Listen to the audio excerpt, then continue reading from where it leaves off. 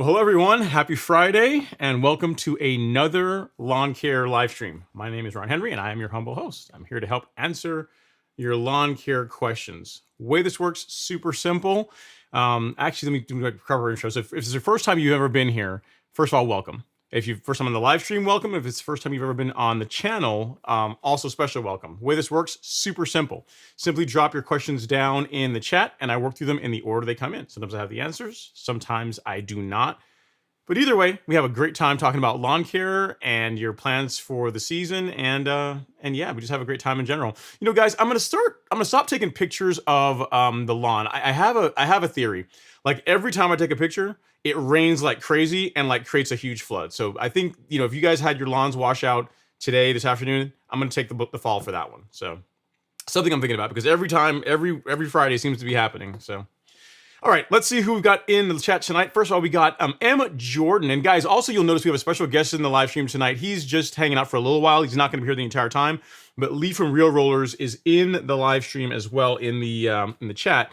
You can ask him a couple of questions. He may or may not be able to answer them because I know it's, you know, you guys tend to throw your questions out there pretty fast and furious. But he is going to be on next week. So if you don't get your question answered tonight, he will answer it next week. All right, first up we got I'm Jordan in the house. He says, hello from Alabama. I hate Real Rollers and Swordman parted ways. I liked having a local dealer. Yeah, it happens. You know what I mean? I mean, maybe, you know, from a relationship standpoint, it didn't work or, you know, just went different ways. But yeah, I mean, the nice thing is that I'm sure if you reach out to the guys at Real Rollers, they will help you out in any way that they can. Again, they know Swordman's as good or probably better than anyone in the country. So, you know, I'm sure they'll still answer questions if you were to reach out to them. Next up, we got Tony Valdez. Valdez says, what's up, Ron? What's going on, Tony? And he says, does granular pre-emergent need to be completely dissolved for it to be effective? I put some down a week ago, and I can still see some on the lawn. I thought about taking my scalp down lower, but was discouraged after seeing it. Yeah, so the big thing with granular pre-emergent, Tony, is it does need to be watered in, and it's pretty substantially. So it requires half an inch of water. I think what most of the labels call for, half an inch of water to really, you know, get it from the surface and get it down in the soil so we can begin working. I'm not sure what part of the country you're in, but if you've not had that much water on it as yet, it's something you might want to consider doing because that is going to help it get down the soil where it can begin working. Is it all going to be 100% dissolved in a week or so? I can't say that would be the case. You know what I mean? I don't know if that's really going to be the case. And it's not like you're not going to have protection from it as it's continuing to break down and get down into the soil. You know what I mean? So so I wouldn't sweat it too much. If you watered it in, you're likely good to go. All right, so let me run down here and grab our first super chat from LG. Thank you so much, LG. Thanks for starting it off tonight, man. I appreciate you. Super chat received. He says, hi, Ron. No questions. Just bummed I missed the last show. Oh, and hello, Lee. Well, LG, thank you so much, sir. Glad to see that you are here and back. And because you are the first, you are now the show sponsor of the evening. All right, so we'll throw you up there for now. Cool. Thanks so much. I appreciate it. Glad that you are hanging out with us tonight. But yeah, Tony, it shouldn't matter, man. Again, just water it in if it hasn't been, and I really wouldn't sweat it. I wouldn't worry about it too much. I think you'll be just fine. It's almost like, you know, you look at it this way. It's almost like fertilizer. Like if you put granular fert down, does it all have to be dissolved before it begins working? No, not really. I mean, pre-emergent, same way. As long as you water it in, half an inch or more, should be good to go. Next up is Mitchell Parsons. Going on, Mitch, saying, hey, made it in time. You did make it in time. And then next up, we got Real Rollers in the house saying Little March Madness and Ron Henry. Pretty good evening lined up. Yeah, man. Hopefully, you know, you get a good draw in, you know, if you're following that. And, you know, on the topic of Real Rollers, so the guys at Real Rollers, as you guys know, they are not ones to stop working on new innovation, new product. And they came up with the GrassTopper. So what it is, and I've actually got one here for my C25. And as soon as I get some actual grass to be able to cut, I'm going to show you guys it. But this is actually pretty cool. So the idea behind this, if you've not seen their commercial, I'll actually link it here in the live stream at some point. This guy goes on the basket on the grass catcher because, you know, the one thing, if you look at like a Swordman or a Greensmaster or an Outlet, pretty much any or most real mowers other than like the California Trimmer, the McLane, and the TruCut, like they don't have an open top. So I see this all the time with my TruCut where I'm out there mowing, and really, even though you have this really huge basket, it's really only good for about, on a good day, if it's not windy, half capacity before when you're mowing, you start blowing out. That's what this solves. This guy clips on. You can see here. Hopefully it shows up on the tag. Actually, you know what? We'll switch over to the wide cam. This guy has like a rim here where it gets onto the edge of the grass catcher, and then clips that holds it in. It's got bungees where you can tighten it up. And the idea behind this is you're able to get more capacity, and you're able to keep the clippings in the catcher where they belong. You're not like blowing them all over the lawn and making a big mess and really getting like half the capacity. So this is actually a really cool idea. When the guys at Real Rollers showed it to me a while back, it's one of those things you look at and you're saying, you know what? I should have thought about that. It's a great idea. It's one of those, I should wish I'd done that first. So yeah, I've definitely reached out to them. I think they've already got them on the website available for pre-order. So take advantage of that if you are so inclined. And yeah, again, Lee is in the chat right now if you want to bounce any questions off him. But it's really cool, man. Really well made. Again, it's going to take a lot of abuse. I mean, just playing with this, it's going to work well. And then again, they have the window here because you figured if you didn't have this window, I imagine you could have maybe some ballooning. So this allows it to vent while still being able to catch all your grass clippings. So great idea. Smart innovation. Good job, Lee. Sometimes the best ideas are the simplest ones, and that's something that I think a lot of people are going to really like when they get to use it. So awesome stuff. All right.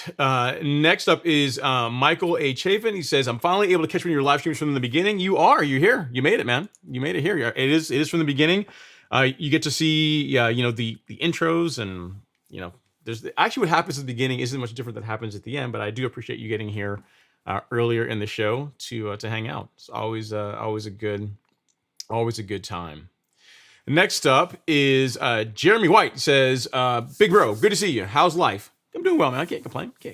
Got a haircut. We got testing tomorrow, so I want to be all cleaned up for class. He says, "You just got my reel mower back and freshened up. Let's go." Yeah, man, that's awesome. You're ready to go for the season. That's always a good thing. A good idea to get that stuff done now while, Mother Nature just keeps taunting us with like warm weather, cool weather, warm weather, cool weather. It's funny. Here's how crazy the weather in Georgia is. So this morning, I got up super early before work, cut the grass. Did it need it? No. Did that stop me? No. So I did it anyway. And I was happy. It was looking good. This is the stripe action this morning. Granted, it's like brown stripe action. It's still kind of dormant because we had that cold snap.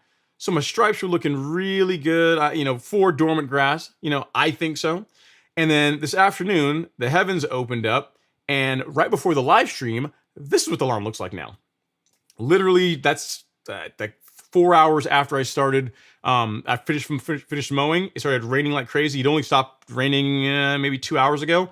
And you can see the huge mess that it created in the lawn. So I'm going to just stop cleaning up the zebra stripes because apparently it's supposed to be there for a while. And every time I do it, it rains the very next day. So I'm going to take one for the team and just let the zebra stripes live there until like Sunday or so. And then I'll clean them up.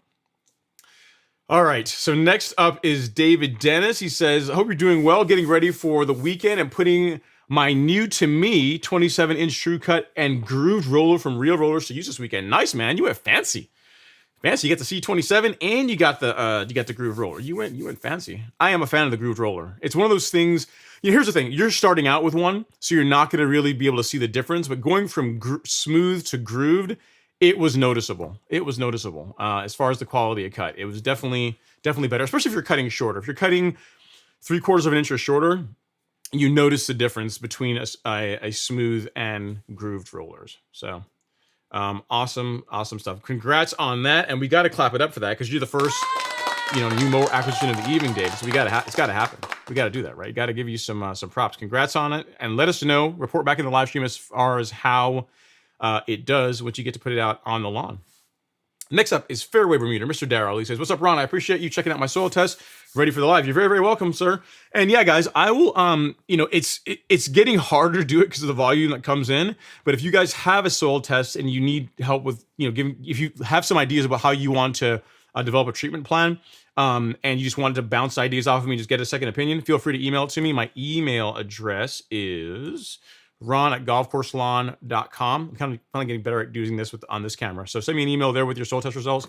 I'll look over them and get you an answer as soon as I can. If I don't answer right away, I promise it's not because I'm ignoring you. It's just because got a lot of stuff going on. So there is that. But I'm glad that was useful, Daryl. And yeah, honestly, your soil didn't actually look too bad from what I remember. Next up is Jeremy White. Jeremy says, Hey Ron, are you still using Caravan G? I am not. So I have not used Caravan G. I didn't use it last year, and I'm not going to use it this year. So what I've been doing starting last year is I've been splitting them up, right? So Caravan G is an excellent product. It's a great option if you want to just do an insecticide and a fungicide all in one, and you don't necessarily care that you don't get armyworm coverage with Caravan, and the insecticide that's in Caravan is a little bit less discriminating. Let's just say. So what I've done since starting last year is to split them up. So the insecticide I apply that separately, and then for my fungicide I do that separately. So for the insecticide, I'm using a Celiprin. If you guys have been watching the content, you know that this morning I released a video on a Celiprin SC. So we got these guys in a small number of them. These guys here, little 4-ounce. So the video that I released today on the channel shows you how to mix this, how to use this. This is what I've been using on the lawn. And again, ever since the video went live, more than like half of what I had in inventory sold out. So if you want to get some of this, definitely get on the store and grab it. We have more coming in, but just in case. And if you happen to be watching this later on and it's sold out, you're going to see like a notify me when it's back in stock email. Just like throw your email in there, and as soon as they get back in and I throw them back up on the store, you'll be notified. You can grab them. But yeah, they are quickly disappearing. So let me show you what I'm doing this year, Jeremy.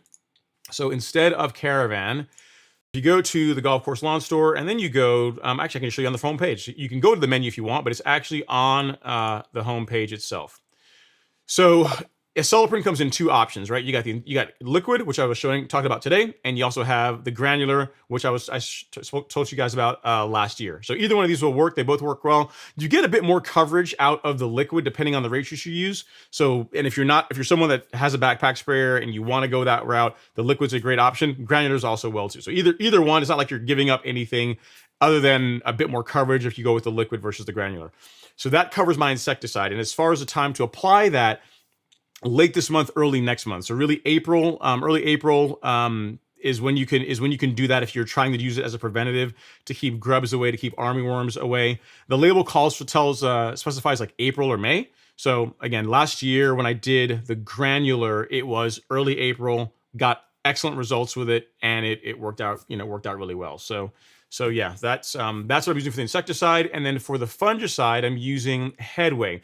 Reason why I'm going with Headway G for the insecticide, or for the fungicide rather, is because it contains two different fungicides in one product. So with Caravan, all you get is azoxystrobin. So if we look at active ingredients, I'm not sure if I have it on here. Yes, the active ingredients in this are both azoxystrobin and propiconazole in Headway.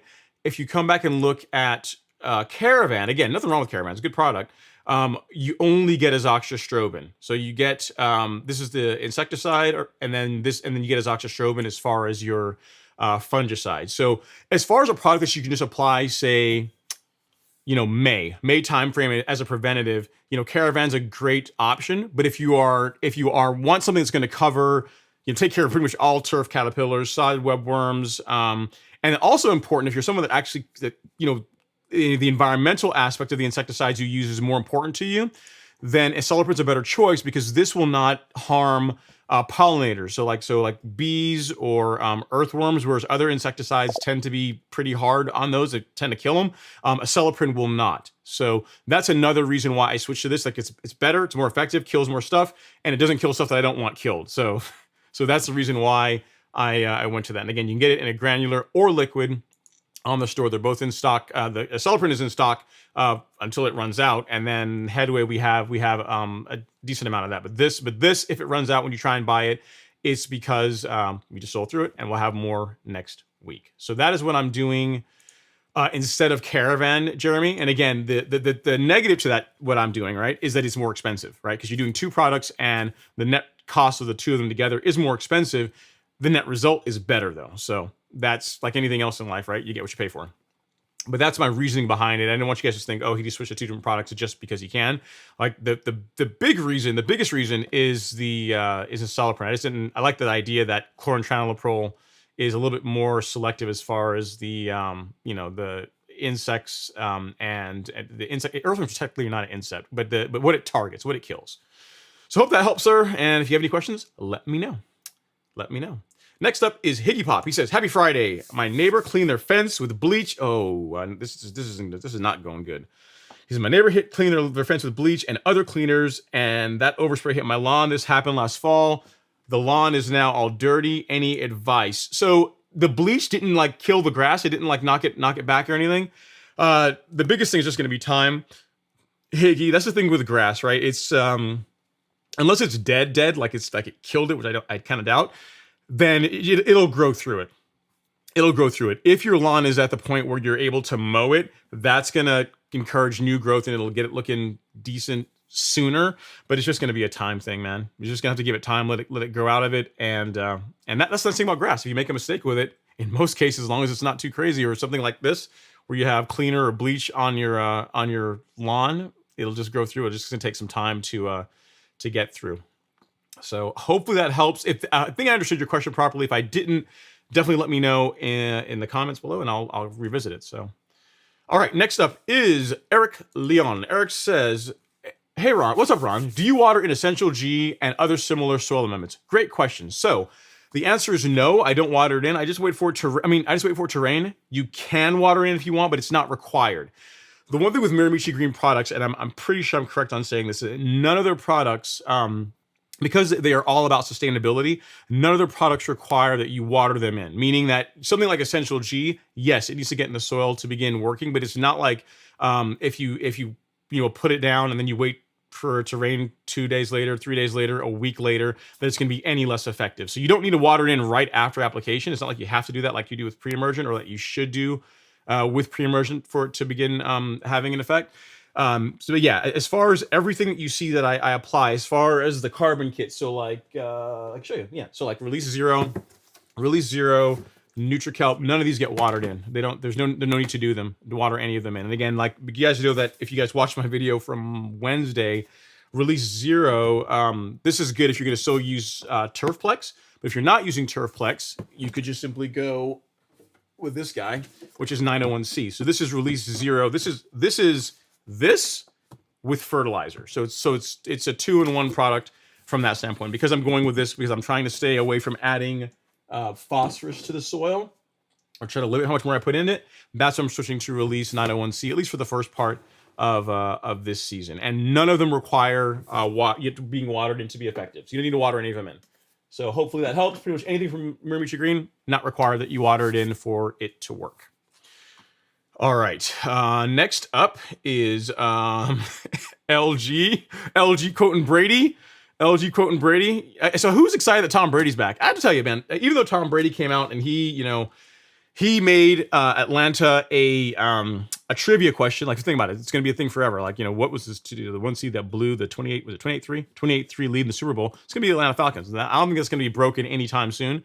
But he's exciting to watch, right? And I'd like to see him, even though, he's same division as us, I'd like to see him keep playing, man. He makes football exciting, and if he gets another one, why not? We're not winning, right? So may as well let him go out there and get another ring. All right, next up is Heartfelt Fashion.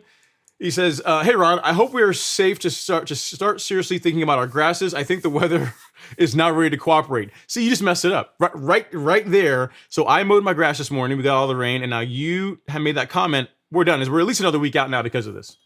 At least another week out. But yeah, man, I think looking at the weather, all jokes aside, we should, fingers crossed, we should be moving to a better trend now where we're not going to get another cold snap. That cold snap was nasty, man. It did more to the lawn than I expected. You guys remember how it was greening up? And now look at that. There's still some green out there, but it wasn't like how it was like last week. I mean, that cold snap was pretty savage. It's pretty savage. It's okay. The Bermuda will green up. It will bounce back. I am not worried about it. Not worried about it. Next up is Robert Rainey saying, "Good evening. What's going on, Robert? Hopefully you're having a good time, sir. Thanks for coming to hang out in the live stream." And VMH, Mr. Crabgrass No More, checking in. And then next up is CMath says, "I got my Arden 15 seeds today. Wondering if seeding can be done in the spring and summer twice in a season. Thanks, Ron." So really, CMath, you want to do seeding when based on soil temperature. And for Arden 15, if memory serves me, the ideal soil temp is 65 degrees or higher. So 65 degrees is when the window really opens to begin applying that, and we're not anywhere near that consistently right now. So I would not do it now. The soonest that I would consider doing any kind of like lawn renovation or seeding project, again for Arden 15, would be late April, early May. Late April, early May. If you can wait till into May, that's even better. But that is when I would wait to do that. I've also heard a rumor that Arden 15 is potentially going away. That they have a new version, another one coming out, another they've a new and improved version. Who knows what they'll call it? Arden 17 or something. But I've heard that Arden 15 is going away, and there's a new variant soon to be released. So we'll see. But yeah, I would not do it in the spring, especially as expensive as that seed is. I really wouldn't. The one thing about doing it in the spring, if you could, was that, I should say, let me correct that, because technically late April, May is springtime. But I mean, what I'm saying right now, don't do it now. The one thing about doing it early as soil temps will support it is that you get all this free rain to help the seeds of germination. But I would not do it now, because literally the temperature swings are still, they haven't settled out yet to where we're consistently going to be warm weather from here on out. And again, I would hate for you to do that, and then let's say it begins germinating, and then we get like a cold snap or something, right? And you lose some of the seed, or just growing as well as you would want. I would just wait. I would give it till late April, early May. That's when the window really opens for like seeding projects for Bermuda. Hopefully that helps. Next up is, let's see. Did I miss his question? No, actually, no. I jumped right over Dalvin. Let me get back here. So I scrolled too much. Let me get here. So Kevin Sheehan is in the house. He says, "Hey, what's going on?" Sorry, Kevin. Sorry, I skipped over you. And then next up is Dalvin. I'm not sure how that happened, Dalvin. Don't cuss me out too much. Don't be too mad. It was not intentional. He says, "Hey, Ron, your certainty Celsius combo that you did, is that minimum rate that can be adjusted to a higher rate? I hit some POA with it 10 days ago, and the POA laughed at me. I haven't seen the rest of it. I guess you're saying this is not responding. Yeah, that is a lower rate. It's a rate that's effective for, that will work for most things. If you want to go up a little bit on the rate, just on certainty. Here's the thing: if you're trying to just target POA, if all you care about is POA, you don't need to use Celsius. Just use certainty. Like that's what it is doing in that combination. It does sedges. Like as far as sedges go, it's one of the best products for sedges. And then it will also target annual bluegrass or POA. So if all you're caring about is POA, then don't waste putting Celsius down. Just do certainty. So I believe in the video, if memory serves me, I did 3 small scoops. What you could do is 2. I'm not sure what rate you're using, Dalvin, but you could go like with 2 big scoops. And I believe with with certainty rather, the instructions, the labels calls for like a minimum of 2 gallons of water. So 2 gallons of water, and then like 3 scoops. But check the label. Check the label. What I showed in the video was not anywhere near the max rate. I tend to not do that for post-emergent herbicides, mainly because I don't trust that you guys will not go, like if this is the weed, I don't trust that you guys will just do this. If you just do that one time, then I'll be like, okay, we can bump the rate up a little bit. But most people, when they see a weed, they'll go back and forth and back and forth and back and forth. And what you've done now is like 5 or 6, you've done like, 3-4 times the rate. So if you're very, very disciplined, I even show in that video, the one that you watch, on how to do it properly. You make one pass over it. If you're doing that, then you up the rate a little bit, that's fine. But yeah, in the video, it's not anywhere near max rate for safety reasons. So yeah, just check the label. And if all you care about is POA, just do certainty. No need to use Celsius. Good question. Next up is Andrew Phillips. Andrew says, "Hey Ron, cool here in Texas. Not doing anything until I see my grass dash to green up a little, soil temps, and add an average of 56 degrees. No problem with that at all. Andrew, this sounds like a good plan to me. The good thing about soil temps being an average of 56 is I'm sure you've already got your pre-emergent down yet, right? So that's the one thing you should have done already. And as long as that's done, you're good to go. You know what I mean? For me, for the middle of this month, all I'm doing is just my liquids. I'm just spraying. I'm not doing any granular until next month. So depending on how things green up, the first part of next month of April is when I will look at doing Humic Max. But for this month, like in the video that you guys saw that I did on Wednesday, literally all it is just a light application of the carbon kit and 901C. So So yeah, good stuff. It's a good idea. It's a good idea. Let the grass naturally green up until you get that nice green fuzz going, and then when you want, then you can introduce fertilizer and you should be good to go. But yeah, with your temps at 56 degrees, your soil temps at 56 degrees, if you've not done pre-emergent, I would highly recommend doing that. And that's for everybody. If you've not done pre-emergent, like you need to get it down. Like, I mean, I know I said this like last week and the week before that. Like 55 degrees is not the temperature when you should apply pre-emergent. 55 degrees is when weeds like crabgrass begin germinating. So you need to have your pre-emergent down before soil temps on average are that. So like before you get like 4 or 5 days of 55-degree soil temperatures, that's when you're going to start having weeds starting to germinate, and you want to have your pre-emergent down prior to that. So hopefully that helps. I'm sure you're ahead of the ball, Andrew, and let me know how the lawn develops, man. If I can help with anything else. Next up, Dalvin says, yeah, this isn't small POA. This is not small POA. So yeah, like everything else, man, it works. Those things, those products tend to work. I'm not sure why Excel tends to decide to launch. Those things killing weeds is easier when they are younger. So you never know. You may have to go up on rate a bit and see if that helps it. Also, be sure if you're not, be sure to use a surfactant with it. That will help. Like use a non-ionic surfactant. Can I reach it? Okay, I can. Hang on. I'll show you. So the same one I show in the videos, but whatever you want to use, this one here, the spreader sticker. This is what I show in the videos. But like use that along with Celsius, with certainty, and you're going to get a better result. So yeah, hopefully that helps. Let me know if I can help with anything else.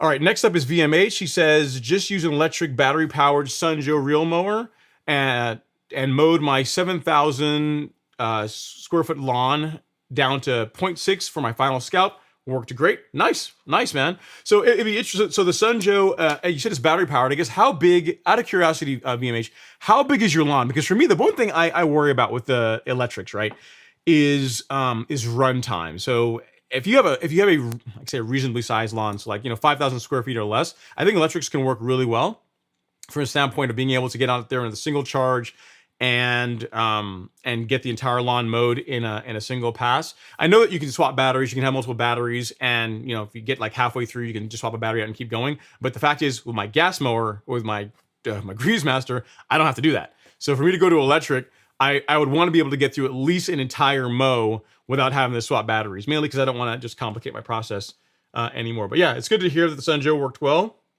Seemed like you have 7,000 square feet, and it worked well for 0.6.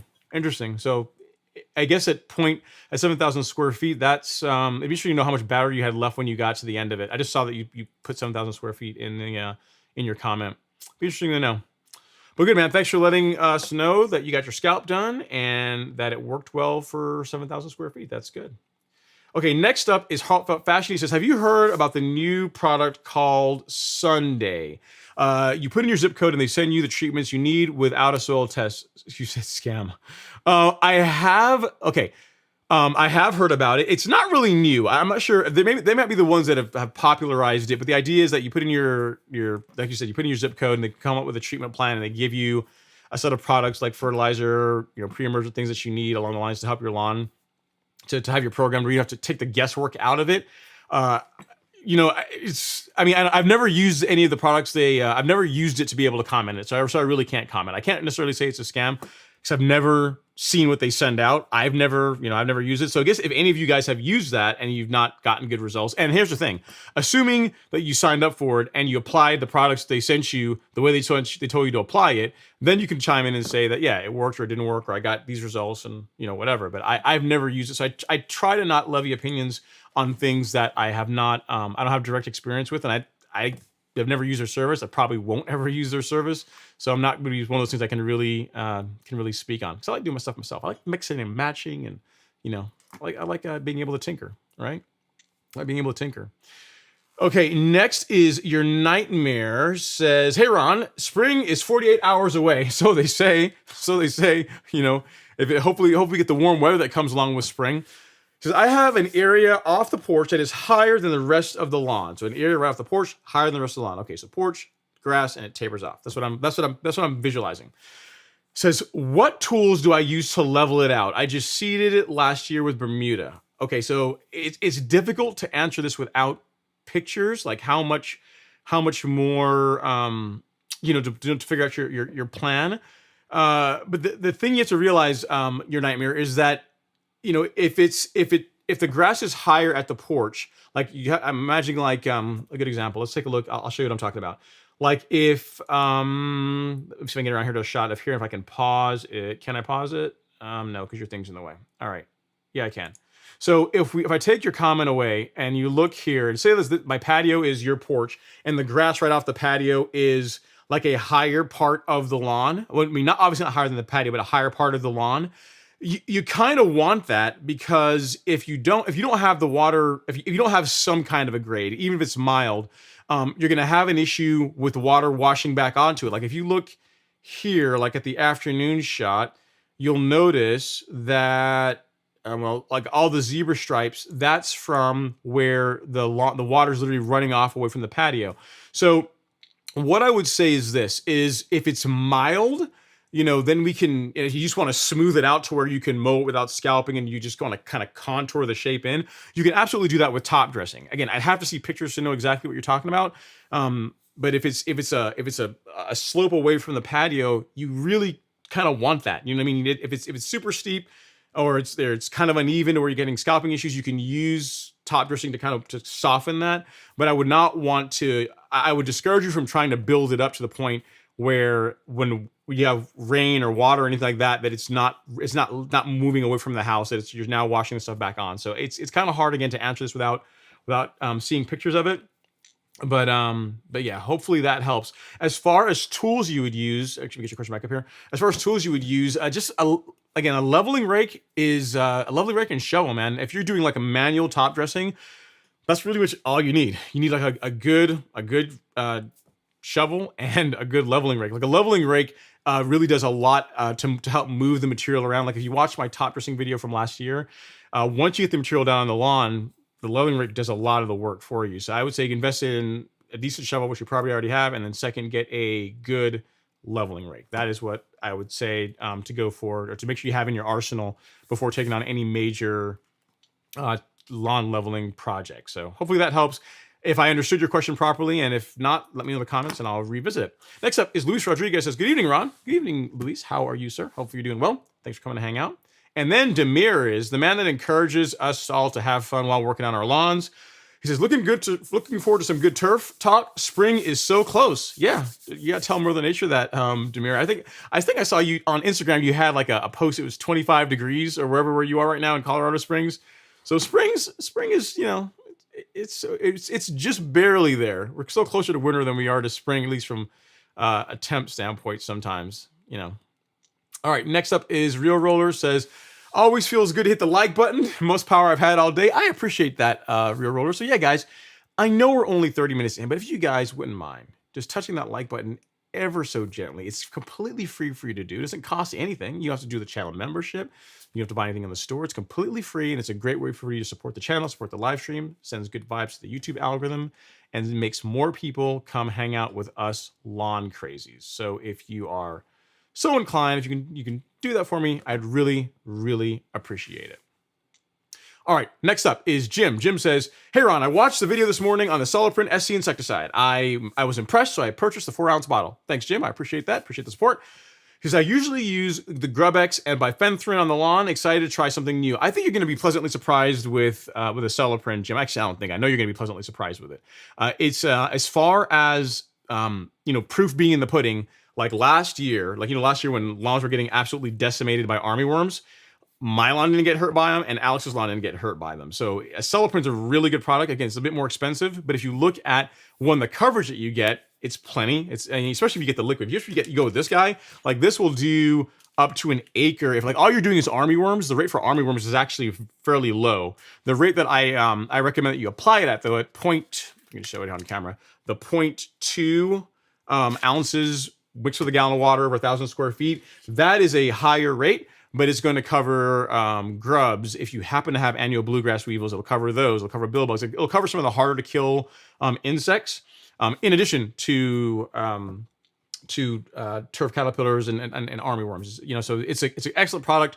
It's like I said, the big reason why I switched to it is that it's more eco-friendly, right? One, it's more effective. It kills more stuff, and it doesn't kill stuff that you don't want dead. So that's why I went to that, and I think you're gonna be surprised, and you're gonna enjoy the results that you get with it. All right, next up is Jay Johnson. He says, "Hey, thanks for repursing my furt so fast." No problem, man. So yeah, if you guys remember Jay Johnson, if you guys watched the live stream from last week, he came into the chat and he said, "Hey, man, I got I think it was a liquid product. What it was, I forget which one it was. Probably, I think it was like Turflex or something you got. And it was damaged. Like, here's the thing: the postal service, the carriers, you know, not throwing shade on them, but you know, they have a lot of stuff to deliver, and they don't necessarily always take the best care with stuff. And sometimes stuff gets damaged. But yeah, I was able to reach out to him and you know, get his order. I looked him up just based on his name, and yeah, we got another one out to him. So good stuff. You know, we aim to please. I want to make sure that you you know, that you have the stuff that you need to you know, work on your lawn. It's nothing is worse than you are really excited to get something in the mail and it shows up and it's damaged, and it's not really anybody's. You know, I didn't damage it. You know, you didn't damage it. You didn't do anything wrong. And really, I'm trying not to even really blame the carriers a lot of times. Sometimes things just happen. So all we can do is take care of it as best we can and get you squared away. And I'm glad that we were able to do that quickly. So good stuff. I appreciate it. Next up is No Name. Says, "Good evening, Ron and lawn enthusiasts." What's going on, No Name? Hopefully you're doing well. And then Flippin' While You Sippin' to Disney says, "What's up, Ron? Watching you from Epcot's Flower and Garden Festival. Have you ever been?" I have not been. I've been to Epcot Center. I didn't know they had a flower and garden festival, so no, I've never been to it. So yeah, let me know how it does. And I guess with your name, you know, Flipping While You Sippin' to Disney, you're in the place where you should be, man. You're obviously a pretty big Walt Disney fan, so that's pretty cool. Pretty cool. Next up is, I'm going to try not to mess this up, is Nayaka Charlie. Says, "Hit that like button to show some support." I appreciate it. Thanks so much, Nayaka. Thank you for that. I truly do appreciate it. And then next up is Real Rollers again. He says, "Bullets early. I definitely will answer why our partnership ended with Swordman next week. Too much to type. Great question and very fair." So you guys know. So here's the thing. In the lawn care community, we have a couple of different, we have a couple of different tribes in the lawn care community. We have the people that just want their grass to be green. We have the people that are like, want to be, the scientific ones that want to, really dig into all the details and things that most people care about. And then we like the ones that like a little bit of drama. You know what I mean? So if you want like drama or a little bit of gossip, definitely tune in next week. You can find out from the man himself as to why, Swordman is no longer a thing with Real Rollers if you're interested in finding out about that. And there you go. So it'll be a live stream for to satisfy everyone. All right, so thanks so much for that. And next up, we got Rob Schott. He says, yo, we need more likes. Hit the like button very aggressively. That's the thing, man. We got the squad. You guys are taking care of me, man. I'm not even having to do, the music and get my lemonade out and, beg and plead for the likes. You guys are just are taking care of that for me. And I really, really do appreciate it. And then Robert Rainey says, "Great video today on a cellophane, Ron." Thanks so much, Robert. It was a fun video to make. Here's the thing. You guys have noticed with some of the videos, I haven't been doing them every week like I did in seasons past because I've been trying to raise the quality of the content. Some might say that it's getting better. Some people will say they're crappy like they've always been. So, hopefully you're following the camp where you think they're getting better. And it's always fun because you have to think of creative ways to make a topic that can be considered dry to some people. I know for us, it's not dry, like insecticides, fertilizer, soil testing. We get out of bed, we live for this stuff, right? But for other people, people that don't know about the channel and are trying to just keep bugs out of their lawn, I have to try to make it interesting so they'll watch the entire thing. So I'm glad that you enjoyed it. I actually had a faux pas, believe it or not, in the video this morning. So and you guys may not see it. If you guys were up super early when the video went live at 7, you may have caught it. But a viewer in Tim messaged me real quick and said, "Hey man, I'm not sure if you noticed this one typo." So remember I was telling you guys about the rate for applying a cellophane if you have a 4-gallon backpack sprayer. So it's like 0.2 times 4, and you get a total of 0.8. So it's 2 times 4, which equals 8. So in the old version of it, I had 0.2 ounces times 0.4 ounces, which is not really a thing. equals zero 0.8 ounces. So it's like, you could read something over and over, and I proofread and proofread all my videos and proofread all the text in them. But I'm sitting there staring at it at like 11 o'clock at night, and I just something that your brain knows what it's supposed to say, and you just completely overlook something. So I'm gonna have to have someone just look over my videos and watch them ahead of time just to make sure that I don't have this kind of typos. So if you guys were up super early, you caught that. But if you weren't up super early, you didn't get to see it because the new one got uploaded, and there you go. So then again, all the information, everything else was correct. It was literally, I just had like 0.4 instead of like just saying times 4, which again, just try being the stickler that I am, I wanted it to be correct. All right, next up is James Porter. He says, "Hey Ron, having ground mold problems. Know of a good way to deter or stop them from digging holes in my beautiful yard. Thanks, man. Wish you the best." I appreciate it, James. So yeah, so moles. It's a multi-pronged approach to go after them. It's not like you can just do one thing to get rid of them. The one thing you can do is eliminate their food source. So one of the things that moles eat are grubs. It's not only grubs; they eat other stuff too. But one of the things they eat are grubs. So if you can use an insecticide in your lawn, like a Celiprin, it's an excellent choice. Something like that to eliminate grubs in your lawn. That's going to take away their food source. So that's going to discourage them from hanging out in your lawn and moving on to like the lawn nearby, or moving on to somewhere else. The next thing you can use is a mold poison. It's called Talprid, I believe is what it's called. And I need to just have this at the top of the live stream. I have it down. I have it down fairly low. There's a couple of them. There's Talprid. There's also one called Tomcat mold killer. Let me make sure this link still works, and I will send it over to you. Yeah, this is another option as well. So if you like Amazon, James, check this out too. Look up Talprid and look up this product. Viewers have used this, and I've gotten good feedback on it. One, using some kind of insecticide to keep grubs away, and then going also after them with a targeted poison for the moles. So I'll put this in the chat for you. But it's going to be a process. Don't think that you're going to do this and then it's going to be once and then they're going to disappear like next week. It's by doing both those things, they're gonna eventually get away. So get an insecticide down to get rid of grubs, and then also use some kind of a poison to get rid of them. And again, if anyone from PETA's on, listen, I'm not trying to be mean, but moles do mess up our lawn, so they just go somewhere else. Just go down to another lawn and just enjoy doing your tunnels and whatever else that moles do elsewhere, right? Hopefully that helps, James. If not, let me know and I'll revisit your question. Next up is your nightmare. He says, New Mexico, Bermuda. What is the maximum temperature to put down pre-emergent? That's an excellent question. I don't know if there really is a maximum temperature. There's a point where it's not going to get much out of it. So the idea behind pre-emergent, if you look at it in the name, it's pre-emergent, meaning prior to the weeds emerging. So ideally, your nightmare is you want to have it down prior to soil temps being an average of 55 degrees. So that's when things like your weeds, like your crabgrass, your spurge, begin to germinate. So prior to that is when you want to have it down. When it comes to pre-emergent, earlier is better than late. So that's the best advice I can give you. I've never actually been asked that question before as far as a maximum temperature, because really, if you apply it, let's say you waited till June in Georgia to apply pre-emergent, you're not going to get very much out of it. Like anything that's going to germinate has already germinated. Even if you use something like Dimension, which has a bit, or Dithiopyr, which has a bit of reach back against young crabgrass, is not going to be effective because the crabgrass is going to be growing in June, is going to be it's going to be hulking out. It's going to be on a bulk. It's going to be doing pretty well. So earlier is better. I don't know if there's really a maximum temp, because it's not really designed to be applied when soil temps are already and are higher. It's most effective when you apply it around before they get to an average of 55 degrees. So hopefully that helps answer your question. Even with you being in New Mexico, I would get it down early. Listen, I've done pre-emergent. Just last year we did a test. We had Alex's lawn. We did it as an experiment. We did pre-emergent in early February. If you watch like Lawn Care Life, you watch like Jason Krill's channel. Like he's a professional spray applicator. Like all he does, he sprays lawns. I think he does mowing too. He sprays and mows lawns, and he is in Alabama, and he starts his pre-emergent in January. And again, granted, he has a ton of customers, and it takes him a while to get through his entire route.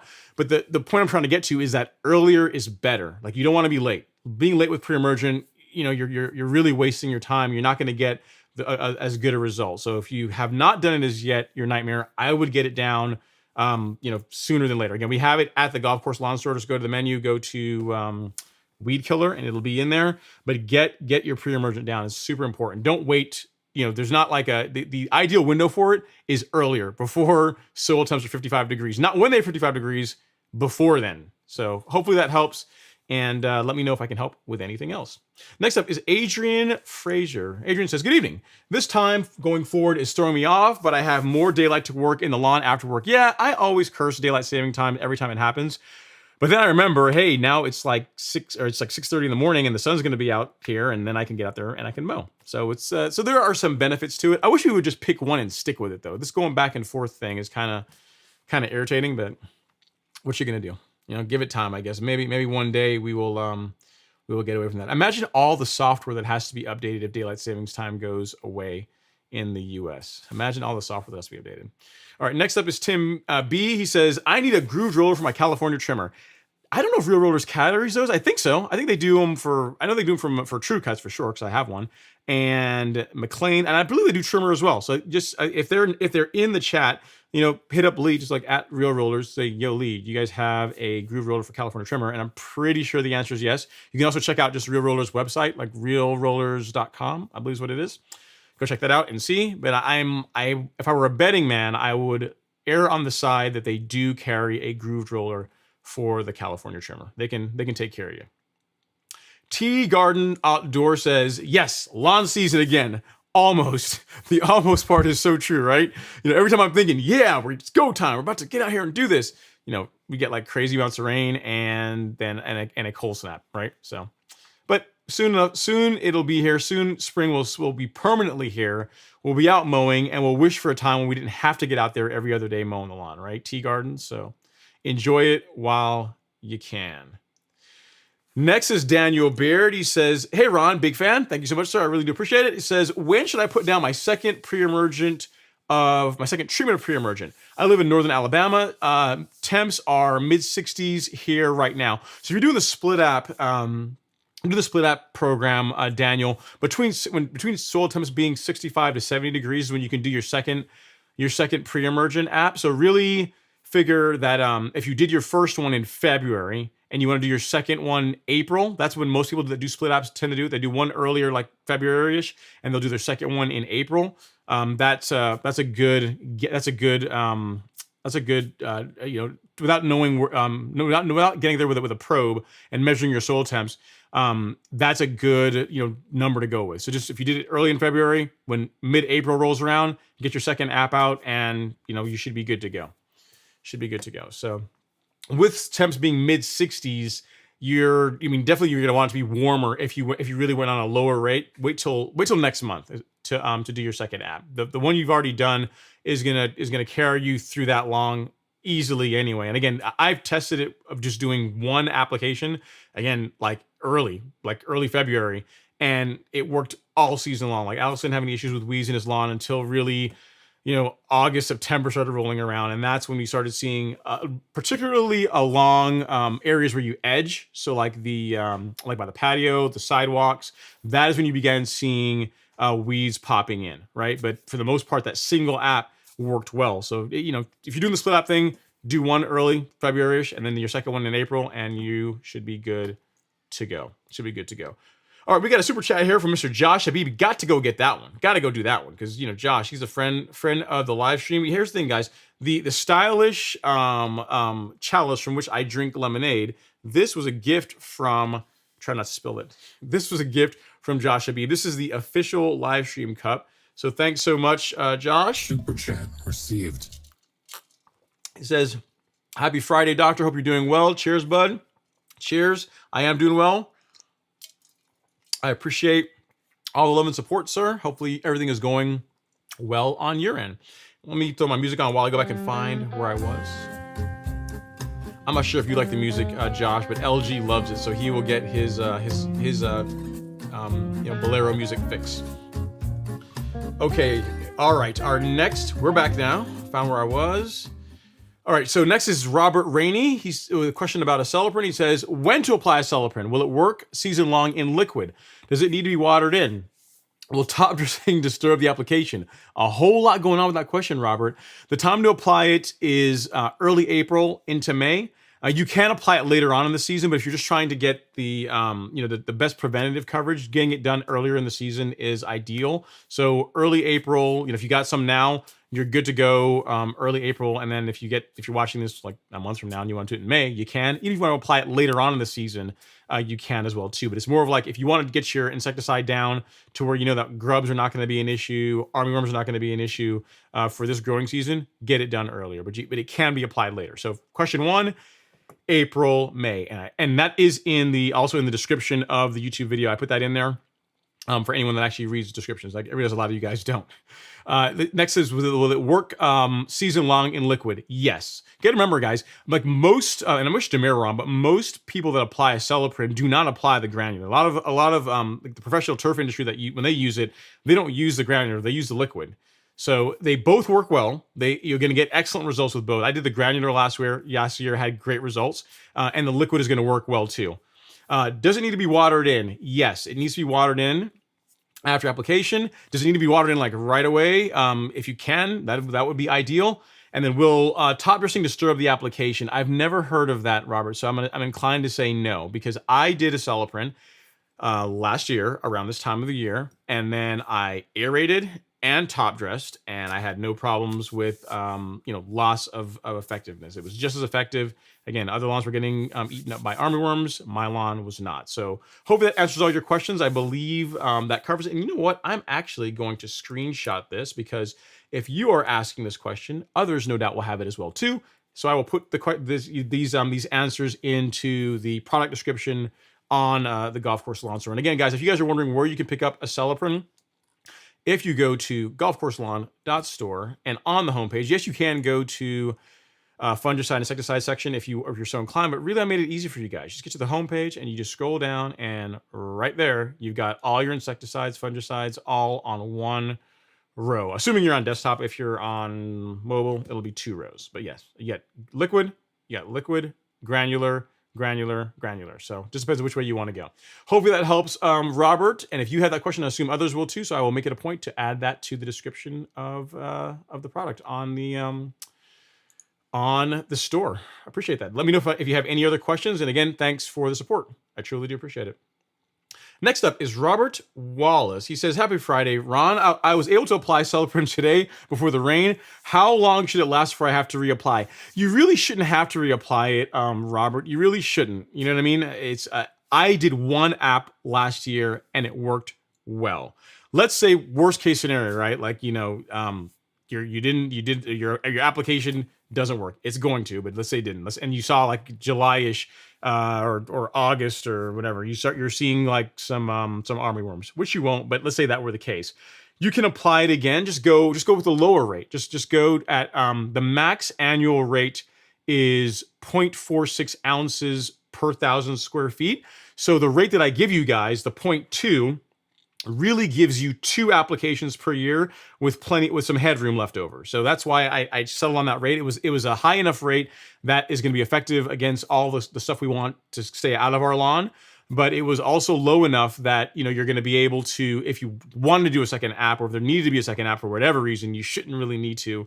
You have the ability to do that again. So yeah, you're good to go as long as you apply it at the rate that I suggest, which is 0.2 ounces with a gallon of water over 1,000 square feet. You have one more app and then some at that same rate that you could do again in the year if you wanted to. But again, you really shouldn't have to. And the fact that you did it right before it rained, you got watered in, should be good to go. But again, if you need to, you can with no problem. Again, assuming you followed the rate that I suggested in that video.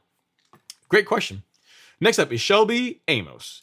Says, what up, Ron? I'm in Fort Worth, and when should I throw down Caravan? Also, dialing in my sprinkler system with the Rainbird Ryan. What is the nozzles? What is this? This is Ryan nozzles. Total game changer. Very, very cool, Shelby. So when should you apply Caravan? So it depends. If you've dealt with fungus issues in the past, so let's say you've had a fungus problem in your lawn like in April, then you would apply it then. But if you're using it strictly as a preventative, meaning you've not really had any kind of fungus problems, you're just putting it down as a preventative fungicide and insecticide as well, then wait till May, June timeframe. That's the sweet spot for doing caravan, mainly around the fungicide portion. Right, because most fungicides, they last for, like as Asha showed anyway, last for about 28 days, 3 to 4 weeks is what you get out of it.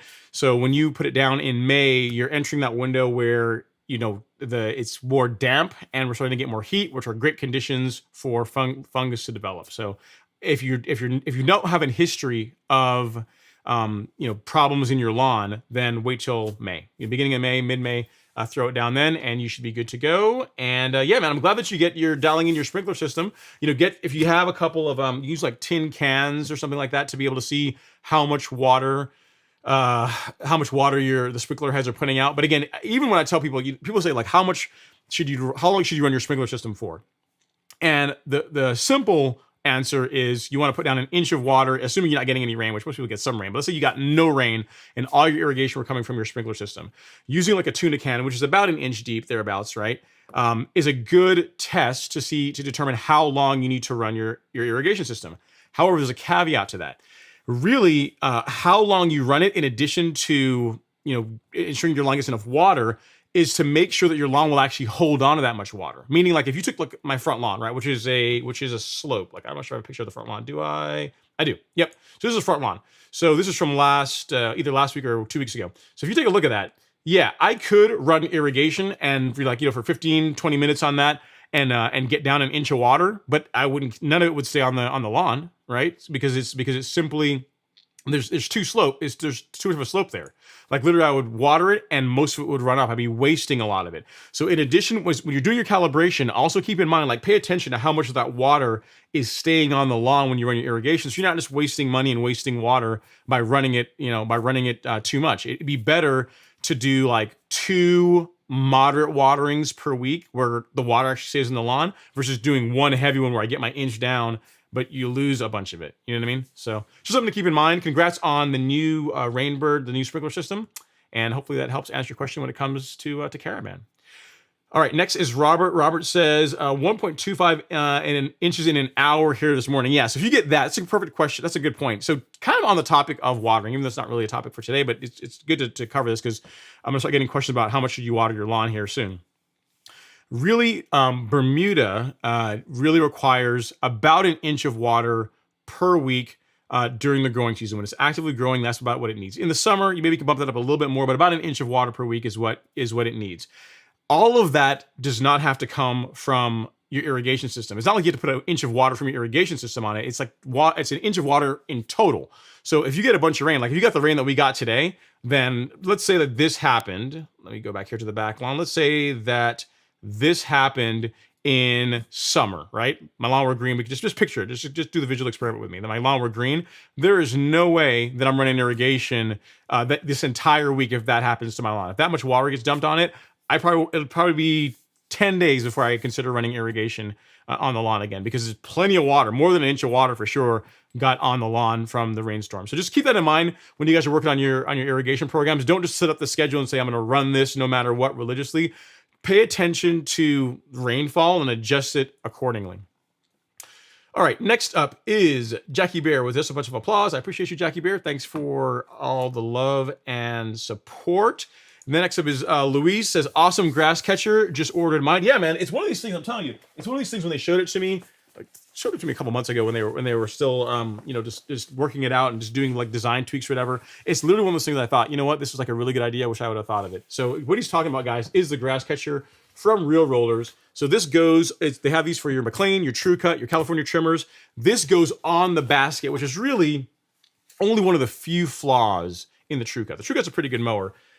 You put this on, and what this prevents is your grass clippings from blowing out of the grass catcher. Because the thing with the TruCut, even though it's got a relatively large grass catcher, because it's not covered, you really get about half capacity if you're lucky before it starts washing out or starts blowing out as you're cutting the lawn.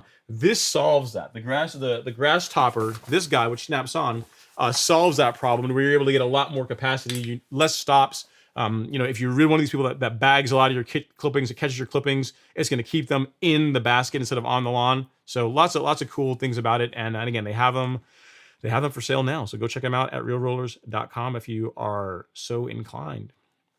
All right, next up is Jackie Bear, or actually, no, she's just talking to Shelby. Next up is Papa Mo's Low, where he says, hey Ron, just stopped in to touch the like button, visiting my son in Cali, so I can't stay for the show. No problem, man. It's always good to hear that. Visiting family is always fun. It'd be interesting to know, Papa Mo's Low, where you are in California. What is gas prices like? I'm not sure if you're still around by the time I'm reading your comment, but it'd be interesting to know like what gas prices are where you are. Because today I paid like $4.20, $4.19. For a gallon of cheap gas. So it'd be interesting to know what in California is. They probably just have like credit applications at the pump. You got to mortgage your house to put gas in the car. Yes, it'd be interesting to know if you can drop that in the chat, Papa Moslo. Again, assuming you're still around. Enjoy the time with your family. Next up is Jose A. He says, "Aw, snap. Wife just ordered me a brand new McLane reel mower. Got to clap it up for that. Got to do it." He says, "Not a grease master, but I ain't complaining. I've only asked for 3 years now. LOL."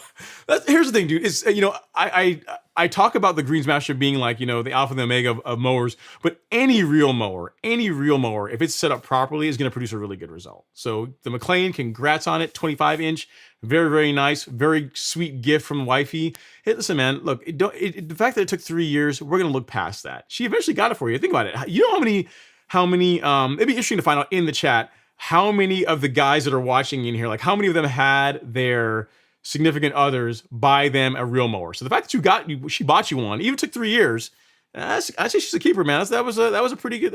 Got to give her props. Got to give her props on that. That's pretty big. It's pretty big. Definitely enjoy it and keep us posted on how it does, how you enjoy using it. Nate Moore's in the house. He goes, "Hey Ron, excited for the weekend. I have had tomorrow as the day I plan for putting down my liquid pre-emergent. It's drizzled all day, hoping the ground is not too saturated." It should be fine, Nate. There shouldn't be a problem with that. I mean, I don't know if we have rain in the forecast. I'm afraid to look because every time I look at the forecast, Mother Nature says, "Yeah, whatever, hold my beer, watch this." So I don't know if we're gonna get more rain. We probably will. But yeah, tomorrow, if you do not have your pre-emergent down, I would get it down. I would absolutely apply it. And just check your forecast wherever you happen to be and see if you're gonna get more rain in the forecast. If you are, then don't water it in. If you're not, then water it in. But yeah, get it down, guys. And you have a request, Lee says, to please ship to Canada. That's a question for Reel Rollers. I'm not gonna be able to help you out on that one. But again, guys, if he's not in the chat answering your questions, just be sure to tune in next week. Next week, Reel Rollers is going to be on the live stream. Lee is going to be on the live stream to answer all your questions about grass catchers, to talk about like turf gossip and all this kind of stuff. So whatever you want to ask him, the floor is yours for next week. So be sure to tune in for that. Next up is Todd Hickey. He says, "I had the Flow Zone 2.5 backpack sprayer. Nice unit, nice setup. Can you tell me more about the spray nozzle needed? How do you know which product needs which nozzle? 3 different nozzles came with each unit. East North Carolina hybrid Bermuda." Great question, Todd. So, well, I've not seen the new ones if they've changed it. So the Flow Zone came, the one that I had, it sounds like yours is the same, came with 3 tips. It came with like a pinpoint tip. Best way I can describe it. It's like one for doing insecticides, so like along the border of a house or something. It came with it came with 2. I don't think it came with 3, but I think mine came with 2. So I'm not sure if yours, they changed it. But it comes with a red one and a green one. The green tip is the one that I have used in the past for doing foliar apps. It's not the most ideal for that. It can work like I did it. I used it for the better part of a year and a half and it worked great. I didn't have any issues with it. But as far as if you want to get the best possible result, if you want to like really upgrade to a proper spray tip, and you really should because they don't cost that much. From T-Jet, they make a foliar tip. It's a 110 degree spray pattern, and it puts out a very fine droplet that does a great job coating the plant leaf. So if you're applying something like the Carbon Kit or some kind of a liquid fert, any kind of a product that is designed for foliar uptake, so herbicides, assuming that they're the kind that are designed for foliar uptake, that type of tip is going to do a better job making sure you get more of the product on the plant while discouraging runoff. So I'll link in the chat here for you which spray tip I would recommend as far as for foliar apps. And then there's also an option for pre-emergent. They also make a tip like this, which is like their air induction tip. They make a couple of air induction tips. This one produces a very my hands. This one produces a very big, really big droplets. This is really good for pre-emergent or anything else that's soil based. But again, I have used the tips that it came with, the green one, and it worked well for me. But if you're really trying to optimize things, use a proper tip. And I'll actually link here in the chat for you the foliar tip, this guy here, and then the air induction tip. Actually, you know what? If you go to the golf course lawn store and go look at like the acelepryn, go click on the liquid acelepryn. In the product description for that, there will be a link to a larger droplet tip, like the air induction tip. This guy here, which I will show you here in a second, if I can bring it up on the screen, this one is a good option. This is what you want for foliar apps. This guy here. This is the one that you get. This one, they're showing it for like $10 here. Sometimes they're on sale for like $5, but they're not expensive is what I'm trying to get to. This is the one you can use for foliar applications. The one thing with the flow zone though, if you go with this, you will need an adapter. So I believe Flowzone sells that too. It's like a little elbow. So it's got a quick connect on one end, and it's got like a screw, like a fitting, a cone at the other end where you can swap out the nozzles. It's got like a swappable end that you can change nozzles out, because the standard one does not come with that. Again, I had the Flowzone 2. I don't know if they've made changes in the 2.5 where they're starting to include that now, but if they are not, you're going to need to get that as well. And Todd, I'll put this in the chat for you. That is the T-Jet tip that you can use for foliar apps. All right. Next, and if you don't mind, Todd, if you can, send me an email or a picture. Or I guess I can go look on the product description and see too. But send me a picture of the 3 tips that it comes with, because mine, I believe, only came with 2, if I'm not mistaken. But I had the 2.0. I want to say that's the case. I don't remember it coming with 3. Okay, next is REG says, what are your thoughts on scalping cool season turfs? We have a lot of matting from the snow and cold. So as a general rule, I don't have cool season grass. As a general rule, I've heard that you're not supposed to scalp cool season lawns. Really, if you want to clean out the matted down grass or dead grass, that's where dethatching, like running a power rake or verticutting, can help with cleaning some of that out. But as far as scalping, that is not a thing for cool season turf as it is for warm season. You're more likely to damage the grass. I don't know. Maybe a rye you might be able to get away with it, but I mean, it's not like Bermuda. Like Bermuda and Zoysia, you can scalp them, no problem. You're not going to damage the grass. Cool season grass, you're not supposed to scalp them. I've not really heard of people in the north scalping their lawn, so I would not do that. One thing they do though, again, is to use like a power rake, dethatcher, or verticutter. Okay, next is, I think, Jose. I think we've already got you in there about your wife getting your mower. You're excited to start your real mower journey. The one thing I will say this, I didn't give you advice on this. I'm Jose. So I will say start a little bit higher on your height of cut and then slowly work your way down. Because while it sounds really cool to say, oh, I want to have like 1/2 inch grass. I'm going to cut my lawn like 1/2 inch. It's going to be awesome. The thing is with real mowing, is the lower you go, the more you have to mow, meaning that the time commitment goes up more and more and more the lower you cut your grass. So start, at a reasonable height, 3/4 of an inch thereabouts, an inch, 3/4 of an inch, and slowly work your way down as you decide how much time you have. I will tell you that 3/4 of an inch, especially if you're using plant growth regulator, is a good height. It looks good. The grass is going to keep a lot of keep its color.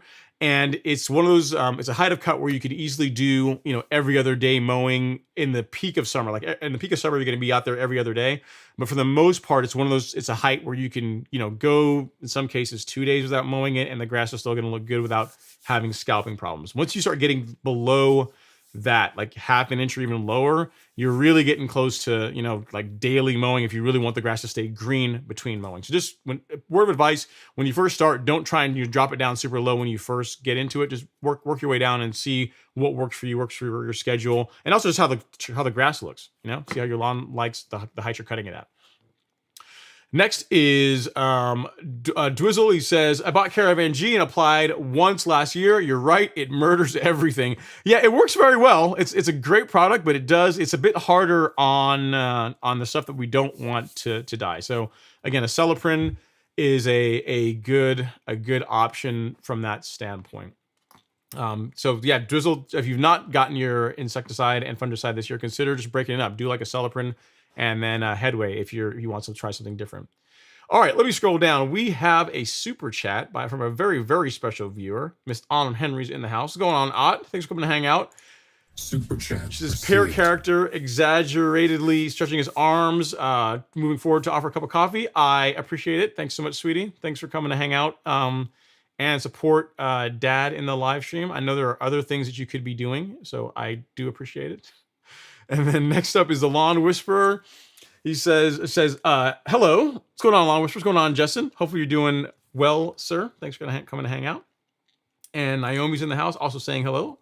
How you doing, Rach? Hopefully everything is going well with you. Next up is Denton Russell.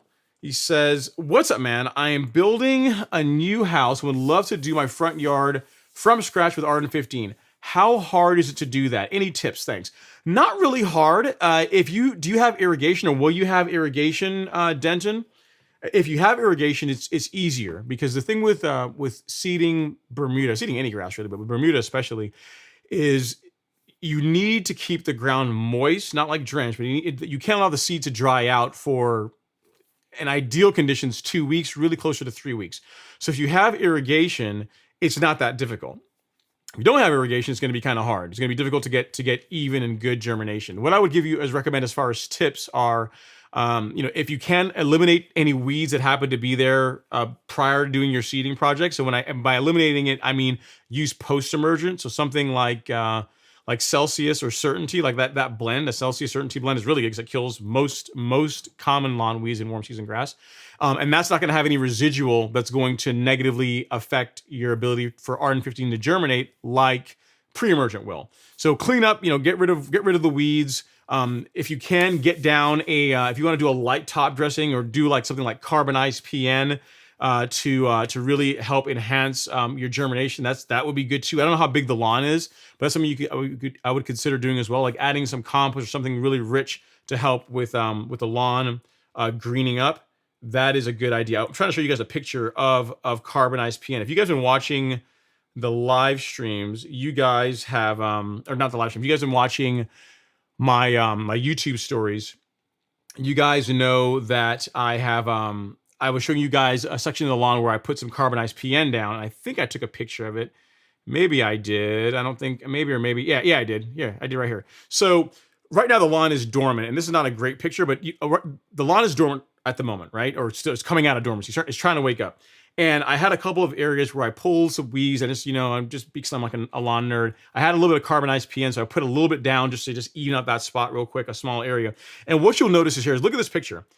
That's no fertilizer. I didn't put any fertilizer down that area. And if you look, you can see how the grass in here, how green that is, how it's greening up, even with all the surrounding grass around it is still very much, not green. So it's something you can consider doing too, Denton, if you're, depending on the size of your lawn, and if you want to do that, consider using something like carbonized PN, like a light dressing over the area. That is going to help with establishment. That's going to help with your lawn, with the new seed growing in and lawn establishing nicely. We carry it at the golf course.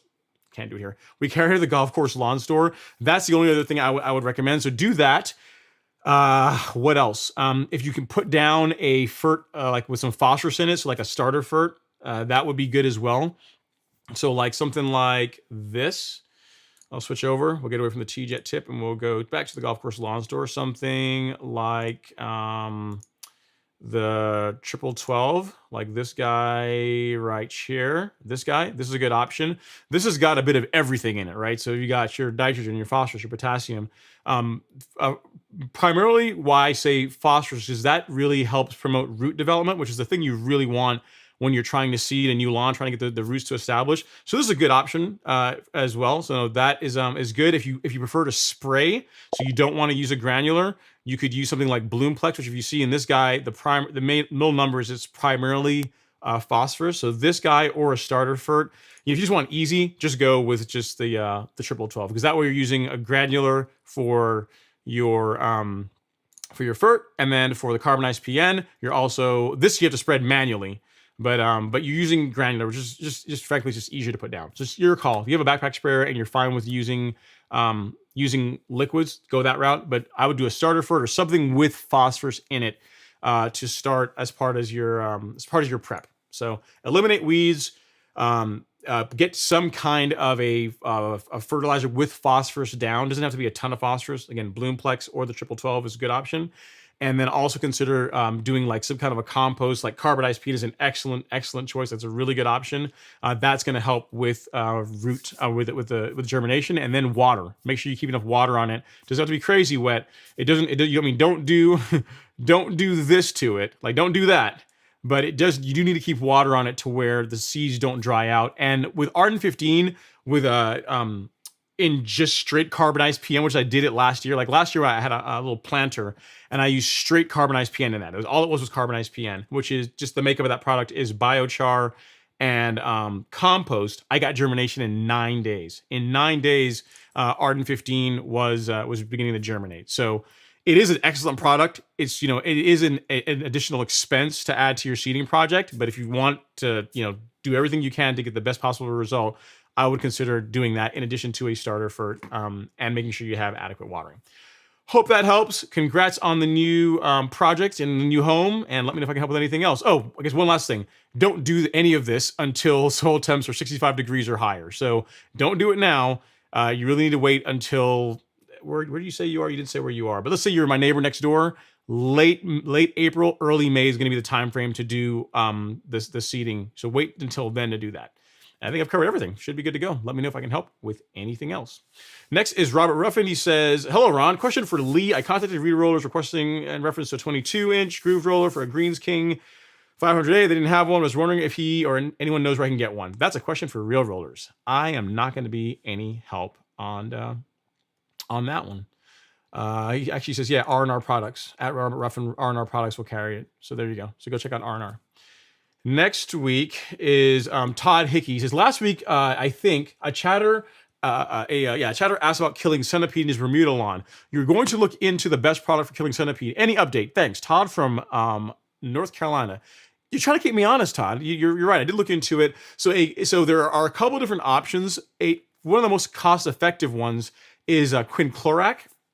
So quinclorac is good for, it's safe on Bermuda, safe on Zoysia. It's not safe for St. Augustine. It's not safe for bent grass, and it's not safe for centipede lawns. So if you want something that's going to be not going to break the bank, but is going to be effective for making the centipede absolutely hate life, quinclorac is what I would recommend to go with. And I'll put the link in the chat if I could spell quinclorac. DF. Yep. Yeah, I'll put a link in the chat for you, Todd. It'll be tied to you, but anyone that had the question about centipede will know that is that's what it's for. Centipede. Remove centipede in Bermuda. And there you go. So that will take you to that. That's a cost-effective way of knocking back the centipede in Bermuda. It's completely safe for Bermuda. Hopefully that helps, and good memory. I did research it as I promised, and that is the answer. Next, Dwizzle is back. He says, I think you said it's one-time application for Caravan G. When is the best time to apply for fungus and grubs? Bermuda in Georgia. Okay, so in that video, and you are correct, I did say it was a one-time application. Really, the one-time application in that video, I've watched it a bunch of times and I really misstated it. The one-time application is really for grubs, for the insect control, not for the fungicide portion of it. So if you apply Caravan in May, that's going to protect you from keeping grubs out of your lawn for pretty much all season. Like when I was using it prior to last year, it was excellent product. Again, I'm not throwing shade on Caravan. It's an excellent product. But it's really that when we talk about the season-long coverage, that is really for grubs, for the insecticide portion of it, not for the fungicide portion of it. So hopefully that helps. The best time to apply is May. That's your time to go with. So if you already have it, wait till May, first week of May, and get it down, and you should be good to go. Thanks for the question, Dwizzle. Let me know if you have any others. Okay, next is C Math. He says, I'm in California, southern, no rain, and soil temps are in the 70s. Maybe I'm good to go to seed with RN15. Yeah, if soil temps are in the 70s, they're going to be that way going forward, then sure, go for it. Go for it. Again, the big thing is make sure you have good irrigation. Everything that I just said to Denton applies to you too, C Math. So get rid of the weeds now if you can. What else? Get a starter for it down, get carbonized PN down if you can, seed, and then water, and you'll get a good result if you follow that. Big thing is just making sure you don't allow the seed to dry out while you're waiting for it to germinate. Next up is music. I think it's music. I think is how he says it. Music from Australia. He says, "Hi from Australia. We are coming into autumn here." That's awesome, music. So that's one thing. I need to visit the southern hemisphere at some point to experience like cold weather in July. I guess July would be the peak of winter. June, July would be the peak of winter for you guys. And then it'd be like, hey, you guys are probably going to tell me, hey, it's nothing special. It's just cold and it's July, right? But it'd be interesting to see what that is, what that's like. But I appreciate you watching. Nice to have a viewer from down under watching the content. And he says, good luck with the next growing season. We appreciate it. So you guys your growing season sounds like is ending. You're coming into autumn, and we are in go time. We're about to have all of our fun. So the good thing is you also have content to watch, right? So when we're in dormancy, we can watch Australian content, and when you guys are dormant, you can watch like US content. So you're always covered. So I guess what's one pro to it? All right, Calvin Tubbs just became a member of the channel. Thanks so much, Calvin. I really appreciate it. So what that means, guys, I don't really talk about it too much, but there is channel memberships. If you guys want a way to support the channel on an ongoing basis, we have different levels of channel membership. Just feel free to do that if you're so inclined. You just go to youtube.com/Ron Henry, and there will be a join button. You can do that. And one of the perks you get with channel membership is you get access to custom emojis. So if you want to be able to throw up like a emoji that looks like this, I had some custom ones created, like this guy right here, then you can get access to that if you are a channel member. If you're not a channel member, then you don't. So hopefully you guys would, if you're so inclined, feel free to do that. Thanks so much, Calvin. I really appreciate the support. Appreciate the support. Next is Robbie Marie. She says, hey Ron, happy Friday. What do you think about adding worms or worm castings to the soil? Are they good for the grass? I've never added them. And when I see them, they don't really bother me. I've never really gone about adding them, Robbie. It's not something I've ever done. Whenever I see earthworm castings, a lot of people will message me and be like, "Oh, well, there's what should I do to kill them off?" And I'm like, "No, don't do that. It's a good sign. It's a sign of good stuff going on underneath the surface." But I've never actually added them. I've got plenty of them in my lawn just naturally occurring, so I've never had a need to apply to add them. I don't know what benefits that you would see from introducing them. I can't imagine it would hurt, but I've never actually done it to be able to tell you what kind of results you would get from doing that. So I'm inclined to think that it would help, Robbie, but I've never tested it to be able to know, to give you a definitive answer to that. So sorry, I'm not more help on this one. But I can look into it. Maybe I'll ping Demir, get his thoughts on it, and we can and we get an answer for you. Next is Jose A. He's back. He says, I applied half rate of my spring pre-emergent back in February, 50-ish, in Dallas-Fort Worth, Texas. When should I apply the second half of spring pre-emergent? Soil temp is pushing 60 degrees. I would wait till next month, Jose, because you just did it in February. February was like last month. The pre-emergent isn't gone away yet. Like, you're not really losing effectiveness. Even at half rate, you're still good for 3 months, right? So, I would wait till April before you do your second app. Too early to do now. I wouldn't do it just yet, because again, the app you did in February is doing something. It is helping. It is preventing weeds from germinating. So I wouldn't be in such a rush to throw down your second app. Otherwise, you're not really doing a split app. You're like doing one app now. You're doing another one like a short period later. You want to split them up, give them some time in between to get the benefits behind the theory of doing split apps, right? So I would wait till next month if it were me. Next is Andrew Phillips. He says, Ron, applied My first split app of on pre-emergent split apps. My first split up of liquid water dispersible granule prodiamine in early February, and the second app tomorrow. Knock on wood, I haven't had an issue with crabgrass in a while. By September 2021, treatment has lasted quite a while. Good job, Andrew. But here's the thing too. You have to realize, yes, prodiamine applied prior to crabgrass emerging is very effective, but that's only part of it. So yes, putting down pre-emergent, super important. One of the best things you can do so you don't have to go out and spend a lot of money on expensive herbicides like Celsius and Certainty. Well, Certainty, because it treats sedges, and to my knowledge, is not really a pre-emergent that I'm aware of for sedges. But as far as like things like crabgrass and spurge, which are preventable with pre-emergent, like pre-emergent is a lot cheaper than using the post-emergent. So if you get your pre-emergent down, that's thing one. That's a good foundation. But also realize that keeping up with your mowing, like regularly mowing your lawn a couple times a week, that is also going to encourage your turf to grow in really dense and thick, and which is also a protection, right? A good example. Last year, I didn't do spring pre-emergent. So I was overseeding my lawn with Arden 15, and I didn't do any spring pre-emergent. Did I get more weeds than I normally would have gotten? Yeah. Did I get some crabgrass in the lawn? Yeah. But was it anything crazy?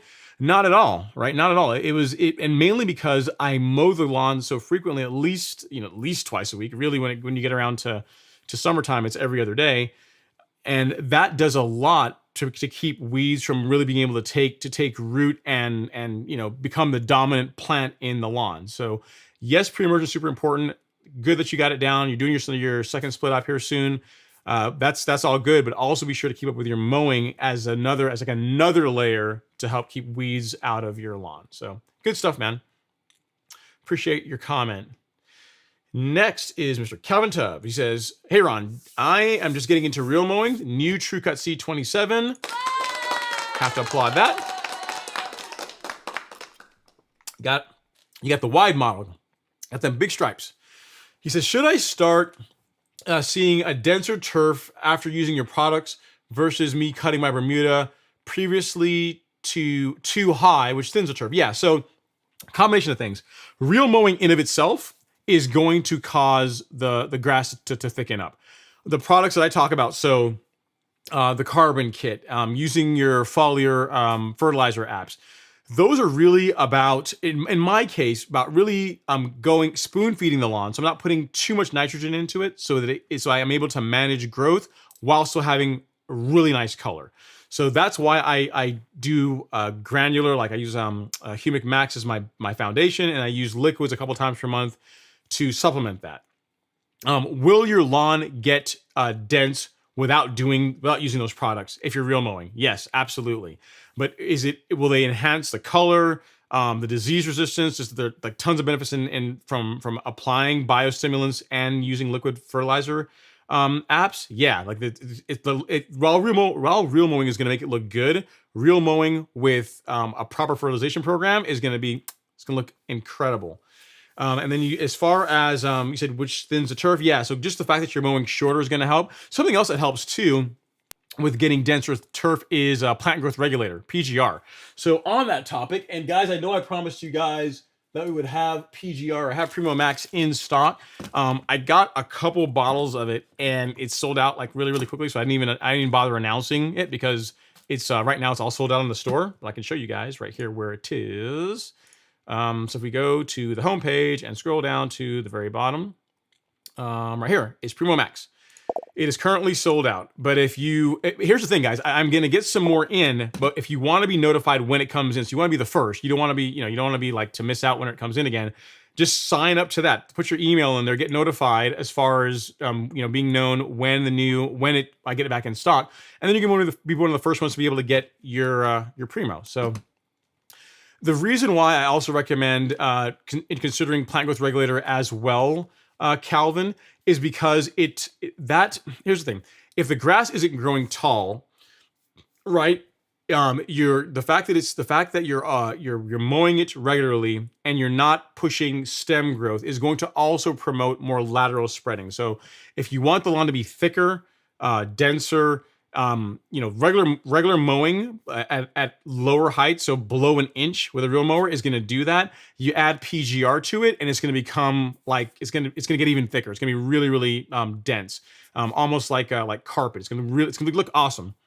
But then if you do that, warning, word of warning, then you're going to be off of like Home Depot fertilizer or any of those big prill ferts, because what happens is after you start getting after you start developing denser and denser turf, the prill size, the size of the fertilizer granules, like this stuff, starts to matter, right? This stuff starts to matter. Whereas, with a lawn when you're mowing it tall, you had no issues with like a bigger prill getting down into the getting down past the canopy. Once you start real mowing and introducing PGR and your turf gets really dense, like how you see how my lawn looks in like Mayish time frame when it really begins to thicken up, you need something like Humic Max. If you see the size of that prill, like this is an SGN 150. This is a very, very small prill. This is not going to have any problem getting past that and getting down into the soil where it can work. That's why if you look at like greens grade fertilizer, like I believe Greensfert is like an SGN of 80. It looks almost like powder, right? And the reason before that is not because they just want to make fertilizer that looks cool like powder, is because for it to be effective, it needs to be that fine to get past incredibly dense turf, which what greens are, to get down to the soil. So once you start real mowing, that's when something like Humic Max is really going to matter, because of, if for nothing else, if you don't really care about the humic acid in it, which you should, but if you don't care about that, the prill size begins to really matter once you start real mowing and you get really shortcut turf. So plant growth regulator, again, Primo Max is good to add to your program as well, but get a good fert, again, ideally a smaller prill size to go with your program. All right, great question again. Congrats on the new mower, and let me know if I can help with anything else. Next up is Todd Hickey. He says, Ron, when are you going to create a real mowing instructional video? How to make proper turns, how to mow tight corner areas, how to double stripe. Most videos show straight runs and not turns. You know what? Last year, I created a video on real mowing, and you know what? I spent a lot of time shooting that video, and I like even mowed the lawn like in a bunch of diagonal directions, and I had like tons of cute B-roll in it and everything, and hardly anyone watched it. I have a video already on that. Let's see if I can find it here. So I've already got a video on doing stripes. I've got a striping video already, so I'll put that in the chat. But also, let me give you the video first from last year, which is this guy here. We could create shareable link. I'll give this to you, Todd, but I'll do a 2022 version of it. Why not? I'll do a 2022 version. You will watch it. I will watch it. A few other people will watch it, but I'll do one. Why not? It's always fun. So this one will show you. It's all about, literally is all about real mowing, about creating stripes in the lawn. I had some tips around mowing in the morning, because it's easier when you start mowing shorter, it becomes harder and harder to see your stripes, as far as like making sure they're dead straight. So a tip is to mow when there's a little bit of dew on the lawn, which you can do with a real mower, no problems at all. So check out that video. I also have a video on lawn striping, how to mow thick and thin stripes. I think I covered in that video, but I have another one here. Now, here's the thing. I gotta warn you. This is my iPhone days. This is when I was backsliding, and the content, the cinematography is not going to look good. I mean, it's going to look worse than my current cinematography does. How about that? So if you want to see that video that actually has a good section on how to mow thick and thin stripes while I start thinking about scripting the 2022 version of both of these videos, you can watch this one. So this is an older video of mine, and that one particularly I know says how to mow thick stripes, like the entire mowing pattern, how to go about doing it. So between those two, you're going to be covered. Let me know if I can help with anything else. The only other thing that I don't cover in either of those videos, I don't believe, is doing whip turns with a Greensmaster. And because here's the thing, not that many people have Greensmasters, so I could add that to a video, and I guess in the next version I will talk about that. But it's not something that most people are going to use unless you have like a greens mower. Unless you have like a John Deere or a Greensmaster, most people just like disable it, turn, and re-enable it, right? So it's something else for me to add. But check out those two videos, see if that fits the bill of what you're looking for. And if there's anything that's missing, feel free to let me know, and I will add it to the 2022 version of that. Okay, next up is Motivate. It's an awesome name. Motivated Moments. That's a really cool play on words. That's actually really cool. Motivated Moments. Good evening, my brother, Coach Jay. Hopefully you're doing well. Thanks for coming to hang out, Coach Jay. Very cool. I like your handle name. Really cool play on spelling there. Next up is We Showing Our Grass LLC. It says, hey Ron, what are your thoughts on manual reel mowers? Love them. Believe it or not, and again, you guys are gonna think I'm crazy, or maybe not you guys. Most people think I'm crazy. for this. Sure, people in the neighborhood thought I was, but I used to mow the entire lawn with a manual reel mower. Here's the thing: when I started out with a, what was it? The 16-inch Scots. I think they're called Great Plains or Great something, but it's like this little 16-inch manual reel mower. I used to mow almost 12,000 square feet with that, and then I upgraded and I got a 20-inch Scots, and I was like, I was big time then. So I was mowing the entire thing with a manual reel mower, and it does a good job. Is it as good? Does it approach the level of cut that you get with a powered reel mower? No, not even close. So if I had to rank them, I would say like a sharp rotary mower can produce a decent job, but it's really for Bermuda grass. If you have the time, you really should be reel mowing it. That's the correct tool for that grass type. So a rotary mower, a well set up one, that is the standard. We'll start with that. And then reel mowing with a manual reel mower is an order of magnitude better. It's noticeably better. Like the grass is going to look a lot better. It's going to look way better than it does being cut with a rotary mower. Like your scalping issues are going to be less if you cut shorter. It's just going to look better in general because you're cutting it with a cylinder mower, right? But then once you step up from a manual to a powered reel, it's a game changer. It's like another order of magnitude. And then from like a TruCut to a Greensmaster is like another level up. So manual reel mowers are, if you're starting out, I always say if you're thinking about getting into reel mowing, start with a manual reel mower. They cost like $120. They're not that expensive. You can always resell it if you want to.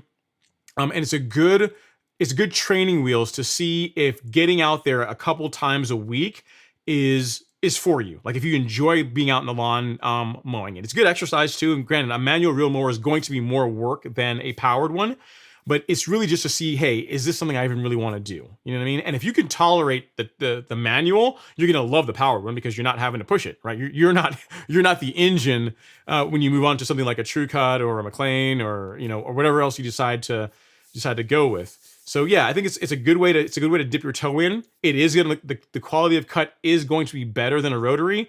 It is not going to be the quality of cut that you're going to get with a powered reel mower though. So hopefully that helps. I'm trying to think if there's anything else I can tell you with them. I think that covers a lot of it. It does take a while to get used to it because if you go, there's a certain pace that is correct for you to get a good cut. Like if you go too slow, it's going to kind of bind up. And if you go too fast, it tends to bounce and you get washboarding. So you have to figure out like your walking pace with a manual reel mower to get a good cut. But once you learn that, which you will after a few mows, it produces a really good job. If you look at my older content, I think 2018, 2017, 2018, in those videos, you'll see when I was cutting the lawn with a manual reel mower. Because I don't think it was 2018, I believe, is when I got the TruCut.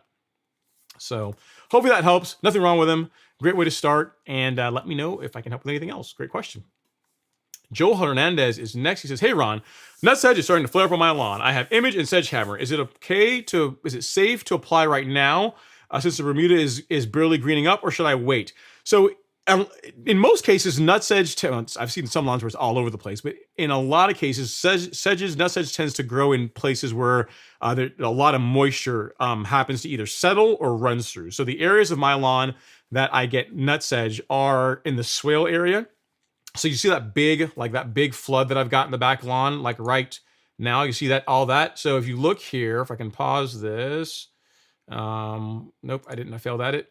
So we'll try it one more time and pause. Okay, so you see a big pool of water that's there right now, right? But you see off to the left, like with how it's draining off to the left of the screen, like that goes to my swale area. In between that little groove, that little channel in between my lawn and Alex's lawn, because water runs through there and there's always a constant stream of water whenever it rains.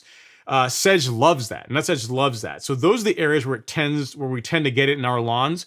We get out there with certainty and smack it with that, and then we're good to go. So yes, can you apply it now? You can. I wouldn't blanket the entire lawn though. It's in most cases, unless your lawn's things are really out of control, you tend to be able to just spot spray areas where nut sedge is coming in. Try Sedgehammer. Sedgehammer is a good product. Certainty, as far as like the benchmark, in my opinion, the best product for dealing with sedge in your lawn and warm season grass is certainty. Like it pretty much like Sedgehammer will say like it's effective against this type, but not necessarily these. Like when it comes to like sedges and Kalinga, certainty it dominates all of them. It's like it is like the one to go with, which is why I chose that to mix with Celsius in like what I consider to be the ultimate safe warm season grass concoction. So Celsius certainty, that's why I chose that. So if you're if you already have Sedgehammer, go with that. And if you're not getting the results that you want, consider certainty. So I can show you. I can show you the results from it because certainty is devastating against sedges, man. It's some nasty stuff. And the big thing is it doesn't damage your lawn too in the process. I think I've got that in the thumbnail, which I should if I don't. All right, so yeah. So this is okay. So let's go back here to the golf course launcher. Let's go for a ride, guys. Okay, so certainty at the golf course launcher under weed killer. If you go here to my carefully taken pictures to show you guys how to mix it and what it kills. So this is a bunch of sedge, right? This is green sedge. Green's not sedge is what I've got here in the lawn, right? So this is what it looked like before. Actually, let me move my face out of the way. This is what it looked like before, and this is the same patch 7 days later. You see here, that's all the dead, like this, the really brown stuff is the sedge that's already like completely dead. And this is the one that's still showing some color that's trying to die. That's certainty 7 days later. So as far as like Sedgehammer's not going to do that, and image definitely will not do that. So again, the before and after, that's before and that's after. Now also keep in mind, this was also in summer. So whenever, when herbicides tend to work better when temps are warmer, like the plant takes up the herbicide more readily than when temperatures are cool. But as far as, again, proofs in the pudding, like it absolutely like crushed sedges. So give what you got there a shot. Go with your image and also Sedgehammer. Also great products, they work well. But if you're finding you're just not getting the results, upgrade to certainty, and the sedges will be gone. They will be gone. And again, I would not blanket the entire lawn. Most cases, you normally don't have to do that. You can normally get by with just doing a spot spray in the areas where they are misbehaving. Hope that helps, Joel. Let me know if you have any other questions. All right, so next up is Jeremy Espinoza. He says, hey, Ron, could you explain on which TJets to use for soil and foliar apps? Okay, so I have to, all the model numbers off the top of my head, I don't know. I think the first one you did, the XR11, the 1100 VS, I believe that's the foliar tip. Let me check it. I'm pretty sure that's the foliar tip. Yeah. So the first one you did, the XR 1100 VS. Actually, you know what? Let me just type them in and I can just show you live. It doesn't do you guys any good for me to talk about it and not show you, right? So the first one you showed, Jeremy, is this guy. This is your foliar app tip. The next is an air induct, and this is really good for your ferts, for your herbicides. Like this is what I would go with. There's kind of an in-between tip as well. They're air induction. So let me go. We have the AIXR 1100 for VP. Let's see if Amazon will find that.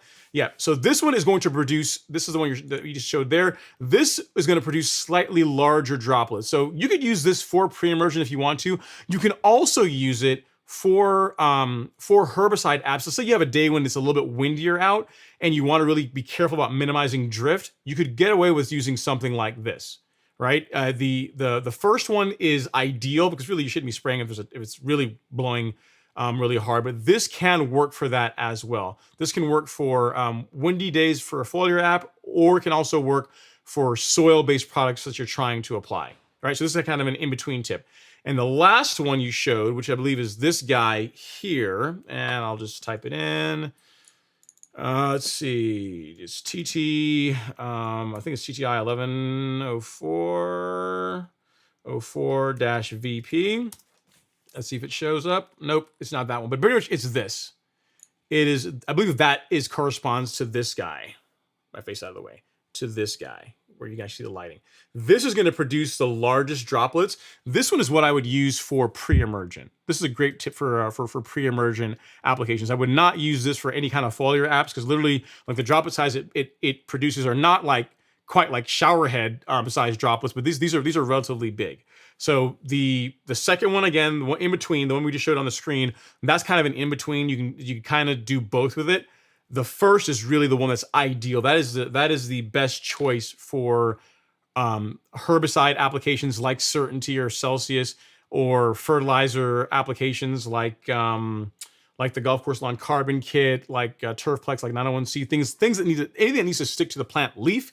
The first one, the XR 1100 4VS, is the best choice. So hopefully that helps. If you have any other questions, let me know.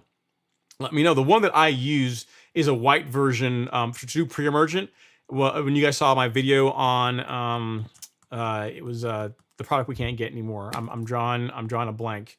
The prodiamine, amazoquin, simazine. I don't know why I'm drawing a blank on the name of it. But anyway, when I was doing that fertilizer product last year, and for me this spring, the last tip is the one that I use. That's gonna drive me crazy. Coastal. That's the name of it. That's the name of the product. So yeah. So hopefully that helps, Jeremy. If you have any other questions, let me know. But yeah, you should be in good shape based on that. Next up is Frank Huang. He says, "Hey Ron, received the Celsius WG and Certainty and applied to weeds. Question: what is the order of operation for these activities? Scalp, granular, pre-emergent, granular fertilizer." Okay, so scalp, granular, pre-emergent, granular. Yeah. So what's your that order looks good, Frank. So what I would say is, yeah, scalp the lawn, because if you're scalping and you're picking up all the clippings, which you should be, you don't want to put down like a granular pre-emergent, and let's say you waited till later in the month and to do a granular fertilizer and then scalp afterwards, because there's a chance you could take up some of what you just put down.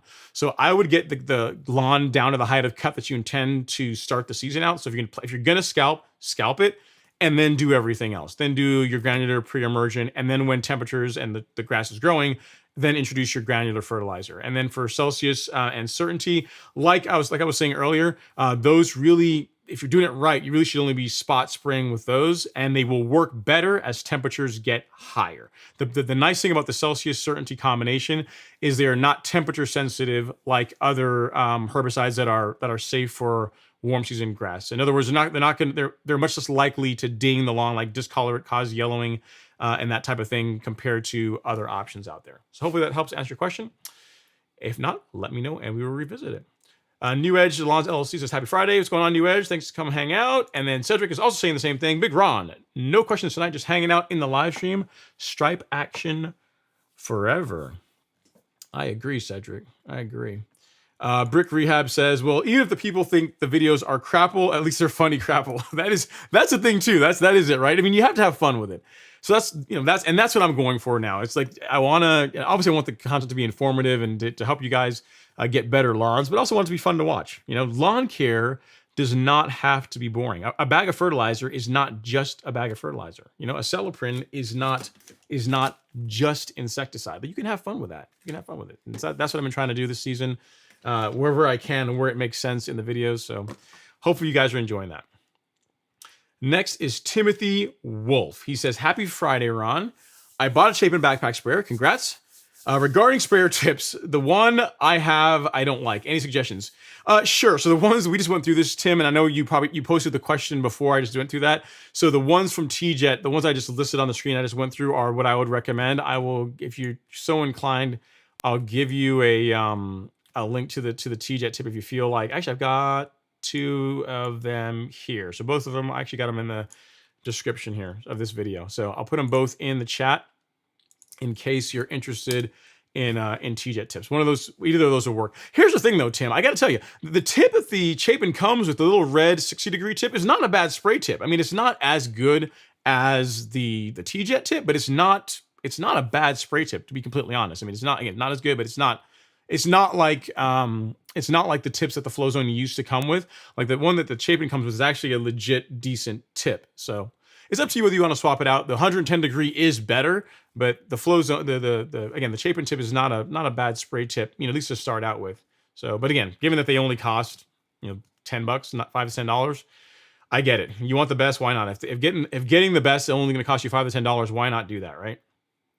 Congrats on the sprayer, by the way. I like the Chapin. I always say that, between the Chapin and the lower tier flow zone sprayers, I like the Chapin better. Like, you know, they make like their what is it called, the Cyclone line. And again, this is what the Cyclone that I had before. I didn't really care for that one too much, but I put the Cyclone below the flow zone as far as performance. Now, as far as build quality and just build quality, like the Cyclone's way better. Like the flow zone's kind of cheapy, you know. It's like the little metal frame and the wand's plastic. It's not like a super nice or high end looking sprayer, but as far as results you get with it, I liked it better than the entry level Cyclone.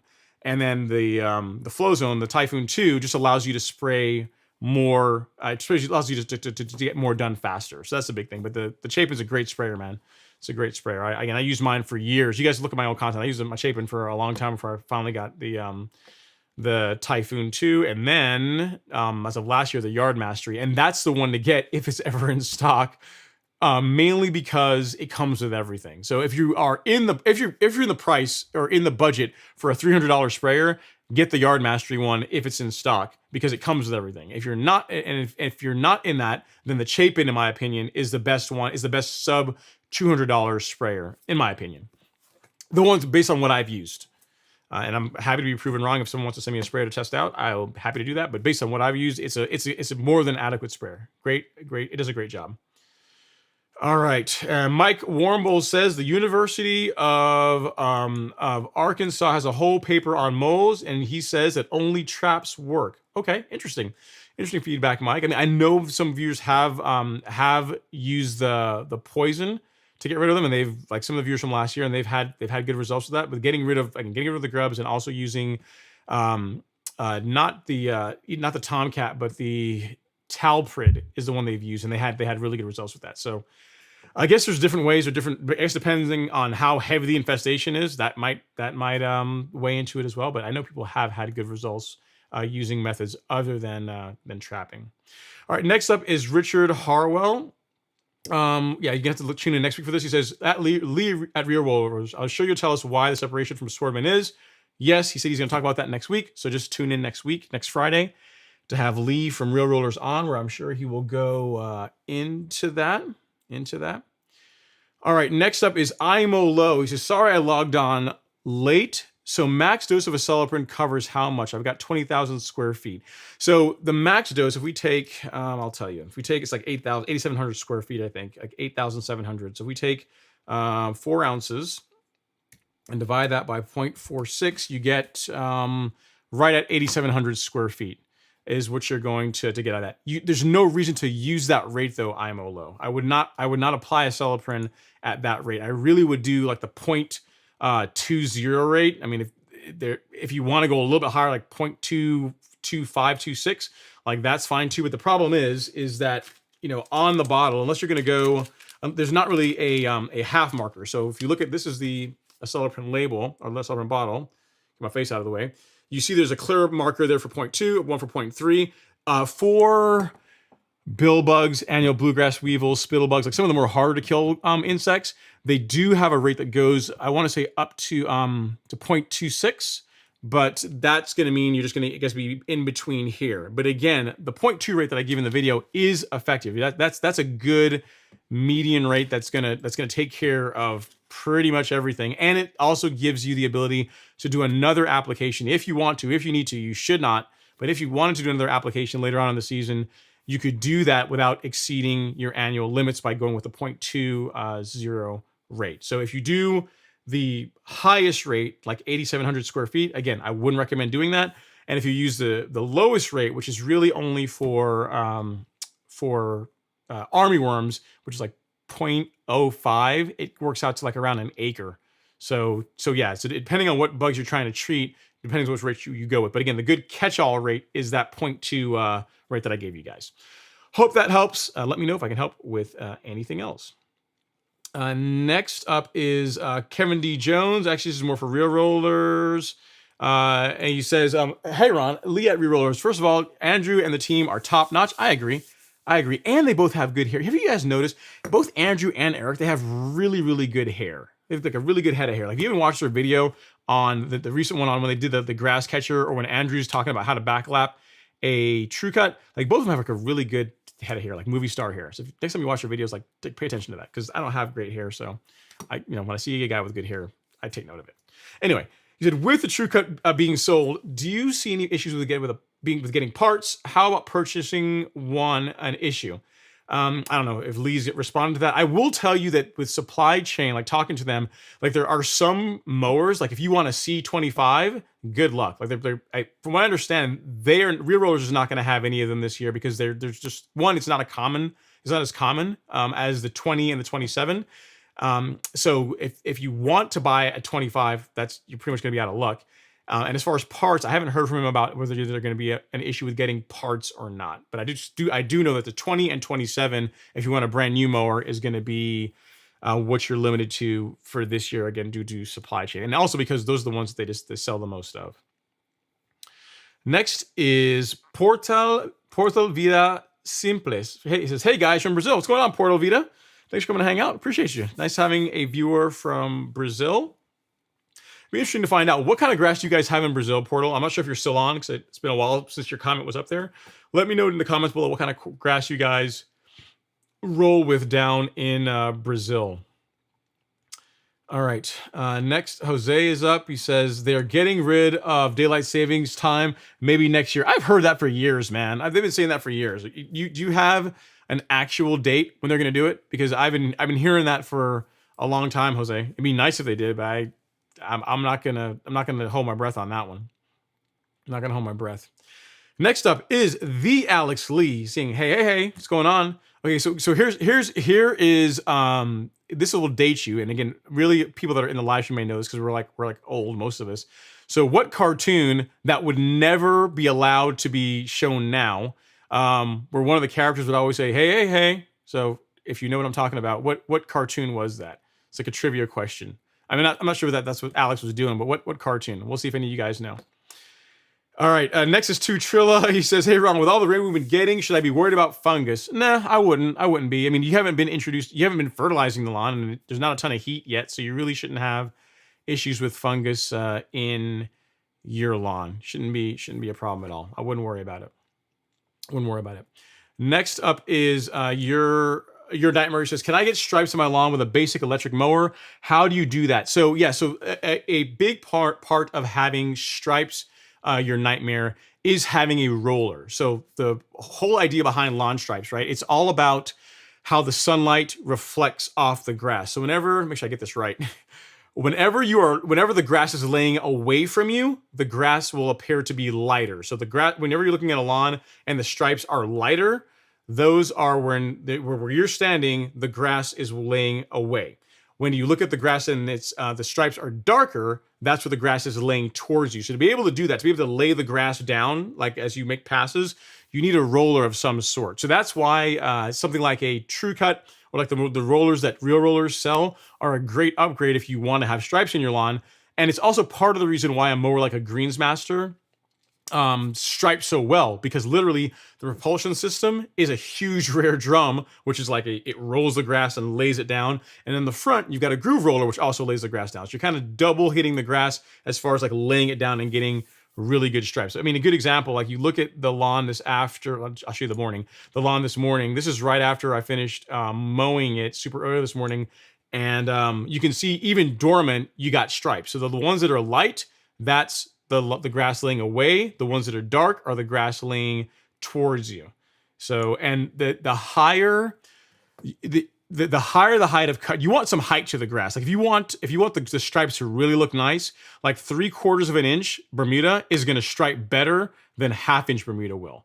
And same thing, if you go even lower than that, it's going to stripe even less good. That's why if you look at like a golf course, the greens do have stripes, but they're not as good as like the fairway stripes, right? Because literally when the grass is like this long, there's not that much to kind of lay over to get the stripes. Where if you have longer grass, there's more to bend over and it produces nicer stripes. So in your case, with your electric reel mower, you can, if it doesn't have a roller already, you can make one.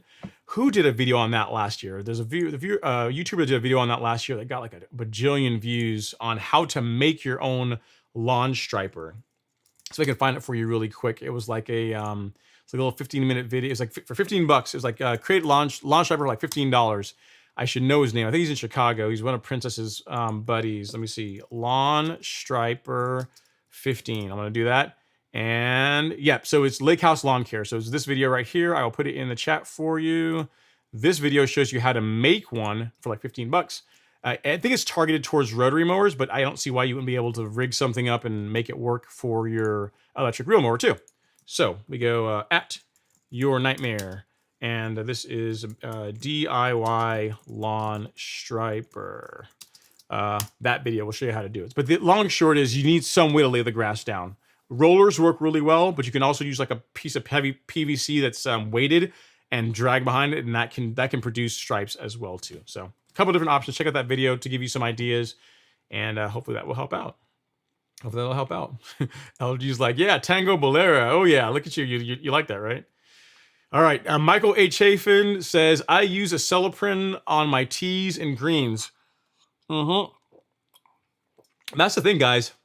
Like when I was speaking with Syngenta about this, like these guys, Primo Max, like their PGR, their plant growth regulator in this size, in the 4-ounce, literally is their way of supporting or adding support for the DIY space.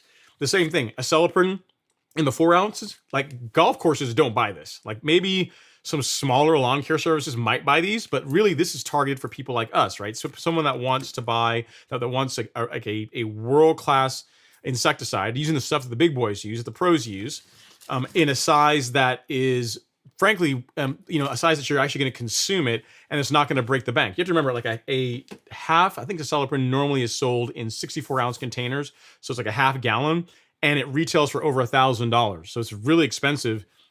This is a much more cost-effective way to get the amount that you reasonably need in an insecticide that's going to be awesome. Like, it's a really, really good one. I love the results I got with it last year. So, and it's also nice too. You know, we sometimes in the DIY lawn care space, or just people that spend a lot of time on their lawns, sometimes we catch a grief saying, oh, you know, like I was working on your lawn, I was running lawn mowers and doing, you know, all the stuff that we do, isn't great for the environment or isn't sustainable and all this kind of stuff. So when we have an option where you can get an awesome result, like a superior result, also while being more environmentally conscious, why not?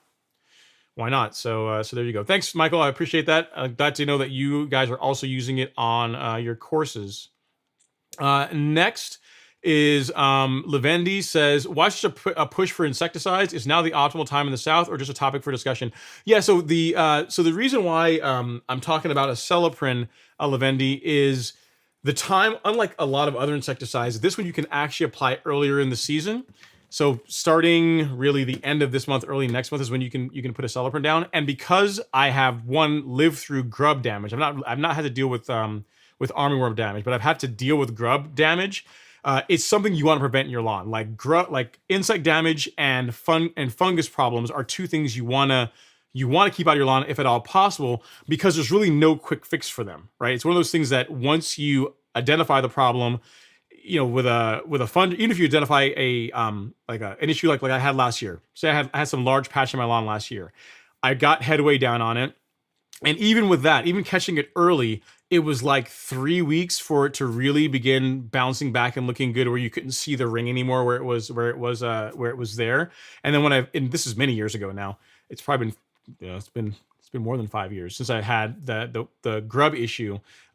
Like grubs are really bad. Like what will happen with grubs is you'll have a part of your lawn, you'll have like weird patches in your lawn, and it was near the rocks area where you'll see like parts of the grass are just either discolored or dyed. In my case, it wasn't dying, but it was just discolored for no good reason. And it's not in a way that makes sense. Like, oh, I spilled fertilizer here, or watering's not hitting this area, properly. It's just it's the kind of thing that unless you know what to look for, it can go on for a while. And then once you find the damage, then you have to get something to get rid of the grubs, and then you have to wait for the lawn to recover. So the best thing with those is to prevent them in the first place. So that's why I'm talking about that, and also because people are asking a bunch of questions because I released a video on it this morning. So there you go. That is why. And as far as the optimal time for Celiprin, April, May is the time you can apply that to your lawn. For other insecticides, you can wait a little bit later. All right, hopefully that helps. Next up is, I think Lee's answering someone else. He says, we're working close with TruCut owners Midwest. Exciting things coming in 2023. Sortment parts we've sourced to ensure we don't leave customers hanging. New mowers. I don't know about supply. Sorry. So there you go. So it sounds like you're going to be good on parts for your TruCut, also parts for your Swordman, but just no new Swordman mowers. So, and of course, guys, just tune in next week. He'll be on and you can ask him all these questions and he can answer live. Answer live. Fairway Bermuda says, hey Ron, my soil test results show my micronutrients were high and I have Nutrisolve with my fertilizer program. Great products. So what I do. So if your micronutrients are high, I just wouldn't add any, Daryl. So like anything else, right? If you look at your soil test results and it shows that you're high in phosphorus or you have adequate levels of phosphorus, then you would just choose a fertilizer that doesn't contain phosphorus. If all your micronutrient levels are high, which I kind of doubt, then you just wouldn't apply any micronutrient. I've not really seen a soil test result where that's the case. I've seen situations where iron is high because we're always trying to get our lawns to be green. People tend to push a lot of iron. But as far as the others, I've never seen one where all the micronutrients were high. And if it's a case where your iron is very high, what you can do is just back off, either not add any micronutrient, assuming the other levels are okay, or just go at a reduced rate. So just don't put any and don't add any more to it if you see that your levels are like off the charts high, which for micronutrients is fairly rare. So hopefully that helps. And if you have any other questions, let me know. All right. So Kevin D says, thanks, Lee. I'm saving for the back ordered C27. I considered the refurb Swordman, but already cutting 15,000 square feet with a 30-inch Toro Time Master that is killing me. LOL. Yeah, you're gonna want a 27, Kevin. If you got 15,000 square feet, that's bigger than my lawn, and you're gonna want wide. A C27 is definitely what you need. You need a wider mower for that kind of property. Plus, also too, someone asked about this. Before recently that as far as like how should you choose the width, right, of mower for your lawn. To me, a smaller lawn will look okay with with 20-inch wide stripes. So a narrower mower on a small lawn looks good. But on a big lawn, like really narrow stripes looks kind of out of place. For a bigger lawn, I like bigger stripes. And frankly too, on a bigger lawn, if it's gonna take you a lot longer to mow it if you have a narrower mower. But if you get off with your stripes with a narrower one, you don't have as much fudge factor to where it's not going to be really apparent. With a wide stripe one, you can do your overlap a bit more and still have it come out really nice. Whereas with a 20-inch wide with a cut, if you overlap too much, you're just really adding a bunch. The time it's going to take you to cut the lawn. So for given what you have, you absolutely need a C27. I would not go any narrower than that. Definitely a 27-inch cut is what you should go for. All right, Timothy is up next. He says, hey, Ron, great show as always. How long should I wait after putting down liquid fertilizer? Super chat received. It says, how long should I wait after putting down liquid fertilizer? Should I wait to do a soil test to see the impact? So it's a good question, Timothy. So really, I soil test in 3 month increments. Most people don't really need to do that. You can really twice a year, like spring, and then if you're really nerdy, in the fall is fine. So just keep doing your apps based on, say, what your spring test results were. So say you did a test result, a soil test, 3 weeks ago, and you've done your fertilizer program based on that. Just follow that throughout the season, and then when you get closer to the fall, test again and see, hey, how did things go based on my my inputs into the lawn. If you are going to do a test and want it to be as accurate as you can without having like the input that you just did like influencing the test, I would give it as much time as possible. 3 to 4 weeks is what I would do. So when I did my test in June of last year, so I did my liquid app, I did my fertilizer app in the beginning of the month, and then I didn't add any more fertilizer until the day before my next.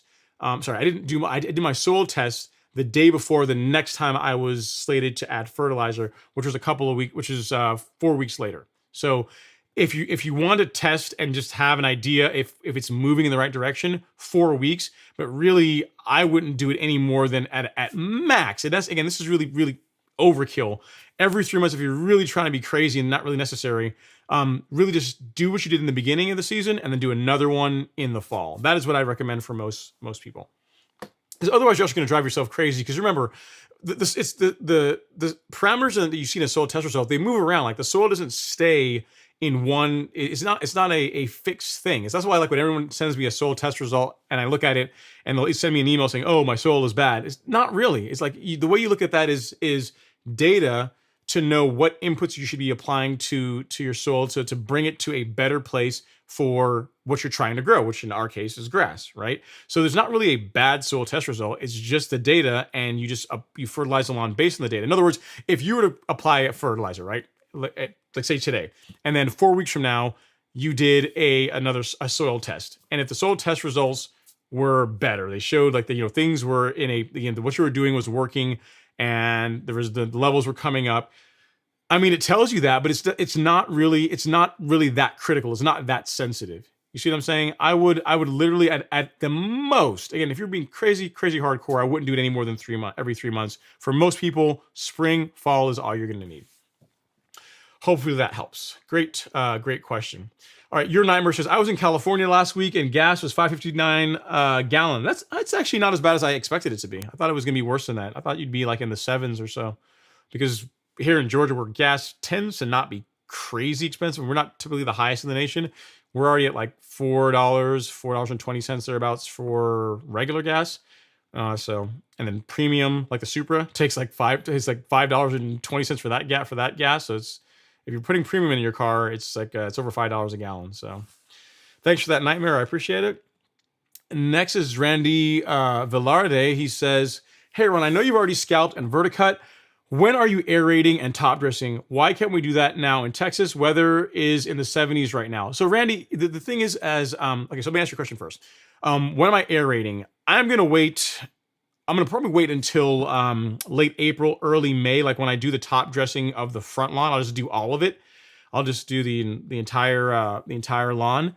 So that's when I will do my aeration. Here's the thing: I've aerated as earlier than now. Like several years ago, I did an experiment where I just aerated in early March just to see, and then I've done aeration as late as into May, like which I normally recommend for most people. And there's really no benefit to doing it early. It makes the lawn looks ugly longer because the grass isn't like growing aggressively to really fill in all the holes where you're not going to see it as much. But in your case, where you're in Texas, if the lawn is green, if your lawn looks, I mean, it's not gonna look like this right now, I imagine, but if it looks let's say it looks somewhat like that, where it's green, there's mainly green on the lawn. There is more green than brown. So where the lawn is not dormant anymore, it's actively growing. Then yeah, you can absolutely go ahead and aerate if you want. It's just, I'm not a fan of doing it on dormant lawns because there's no reason for it. There's not really a big pro to doing that. You know what I mean? Yes, you can reduce compaction, but you can also do that in April when the grass is actively growing and your lawn's not going to look like a porcupine rolled around on it for a long time. So based on what your lawn is doing, that's when you should decide to do your aeration. And for most people, April with warm season grass, April is a good catch-all time. April or later is a good catch-all. So hope that helps, Randy. And again, if your lawn is green, it's looking great, and you want to aerate now, by all means, go for it. If you want to recover sooner or recover faster, wait till April, May. Lawn to Learn, it's a funny question. Lawn to Learn says, does the gas prices affect if you double cut? Do gas prices make you want to go electric? Toro E, of course. Not really. I mean, it doesn't add that much to it. It's not, I mean, the big thing on whether I double cut or not is time, right? Because it does add a bit more time to the mowing process. So if I have the time to do it, that's what influences whether I double cut or not. So yeah, not really the gas prices so much. Does it make me want to go E? If I get my hands on a Toro E, I would consider it. Something that where I can mow the entire lawn on a single charge, where I don't have to stop and go get batteries and stop any of that kind of stuff. Then yeah, I'd consider it. But no, it doesn't make me want to get rid of my Greensmaster and go buy an electric mower. Not at this point. It's because, again, on a normal case, I can get 3 mows out of a tank of gas with the greens mattress that sits now. So it's really not that big of a deal. I mean, yes, gas is more expensive, but remember, I have I have a 5-gallon container that I use to fill up the mower, and I'll only fill it up, a few times in the season. It's not like I'm doing it a lot. So hopefully that helps Lawn to Learn. No, it's not going to affect my how much I cut the lawn. Time will, though. Next is Robert Rainey. He says, the rain sensor is a great add to the Rainbird system when it comes to monitoring watering. See, now here's the thing, Robert. That's never worked for me. I have a Hunter. I have a Hunter system, and well, you have Rainbird. I don't. Yeah, the Hunter one never really worked for me. It's like from day one. Whenever it rained, if it rained today and it was supposed to irrigate today, or I should say this better, if the irrigation was supposed to run today, but it rained for hours right before irrigation was supposed to run, the irrigation still ran. Like I tried all different types of things, different programs, different schedules, and it never worked. Maybe mine was a faulty unit, I just never replaced it, but I've never had that actually work well for me. So maybe the Rainbird system is better when it comes to that. So now I look at how the grass looks, and I look at the weather, and I just make adjustments based on that. Robert is back with another question. He says, I'm thinking I might start using a clipping catcher in the early spring to see if it cuts down the tigers, zebra stripes with spring rains. It will. It absolutely will. If you're not throwing a bunch of clippings in the lawn, it will definitely help with that. And really, it's only heavy rain. If I don't get a heavy rain like we got today, then rainfall just in of itself is not going to cause the zebra stripes or like the clippings to be all over the lawn like what you're seeing in the video I was showing earlier. It's only when it's crazy heavy. The reason why I don't do it is for a couple of reasons. One, when you catch all your clippings, you're throwing away fertilizer. You're basically taking the nutrients that are in those grass clippings that if you're mowing regularly, break down pretty quickly and just go right back into the soil. And then second, it's a time thing. It's a time thing for me. Like if I have to stop and empty the grass catcher out for 11,000 square feet, like that's gonna add 15 minutes, maybe 20 minutes to my mowing, and then I have to get rid of all of it. And like the people that pick up the trash will only take 5 or 6 of the refuse bags. So my weekly mowing, there's no way that I could catch all the clippings. I guess what I could do is on a day when I had more time, I could catch the clippings for one of the mowings, and then the rest of the time I could just mulch and just let them go back into the lawn. So I guess I could do that, but again, it's the time thing too, right? But try it, Robert. Do that and let me know how you get on as far as reduction in tiger stripes. You should see a reduction, but really for me, it's only a problem whenever the rain is crazy heavy. It's not like if I get like a normal rain shower that it happens on the lawn. Autumn's like, hey, what's going on? Hey, Ott, how you doing? Thanks for coming to hang out. Next up is Wind Chariot. She says, hey, Ron, I put down pre-emergent in the fall and have done my spring app. All right, sounds good. But I'm still seeing a few weeds pop up. I know you have to be careful using negatives during transition, but can I apply herbicides? I think you said herbicides during transition, but can I apply image? You can, but image is so slow working that it really would depend on what kind of weeds you're trying to target. Wind Chariot. The thing you have to realize is that the weeds you're seeing now in the spring, so the weeds that you started seeing last month, and the weeds you're even seeing now, they started in some cases last fall, and best case scenario like a few weeks or up to a month ago. Like the pre-emergence you're putting down now is really just gonna be for your crabgrass and spurge. It sounds like your fall pre-emergent app is beginning to wear off, so it's your call. If you want to try image, you can. It's really slow working though, so by the time image does it, takes care of it, temps will be moving up, and whatever weed you're dealing with might just be dying off. So it's your call. It's your call as whether or not you want to do that or not. If you have just a few small areas where you want to spot spray with it, or just you want to apply it to, you can give that a go. But at this point in the game, I would be inclined to just to let it go, man. I wouldn't. Like when your lawn is transitioning, I really am not a fan of putting herbicides on the lawn. At least blanketing the lawn with herbicides when it's transitioning from dormancy to green. So the best time is when it's fully dormant or when it's fully green. But in between there, you really want to avoid that if you can. It's not going to do any permanent damage, but it is going to slow down green up if you were to do that. Thin Cut is now next on the live stream. He says, evening, Ron. Trying to plan some time off to do a top dressing, waiting for the grass to green up good. I'm thinking 3 weeks from now. Yeah, it depends, Thin Cut. I'm trying to think of what part of the country you're in. You want the grass to be growing well. Like, you want it to be growing aggressively. The time when I would consider doing it is late April, mid to late April, which I guess technically is like 3 weeks from now. But let the temperatures and let how the grass looks drive when you decide to top dress it. You know what I mean? You don't want to do that and then have like weeks and weeks and weeks of looking at a sand lot, looking at a beach, when if you just waited like a couple weeks more, when temps are a lot hot or a little bit higher and the grass is like, yay, it's go time. Where your recovery from top dressing could be a week to 10 days versus several weeks if you do it too early. So I would just wait and see. I mean, I don't know what your lawn looks like or when how your grass looks, but I would ensure that it is completely out of dormancy, growing well, doing well before I would consider top dressing it. That's my my take on the matter. Robert Bojores is in the house. He says, hey, Ron and all, so for our 46th anniversary, my wife got me a John Deere 2500 triplex. She even drove it at the dealer. Wow. We have to double that. So that's one applause. We have to do it again. You have to get a double up on that. Wow. That's awesome. That's awesome, Robert. That is a serious anniversary present. 46th year anniversary. That's pretty sweet. It's a pretty sweet mower, man. You have to take a picture. Once you get it home and you get it set up and you're out on the lawn, you got to take a picture and send it to us, man. I want to see your new hardware. That's pretty sweet. That is pretty sweet. You're not messing around. Very awesome setup, sir. Very nice. Your wife knows how to buy good gifts. I'll give her that.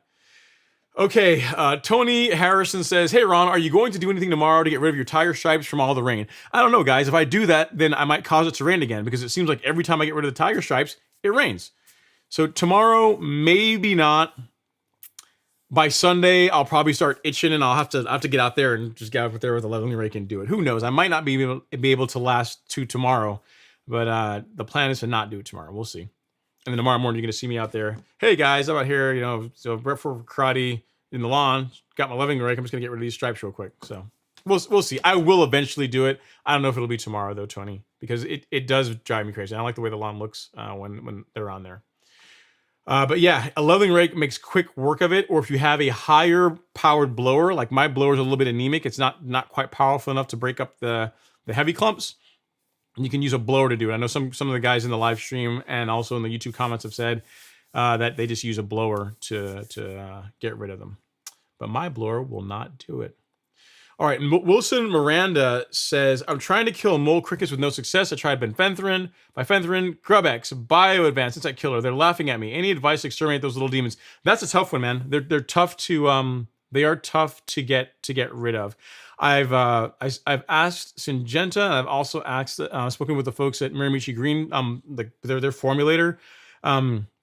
And it's one of those things you just have to constantly stay on it. Like mole crickets are not like grubs where you can apply something like a celloprene and then you're good for the season. It's one of those things you have to constantly stay on. What they did tell me is that if you're using bifenthrin, if you can mix some of the pest control with it, that will help. Like that, those two working together has worked well against mole crickets, but it's gonna be a thing you're gonna have to do again. So in other words, if you're trying bifenthrin right now by itself and you're not getting any results, which I kind of doubt, but if you're not getting any results or you're not getting as good results, consider the Miramichi Green Pest Control to add that with it. There are applicators that use it that way. The guys that do pest control will use a bit of will use some of that with bifenthrin in their applications, because unlike some of the chemical based insecticides where the bugs being targeted can form resistance or it becomes less effective over time, but due to the way this stuff works, they can't form a resistance to it. So give that a shot. If it sounds like you've tried a bit of everything, what I would say is try the bifenthrin again and add some Miramichi Green Pest Control along with that and see what kind of results you get. But realize it's not going to be a one and done type thing. Okay, next up is V-Neck Bullies. It's good. It's a cool name. Says, hey Ron, got my soil test back. My nitrogen is at 17.5 and low on P and K. Can I still use a high nitrogen fertilizer? I'd have to see your results. I'm not sure what kind of what soil tests like what soil tests like what that means as far as like seeing what scale you're on. So if you want, send me a picture of it. Where's my email? Send it here, ron@golfcourselawn.com. I'll look at your test results and let you know what I think. The thing I would say is, just without even looking at them, is that if your soil is showing that you have nitrogen, which you're saying it's 17.5, which I'm assuming on the soil test you're looking at is not low. I don't know. I have to look at I'm about looking at the results. I don't have it in front of me, but you're low in P and on phosphorus and potassium. I would make sure that whatever fertilizer you're applying has phosphorus and potassium in it. You know what I mean? I wouldn't go for like a high nitrogen fertilizer and neglect the two macronutrients that your soil test is saying you're deficient in. You see what I'm saying? So I would make sure that whatever you apply, you're addressing the macronutrient levels, like your phosphorus and potassium that are lower. If you want like a more detailed answer, or for me to look at it and say, yeah, I would use this product, or I would go with this, send me your soil test results here, ron@golfcourselawn.com, and I'll look at it and I'll get you an answer. Hopefully that helps. Hope that helps. And thanks, Wilson Miranda. He says, 122 watching, 115 likes. Wow, this ratio of like to watching people is crazy good. Thanks, Wilson Miranda. I hope so. I'm glad that you guys are throwing out the likes. I really do appreciate it. It's a free way to support the channel, so I'm glad that you guys are doing that. I appreciate you. All right, next is Wilson Miranda again. He says, seeding Zoysia lawn 3 days ago, big mistake. Yeah, unless you're like in South Florida, man, it's probably a bit too early. He says, big mistake. I was tired. I didn't top dress the seeds, a 1/16 of an inch to a 1/4 inch of dirt, and rolled the seeds for soil contact. Probably lost most of the seeds watering 16 times and still dry. Yeah. Here's the thing, Wilson. I don't know where in the country you are. But in most cases, like Bermuda and Zoysia, I haven't seen the grass seed that you're using, but Bermuda grass seed likes soil temps to be 65 in the 65 degree range there, or a little bit higher for good germination. Unless you are in South Florida, it's a bit early to be seeding Bermuda or seeding Zoysia. But here's the thing, you can just do it again, right? You can just wait until the conditions are a little bit more ideal, and you can always just do it again. I mean, I know it's easy to say, right? Because grass seed can be pretty expensive, but it's not like you've done something that can't be corrected. I would wait until soil temps are a bit warmer, or until temps are a bit warmer before I did that. And then watering 16 times a day and still dry. I'm not sure. Like, I mean, that seems like a lot, man. I don't know, unless you're watering for like 30 seconds each time or something like that. It just seems like 16 times a day should be plenty.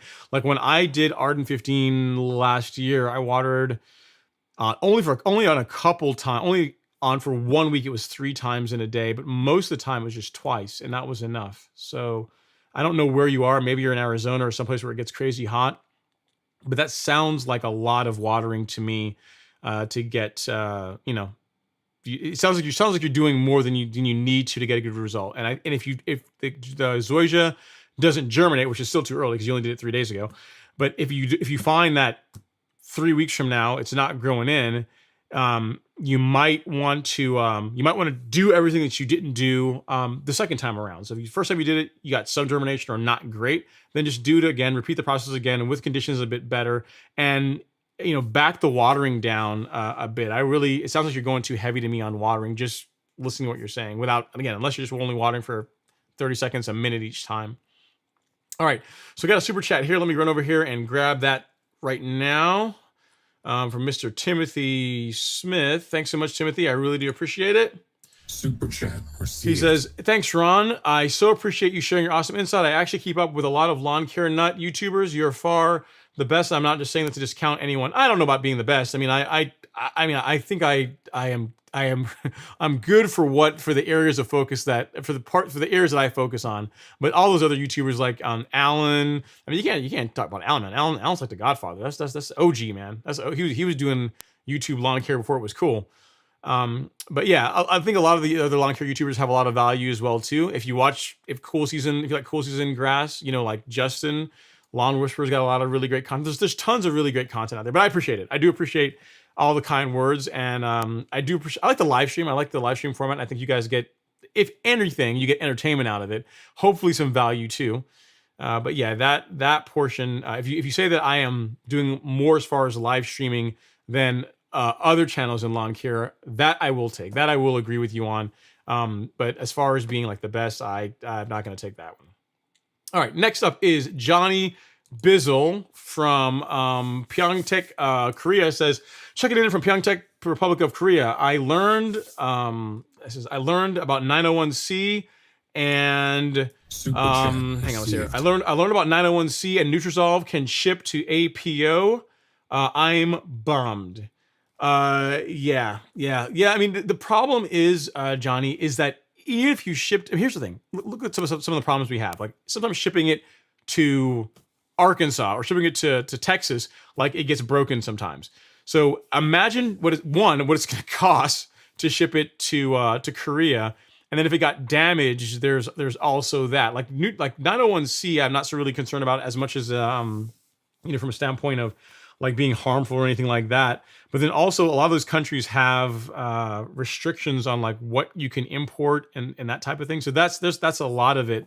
A lot of what you're going to be dealing with as far as getting those kinds of products. If you want, man, send me an email here, ron@golfcourselawn.com. Send me an email and I'll talk. I'll do some research and see what we can come up with. If anything, the answer might be no. It's more than likely probably going to be no, can't be done. But just send me an email and we can see what I might be able, so we can work out, because APO sounds like that's part of it's armed forces, right? So maybe that might be something there, but I don't know. I have to do some research before I tell you yes or no. I'm leaning towards no, but send me an email and I can see if I can help you out somehow. All right. Next up is Tony New, not Tony Old, but Tony New. He says, when is the best time to level my lawn? When the grass is actively growing, Tony. So if you're my neighbor in Georgia, what I would tell you is to wait until April to May timeframe. Here's why. Like in late April, early May, the grass is growing aggressively, so it's going to recover from top dressing faster. And it's still early enough in the season that, one, you're not going to hate life when you're out there pushing a bunch of sand around on the lawn. And then two, it's still spring, so you're going to get rain. You're going to get rain to help water the top dressing in and help it settle. So I'm a fan of doing it in the spring. There are a lot of services that do it June, July, August. You can do it any time when the grass is actively growing. That's the best answer I can give you. I can tell you that doing it in the summer is not fun because it's hot, but the lawn will also come back from it faster than it will in the spring. So wouldn't do it now if your lawn is dormant, but once it's actively growing, again, if you're my neighbor in Georgia, I would tell you late April, early May is when you can do that. And it also depends on how heavy you go. The lighter you go, the faster the lawn's going to recover. I'm a fan of doing a light top dress, like 1/4 of an inch to 1/2 an inch of material, no more than that, because then it just recovers faster and you don't have issues with it washing out and making a huge mess if you were to get a heavy rainfall. So just something to keep in mind. Okay, and yeah, Johnny Bizzle says can't. Yeah, I'm pretty sure it's going to be the answer, Johnny, but send me an email and we can chat about it, but I'm pretty sure the answer is going to be no. I'm almost positive about that.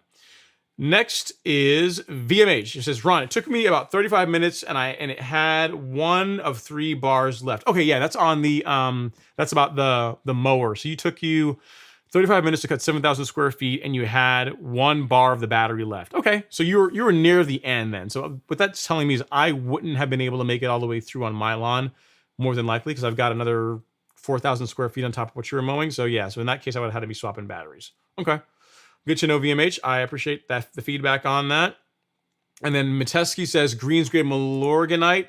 Yeah, there is one. I'm not sure what the prill size on that one is, but a very fine. That's also, again, a very, very fine prill, again, for tighter canopies. Whenever you get to the point where you're real mowing a lot, you're going to want something like this if you're going for that fairway look, which is what I'd like to think that what I do.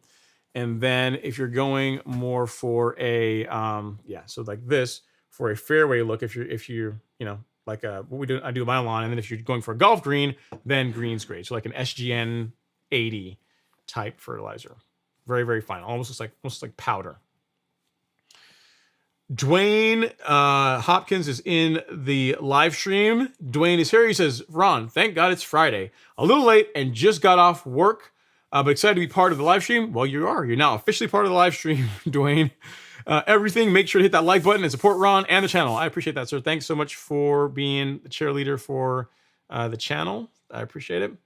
And now comes the question. Now comes the question from Dwayne. He says, hey, Ron, do you know if I can use a 15015 lawn solutions in combination with the carbon kit? If so, should it be watered in or left to sit on the foliar? So I'm not familiar with the 15015 lawn solutions. I'm not sure if I can look it up really quick here. I'm not sure what they say, but as far as the carbon kit goes, you don't need to water it in. You don't need to water it in. So if that product doesn't require being watered in, then no. Now, as far as it mixing nicely with that, it probably will. Like, I've not really come across anything that the carbon kit doesn't mix well with. As far as fertilizers, like I've tried it with, like I had a little bit of Brant Supreme Green laying around. And I tested some of that. It mixed fine with that. What else have I tried? I've tried it with Bloomplex. So like Bloomplex, it mixes well with. Turfplex, it mixes fine with. Obviously 901C, it mixes well with, because 901C basically is release zero with fertilizer. So the things I would test are two things, Dwayne. One, check to see that that the 15015 doesn't require being watered in, and then second, make sure they mix nicely together. So maybe do a small batch and see how that goes. If the 15015 requires watering in, what you can do, especially if it's not immediately after application, what you could do is you could apply the carbon kit, wait 4 hours, and then run your irrigation to water the 15015 in. So that's another option as well too. But for me, I would just use a fertilizer that's designed for foliar uptake. So something like, again, 901C or Turfplex. That's what I would do. Hopefully that helpeth. Let me know if you have any other questions, sir. Next is Ernesto. This is funny. So he says, I'm new to this lifestyle, but I do want to have an awesome lawn. What should I start with? Should I get some grass and use soil to put down, or should I work with what I have now? I would work with what you have now. I would start with what you have now. I would start with what you have now, Ernesto. Because most grass that doesn't look good currently is because due to neglect, right? So work on what you got now, try and improve what you have now. And as far as where to start, I have a video series for you to watch. It's the one that we did on, we've shot it at this point now 2 years ago now, on my neighbor Alex's lawn. It's the Fix My Ugly Lawn series. The long short of it is you start with getting rid of weeds, like taking care of weeds in your lawn.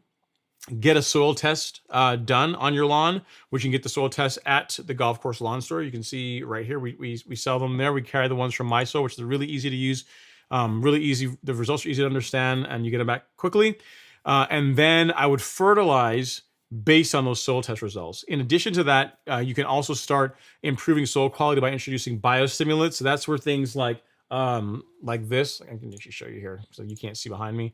That's where stuff like the Miramichi Green Carbon Kit, like these guys come in, which is Release Zero, NutriKelp, and Biospectrum. So these three products are really all about improving soil quality and maximizing the effect that you get out of your fertilizer. So that's something you can add as well once you're really trying to optimize things. But really, it starts with getting the weeds under control, getting a soil test done, fertilizing based on those soil tests. But the thing that you must do, you have to commit to, where none of this stuff is really going to matter, is regular mowing. So if you do everything I'm talking about, so you get rid of weeds, you get a soil test, you fertilize your lawn, and you don't mow regularly, what's going to happen is you're going to have really, really green grass, but it's not going to look that good. You know what I mean? Like, mowing is what really helps encourage lateral growth. It causes the lawn to fill in, become thick and dense. It helps crowd out weeds. There's a ton of benefits to mowing. So as long as you're willing to do that, that's going to do a lot for getting your lawn, moving your lawn to a better place. So hopefully that helps. Get rid of weeds, soil tests,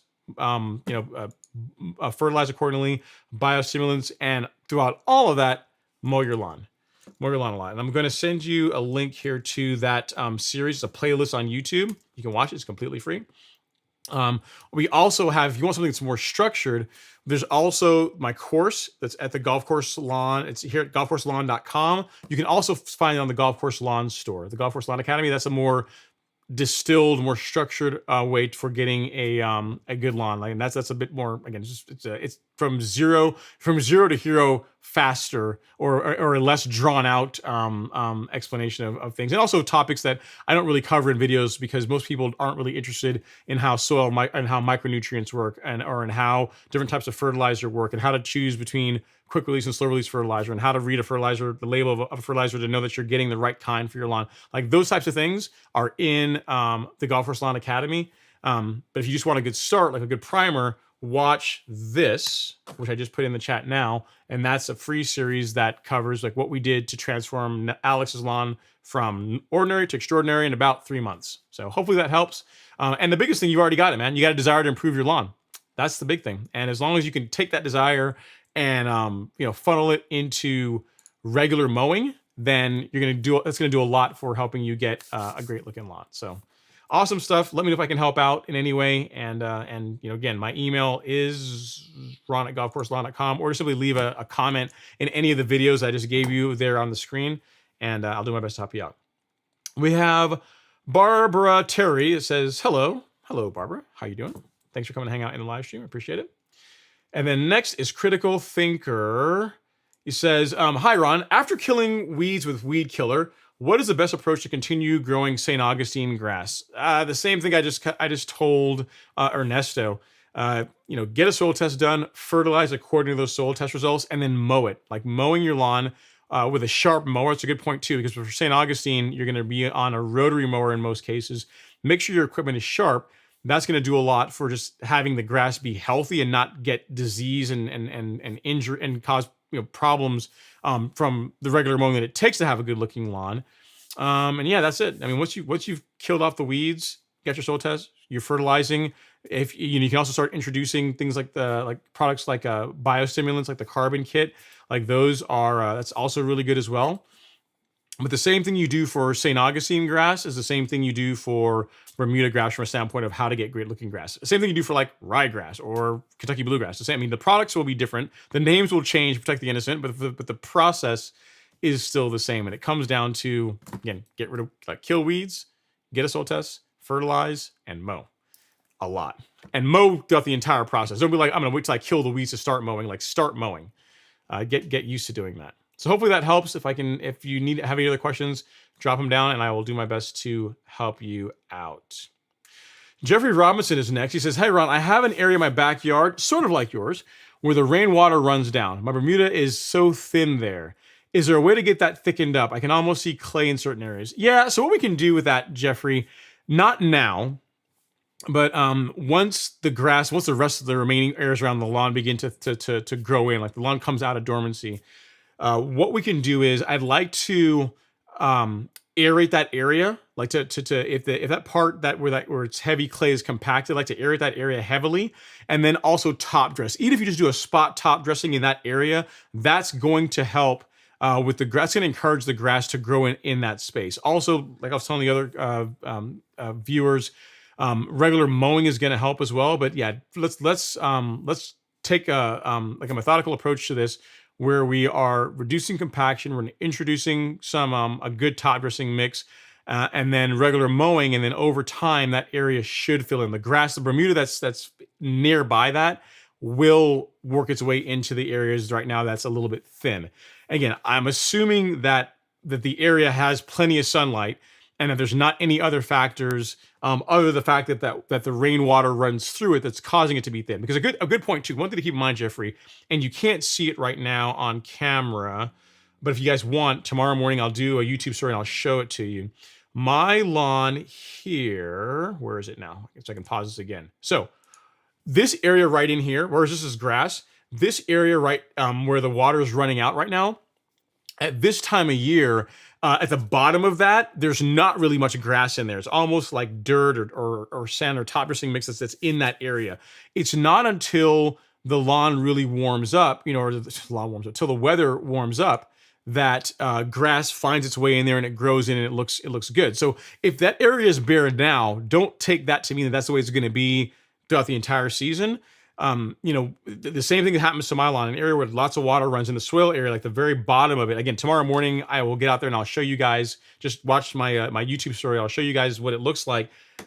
If you can, once the lawn starts growing, if you can top dress that area, that's going to encourage the grass to grow in and fill in there. Now, it's going to not be as thick, or may not be as thick as areas of the lawn that don't experience tons of water and tons of erosion, but you can make it better. You can make it a lot better than it currently is. Hope that helps.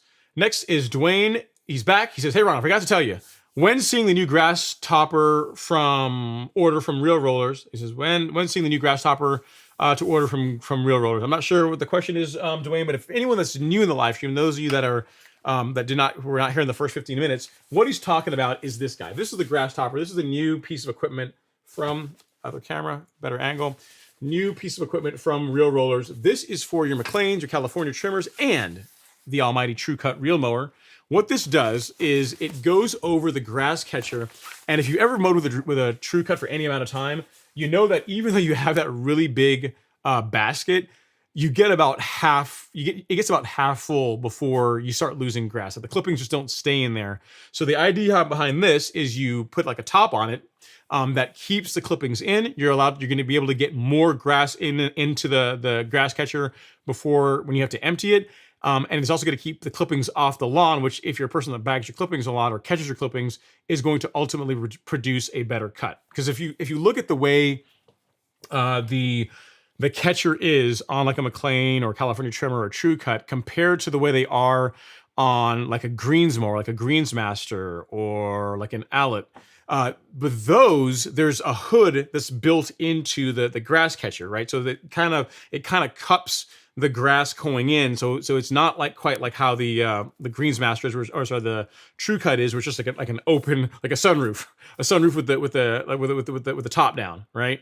But those reel mowers don't have that problem because the catcher is properly designed to prevent grass from flying all over the place when you're mowing. So this is a good option for anyone that wants a better result as far as keeping clippings out of the lawn and to get, again, more mowing in before having to empty out your catcher. And you can get it at realrollers.com. That's what Dwayne is talking about. So thanks for that, Dwayne.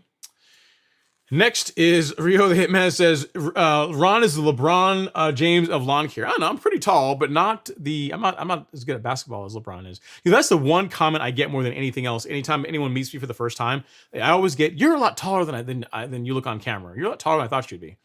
Like I was in the office today and I was meeting some of my team members because we haven't been together in a long time.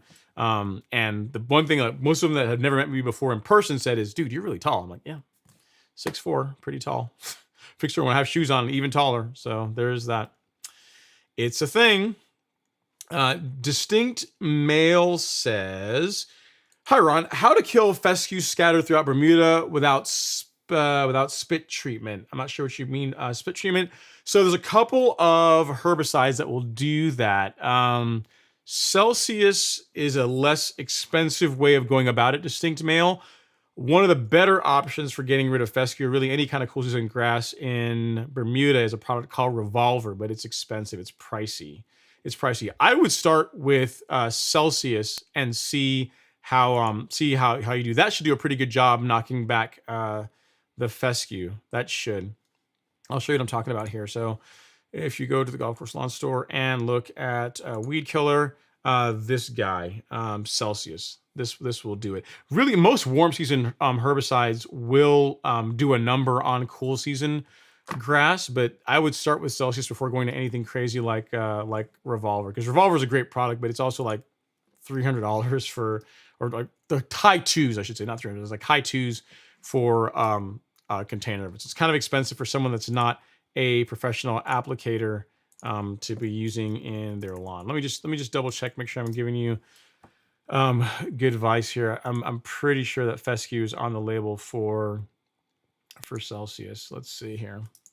Nope, I don't want to bookmark. I want to search. Let me check here, and I know it's going to say don't apply it to it, but yeah, I mean it says, yeah, don't apply to fine fescue, don't apply it to any of these. So yeah, it's Tall fescue, fine fescue, Kentucky bluegrass, perennial ryegrass, creeping ryegrass. So yeah, so it should do the trick as far as getting rid of fescue and not dinging your Bermuda.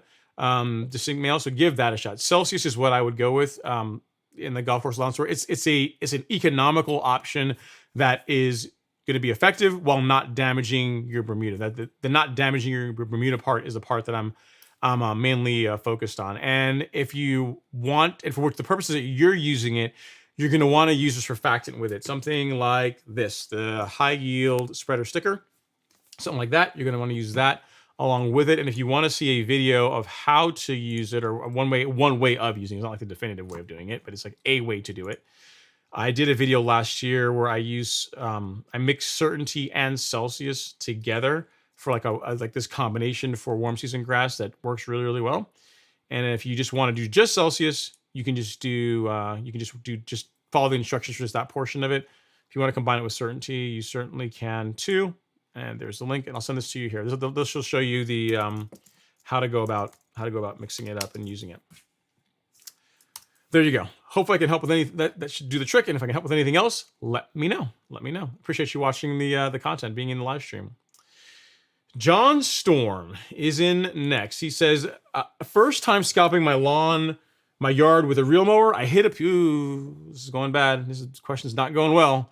Give me flashbacks. He says, I hit a piece of rebar that was like half an inch out of the ground. Never hit it in my 4 years with a rotary. Blade and reel have a 2 to 3 millimeter dent in the steel. Am I still okay? I mean, okay. Does it still? Can you still rotate the reel, John? If you didn't, like in my case, when I did something like that, I didn't hit rebar. I hit concrete, and it broke the reel. It literally like broke the well that held the reel in place. So it sounds in your case, it wasn't quite that bad. At a minimum, I would go in and I would get it sharpened. I would get the reel freshened up, the reel and bed knife, cleaned up to where you're gonna get a good cut out of it. But it sounds like in your case you dodged a bullet, is what it's sounding like to me. Because I imagine you would have said after hitting it that the reel's no longer turning, which was my case. And in which case, and if that happens, some people will say you can bend it back and weld it, but I'd say you're just gonna end up replacing the reel and bed knife. So in what you're describing, and not without having seen it, it sounds like you're going to be able to just take the mower in for a sharpen, and that should take care of it. I'm sorry to hear that, man. That really, really stinks. That really stinks. If you want to have a really good laugh at my expense and you want to see what happens whenever you try and mow concrete with a greens mower, check out this video. So this way you won't feel bad. It won't be just you. You'll be like, even Ron hits stuff with his mower? Yep. Even me, I did it right there. This video here that you can watch is going to show you one, the damage, and then two, like what it costs to get fixed. So I would just say take it in for a sharpening. If the reel is still turning, then you didn't do catastrophic damage that requires a major replacement. So hopefully that helps. We showing our grass says, Ron, is MSMA the brown? No, wrong one. There we go. Is MSMA the brown bottle on your desk? No, it is. It is wrong camera. It is spreader steel sticker. It's a non-ionic surfactant. That's what this is. It's the brown. It's the brown bottle on my desk. It's not MSMA. It is a surfactant. Grasshopper Lawn Care says, happy Friday, Ron. Happy Friday, Grasshopper. Hopefully you're doing all right. Justin Aguilar says, actually, let's see here. I'm going to revisit John Storm's comment about, are you still okay? Demir's going to weigh in. He says, probably not. If you dented the reel on the bed knife, you'll want to get that repaired. Running it like that can potentially cause problems with the bearings and can be an expensive fix. Yeah, so take it in. At a minimum, you're going to be taking it in to get it looked at. If it's still spinning, they might be able to grind it, because 2 to 3 millimeters is like that much. That's a lot to take off at one time, but they might be able to grind it and get it to where you can roll with it. But to Devin's point, to Demir's point, when my Greensmaster went in, when I hit concrete with it, they replaced the reel, the bed knife, bearings. I mean, they did. It's like a whole rebuild. Like they rebuilt the whole front of the mower. So don't be surprised if it ends up costing more than you think. But it's one of these things that if you don't do it, you could end up causing more expensive damage. And there's never a good time. Take it from me. There's never a good time for your mower to break on you. So it's early in the season. Take it in, get it straightened out, so you know it's all good to go before you really have to rely on it to keep the grass looking good. Okay, going back to Justin Aguilar's comment, he says, "Hey Ron, I love the new video on a aceleprint. I appreciate it. Thanks so much." Because I was wondering, have you put out any fertilizer, liquid or granular down this year, or are you waiting till the beginning of the month? Yeah, so I've done I've done 901C and the carbon kit only just a few days ago at a very light rate, at a light rate on the lawn. No granulars yet. Granular won't be until next month, until the lawn is, until Mother Nature stops playing practical jokes and lets the lawn green up a lot more consistently. That's when I'll introduce granular for it. So mainly the lawn has gotten some biostimulant and a light application of 901C, and that's what's going to have to roll with until next month, when things will be warmer and it'll be doing better to come out of dormancy. So hopefully that helps, Justin. If you have any other questions, let me know. Eric B is here. He says, hey Ron and fellows, is it best to mow a few days prior to applying fertilizer? Yeah, Eric. So the way I do it is typically the day before is when I've done it. I've done it a couple of different ways. I'll tell you what I have done and what other things I've done as well too. So I have set it up to where I have mowed the day before and applied fertilizer the following day. I've also done it where I've mowed early in the morning and I've applied fertilizer that same day. So, I mean, I mow so much that I can't sit back and be like, oh, I'm going to give it like 3 days after my last cut before I put fertilizer down the lawn. That's just not going to work. So I guess what I'm trying to say is it doesn't, in my case, in my scenario, it doesn't really matter that much, especially for the liquids. Here's what I would not do. I would not go apply fertilizer and then go mow your grass right after applying the fertilizer. If anything, if you have a mow that you need to get in, I would do the cut first and then apply the fertilizer afterward. I would not do it in the reverse order. Outside of that, I think you're probably splitting hairs as far as sequencing. I've done it both ways, and my lawn looks really good despite that. So hopefully that helps. Mike Havey says, "Hey Ron, I just bought the Yard Mastery sprayer. You were lucky. You were one of the few people that actually got one when they came in stock for like 15 minutes. Because I was lucky enough to grab one when they had them. Any tips on making the conversion from granular to liquid everything?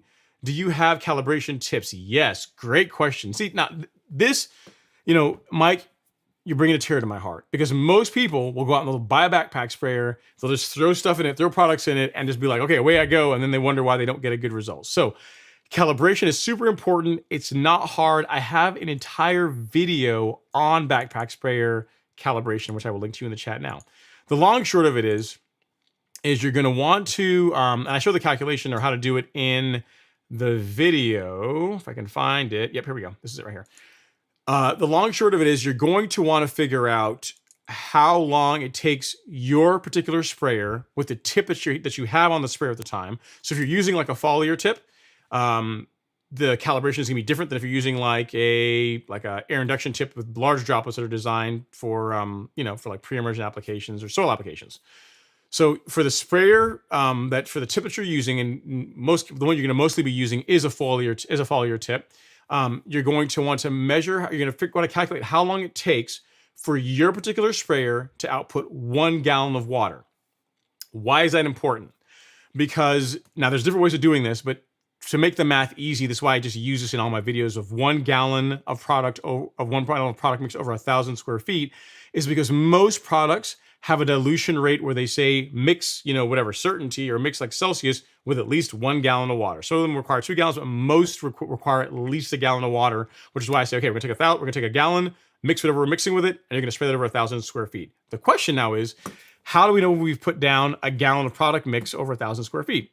The way you figure it out is once you've done your calibration, so you get like a gallon, one of these guys, right? And I'm going to put the link, I'm going to put the video, you didn't remember all this, I'm just telling this for everybody else that's not doing a calibration, but the video explains this in detail. You get one of these and you're going to spray into this for like 15 seconds. You can do some really basic math, and then based on that, you're going to extrapolate how long, how many of those 15-second intervals, based on how much water is in the gallon container, works out to a gallon over the course of how long it takes your sprayer to spray a gallon, pretty much. How much time it takes for your sprayer to put out a gallon. And with that, let's say in some cases your gallon, let's say it takes your sprayer What do you have? You have a yard mastery sprayer. So let's say it takes your sprayer a minute 45 seconds. We'll just use that as an example, right? It's probably going to be faster than that, but let's say it's a minute 45. What you need to do now is you're going to put only water in your backpack sprayer, and you're gonna put a gallon of what you can do is what I do is I put 2 gallons of water in it and I just measure it out afterwards. But you're gonna put some water in the backpack sprayer and you're gonna walk and see how long it takes for me to cover 1,000 square feet. You're gonna time it. So you're gonna measure out a 20 by 50 foot section of your lawn, and you're gonna say, okay, I have a minute 45 seconds to walk 1,000 square feet. I know that's gonna mean me putting out a gallon of product mix. So you get your stopwatch started, start walking and spraying and have your tunes on. And then when you get to 1,000 square feet, which you've measured off so you know how big that area is, you're going to check your timer and say, I did it like in a minute 30, walking too fast. Or I did it in 2 minutes, walking too slow. So after doing this a couple of times, you're going to get to know what that feels like. And again, you don't have to be like dead nuts accurate. If you're a minute 40 or a minute 50, somewhere in that space, that's close enough. But by doing that, you're going to get to understand how long or what it feels like to put down a gallon of product mix, what kind of walking pace you need to have to put that product out at that rate. And then all your foliar apps become super easy when you're spraying like the Miramax Green Carbon Kit or your Liquid Fert, or you're spraying a Celloprint, or you're spraying anything or any product, herbicide, doesn't matter what it is, you know that walking pace is going to be the same thing. It's going to be the same thing regardless of what you're doing, as long as it's 1 gallon per 1,000 square feet is the rate that you're using, and that's how you I should say 1 gallon per 1,000 square feet is of product mix is what your goal is as far as application to the lawn. So with all of that, with my explanation, which was way longer, it's in my 3 minute 51 second video, I'm a lot more concise about explaining it. But check this out. It takes a few minutes to do. It's not really hard. The hardest part is really going to be, working out how long it takes your sprayer to put out a gallon, which is not going to take very long, and then measuring out a 20 by 50 area of your lawn, 1,000 square feet section of your lawn, and then just practice walking it. And when you do that, have only water in the sprayer. Don't have anything else. So sprayer calibration. And there are other ways of doing it than what I show in this video. Like some people will say calibration, typing and talking is hard. Some people will just tell you, hey, just spray, just start your stopwatch and just spray until you get to a gallon of water. The problem is when you're running your sprayer flat out, and I tried this, like knowing when to stop and you're going to be right at a gallon or a little below, it's kind of tough to do that. So it's easier to spray a smaller amount or spray for a defined interval and then do some basic math to work out like what that would be from a time-wise standpoint to get to 128 fluid ounces, which is a gallon. So watch that video. If you have any questions, drop me a email at ron@golfcourselawn.com and I'll do my best to help you out. But again, man, congrats on the new hardware. Take the time to calibrate it, and then it's just going to be just straight profit after that, because you're gonna know, you're gonna be an expert. You're gonna be doing it like how the pros do it. Like all the pros calibrate their spray equipment, unless you're Demir and you have like really super crazy high dollar spray equipment that you just tell it the rates that you want and it just does it. But for these of us that are not using crazy super expensive Toro sprayers, calibrating your backpack sprayer is something you should take the time to do. Next up is John Storm. Yep. So he says, at Demir, I immediately stopped and backlapped and finished the scalp. Where would I even need to go to get it fixed? A 25-inch McLane in Austin, Texas. Yeah. So it sounds like you did some things to fix the problem with a backlap. But I always will get it checked out, man, because that's hard on stuff. I mean, that reel is spinning pretty quickly, and for it to come to a complete hard stop, you never know what else could have been damaged or tweaked, and we don't want to keep running it that way for extended periods of time. I mean, it might be fine, but it's just if it were me, I would get it checked out, because your mower is an expensive piece of equipment, and you don't want to have like a premature failure or something because you didn't take it in for maintenance when you could have. Okay, Wilson Miranda says Empire Zoysia is the most common grass in Brazil. It's funny, Zoysia. Okay, and I'm gonna catch shade for this. I personally am not a huge fan of Zoysia. It's too thick, and it looks like even when it's cut nice. And I'm gonna catch. Here's the problem: Lee from Real Rollers has a Zoysia lawn, so I'm gonna catch all kinds of grief for saying this, but it gets too thick for my taste. But around here, it's like if people will go out and they'll rip out their perfectly good Bermuda lawns and put Zoysia in. So Zoysia is like Cadillac grass in Georgia. So it's kind of cool that it's very common. Like everyone just has Zoysia lawns in Brazil. That's kind of interesting, Wilson. And you are right, Andrew. It is Fat Albert. Hey! You guys don't know Fat Albert. There's no way that would be Fat Albert would not be a thing. It would not be a thing in today's culture. But yeah. And then Mike Harvey says, I think the first thing I want to spray is the acetyloprin. Yeah, so don't use your foliar tip. Get a like an air induction tip, either like this one or the medium one. The medium tip will work well too. Either one of those will work. Same thing. Do your calibration. Do your do what's in that video. Figure out how long it takes your sprayer at the setting. I will tell you on the Yard Mastery sprayer, you're going to want to use the low setting. Do not use the high setting when you're using this tip. Use the low setting. So work that out. Work out the how long it's going to take you to do that, and then go out and practice do it walking the 1,000 square foot area, and you're going to be good to go. It's not going to take that long for you to figure it out. Not going to take that long. I mean, you can try the higher rate if you want to, but these tips are not really designed to run at like the 90 psi rate or whatever it is that the Yard Mastery sprayer does, and you're going to have to be walking really, really fast if you were to try that. But if you want to play with it just to see, try do a calibration both ways just to get the practice. But you're gonna settle on the lower one for doing the acetyloprin app. Next is T1000 says Fat. Everyone came out of the weeds.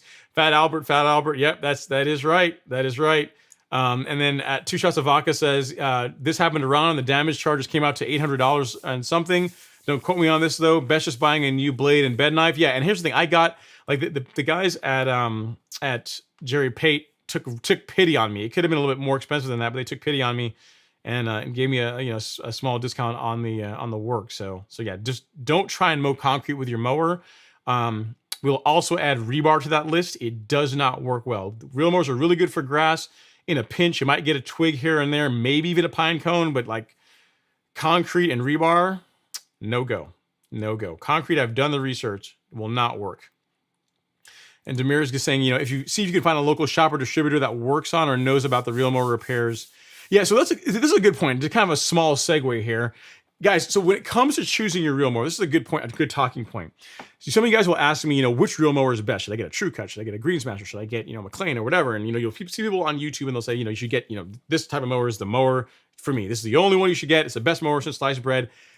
If you are not particularly partial, and even if you are, this should still be the criteria that you use, is the mower that you choose to get for, when it comes to a powered reel mower, is you need to figure out who in your area can do service for it, who has parts, who carries parts for it, and who can fix it when it breaks. Because like what he's going through is something that, what John Storm is going through is something that hopefully we never all have to experience, but just basic maintenance is something you are going to have to do. So finding a shop that either sells the parts or can service your mower, that particular mower, that they're fine with grinding it. Like with Greensmasters, there's a lot of places that will grind them, but I forget. And Devin, you can tell me if you're still in the live stream. There's a particular grinder type that Toro recommends for removing. They recommend that you use for grinding their reels because if there's any kind of coning, it can remove that properly. So all those types of things matter when it comes to should be part of your reel mower selection. Is what I'm trying to say.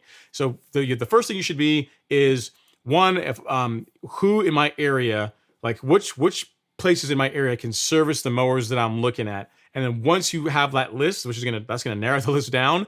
Then you can decide, based on my budget, what do I want to go with? Based on my goals, or do I want an interchangeable cartridge system? Do I want everything that goes with running a greens mower? Do I want something that's a little bit less, more economical? Then you can make your decision choice. But just to say that, hey, I'm just going to go out and I'm just going to buy a McLane because I saw someone on YouTube that says McLanes are the best thing since sliced bread, or you're going to go buy a Greensmaster because Ron Henry loves a Greensmaster and he says it's the greatest thing since sliced bread, is not the way you should just make your decision, or should not the way you should take about making the decision of which mower to get. Make sure that you can get it fixed, because when it breaks, I'm not going to be coming to come work on your mower, right? You want to have to take it to a place that can take care of it. So, good point. Just a little, I know it's a little bit of a tangent there, but it's something for you guys that are considering reel mowing to keep that in mind. Make sure that you can get parts for your stuff so that when it breaks, you can get it fixed. Okay. Next up is Dwayne Hopkins. Dwayne says, hey, Ron, when is a good time to start using Humic Max?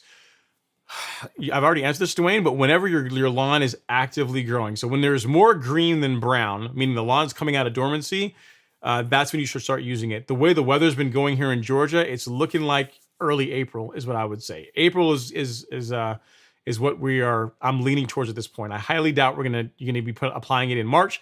In the Golf Course Lawn Academy, I don't even recommend doing it in March. I recommend doing it in early April, and if weather doesn't cooperate, it might be mid-April. So when the grass is greening up, where there's more green than there is brown, is when I would recommend introducing granular fert. When you got the green fuzz, that is when it's a good time to start feeding the lawn with granular.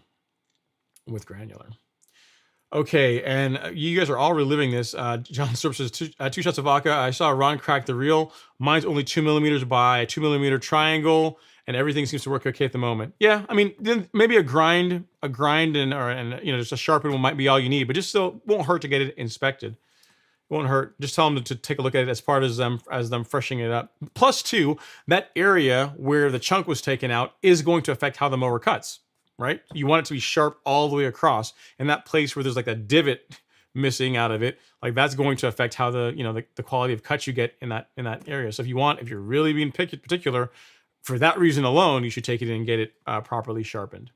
So you're getting lots of good advice on that, Dwayne or John, and it all comes back to take the mower in and get it serviced. All right, John Stormer saying, yeah, we'll do. I just found Ron. I've been watching Doc, and that's why I got the McLane. And there's nothing wrong with the McLane. There's nothing wrong with the McLane, especially if you're in Georgia. There are several places that can service a McLane. So if that's the case, if you're in Georgia, no biggie. But if you're not in Georgia, I can't help you out. I don't know. And you are right, Chaz. It was Fat Albert. Randy Velarde says, soil samples came back with high pH 7.8 and high calcium. You're probably in Texas. A lot of Texas people seem to have higher calcium. Because I've been applying sulfur. What do I do with the high calcium? There's not a whole lot that you can really do about that, Randy. What I would say is don't apply lime, which you wouldn't do because your pH is already high. Just avoid putting any kind of calcium into the lawn. So what I would say also is, given that your pH is a bit high, for your micronutrients, you're going to want to use foliar apps if at all possible. You're not going to want to use granular. I mean, there's not that many good granular micronutrient products anyway, but for your micronutrients like your iron, your zinc, your manganese, boron, copper, all those, something like Nutrizolve is what you're going to want to use, because that is by foliar uptake. You're not relying on the soil to make the nutrients available. So something like this is what I would say you're going to want to use for your micronutrients to take care of those. And then for your NPK, just based on, you can say the rest of your soil test results, but just choose a good nitrogen, phosphorus, and potassium makeup based on whatever your soil test results show. And and just go on. So the only thing I would say is, choose NPK based on the soil test results, obviously.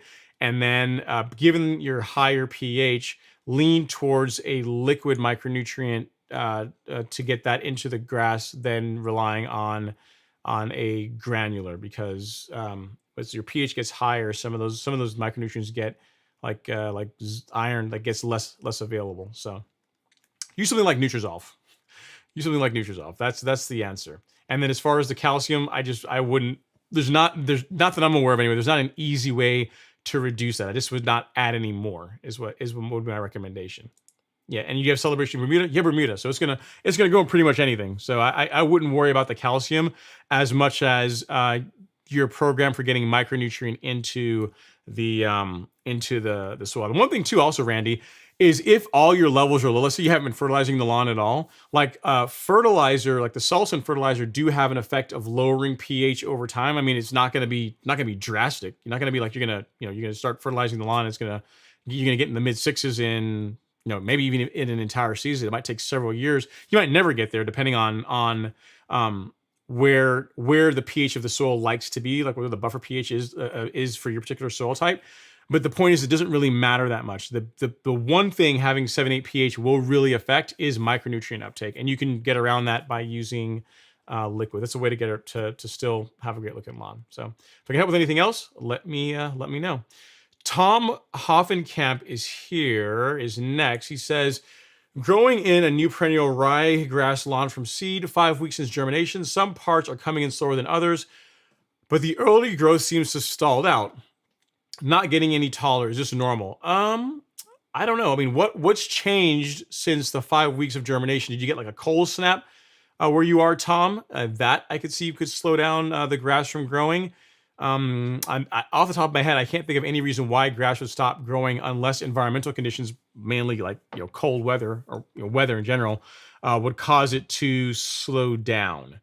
So I need more details to be able to offer or to give you some advice, but that's what I'm leaning towards.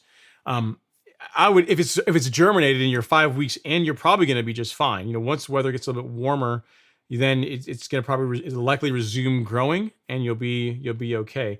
Once you start mowing it as well, once you start mowing the lawn, if you're assuming you haven't already, that's also going to cause the grass to grow as well. That's also going to stimulate the grass to grow and thicken up a bit. So I would consider those things. I wouldn't. Long short is I wouldn't worry about it too much.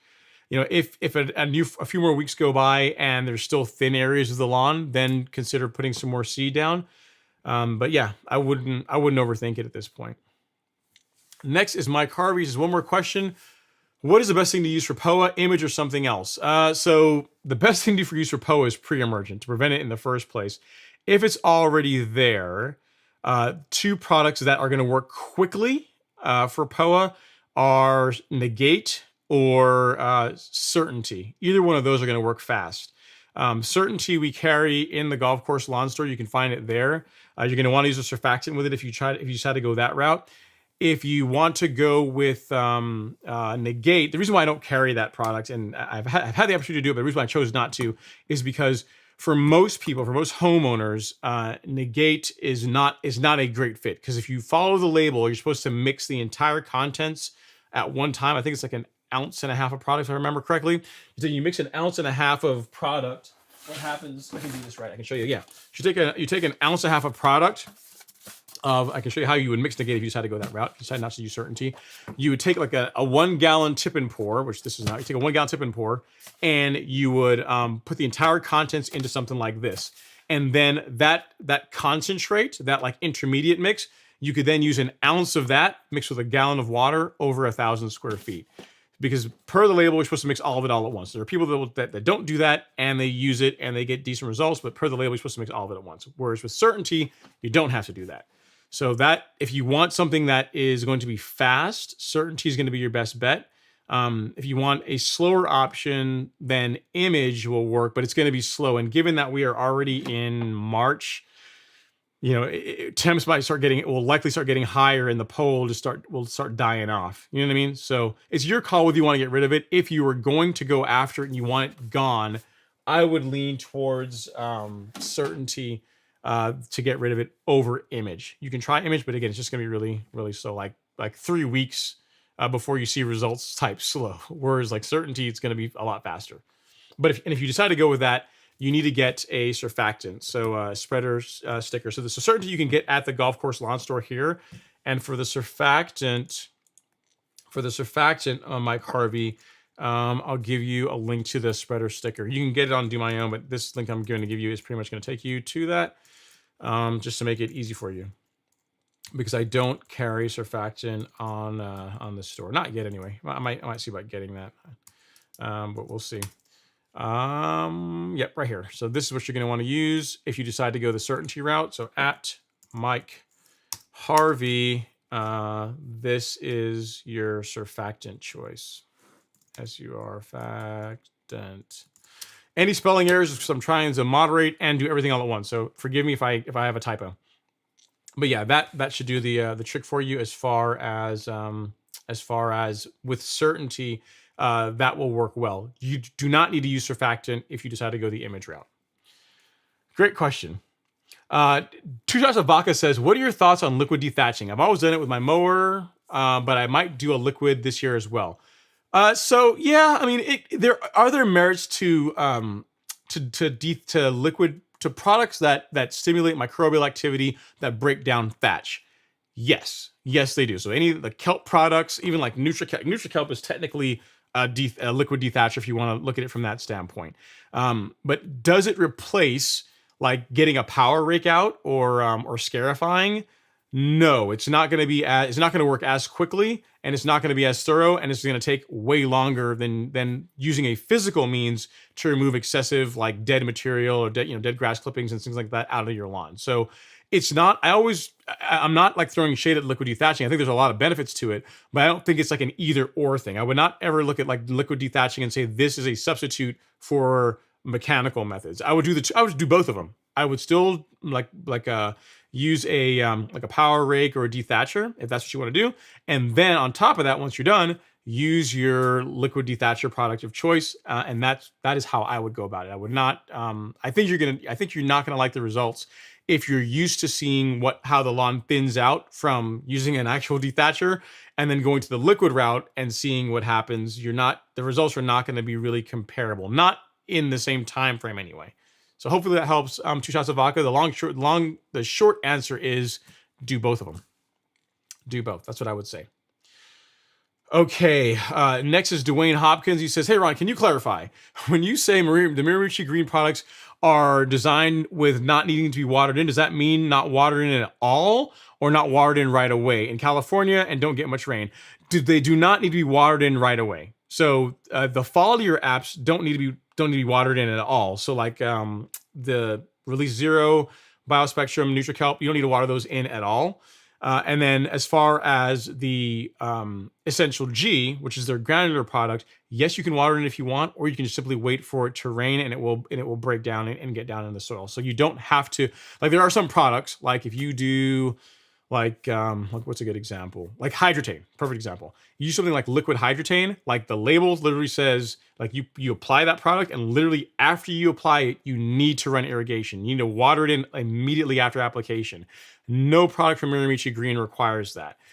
So you can water in, you can water in the granular if you want, but you don't need to. You don't need to put down Essential G and then say I got to water in for it to begin working. Just apply it and just let it sit. And whenever it starts raining, it'll speed up it breaking down and getting down in the soil. But you don't have to do that. Because you have to remember, guys, when the products that Miramichi Greens makes that while they were nice enough to to allow me to bring those products to the DIY community, like their real customer base is like the professional turf grass industry. So like golf courses, professional sports fields.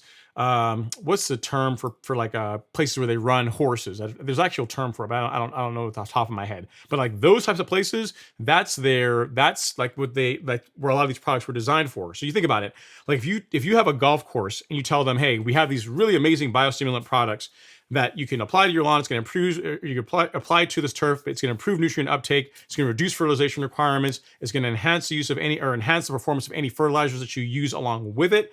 But oh, by the way, you got to run irrigation on the entire course after you're done.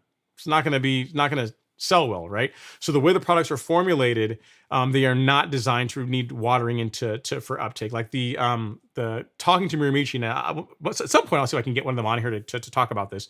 But the way the Release Zero, the micronized carbon that's in Release Zero and in 901C and in NutriKelp, the Dalton size, which is a user measurement, is something like 400 Dalton. And if you're a person like a physicist or a person that knows or chemist, you'll know what a Dalton is. But 400 Dalton is really, really, really small, meaning it has no problem being absorbed by the plant. As long as you get it on the foliage, as long as you get it on the leaf, there's no issues with very quick uptake, right?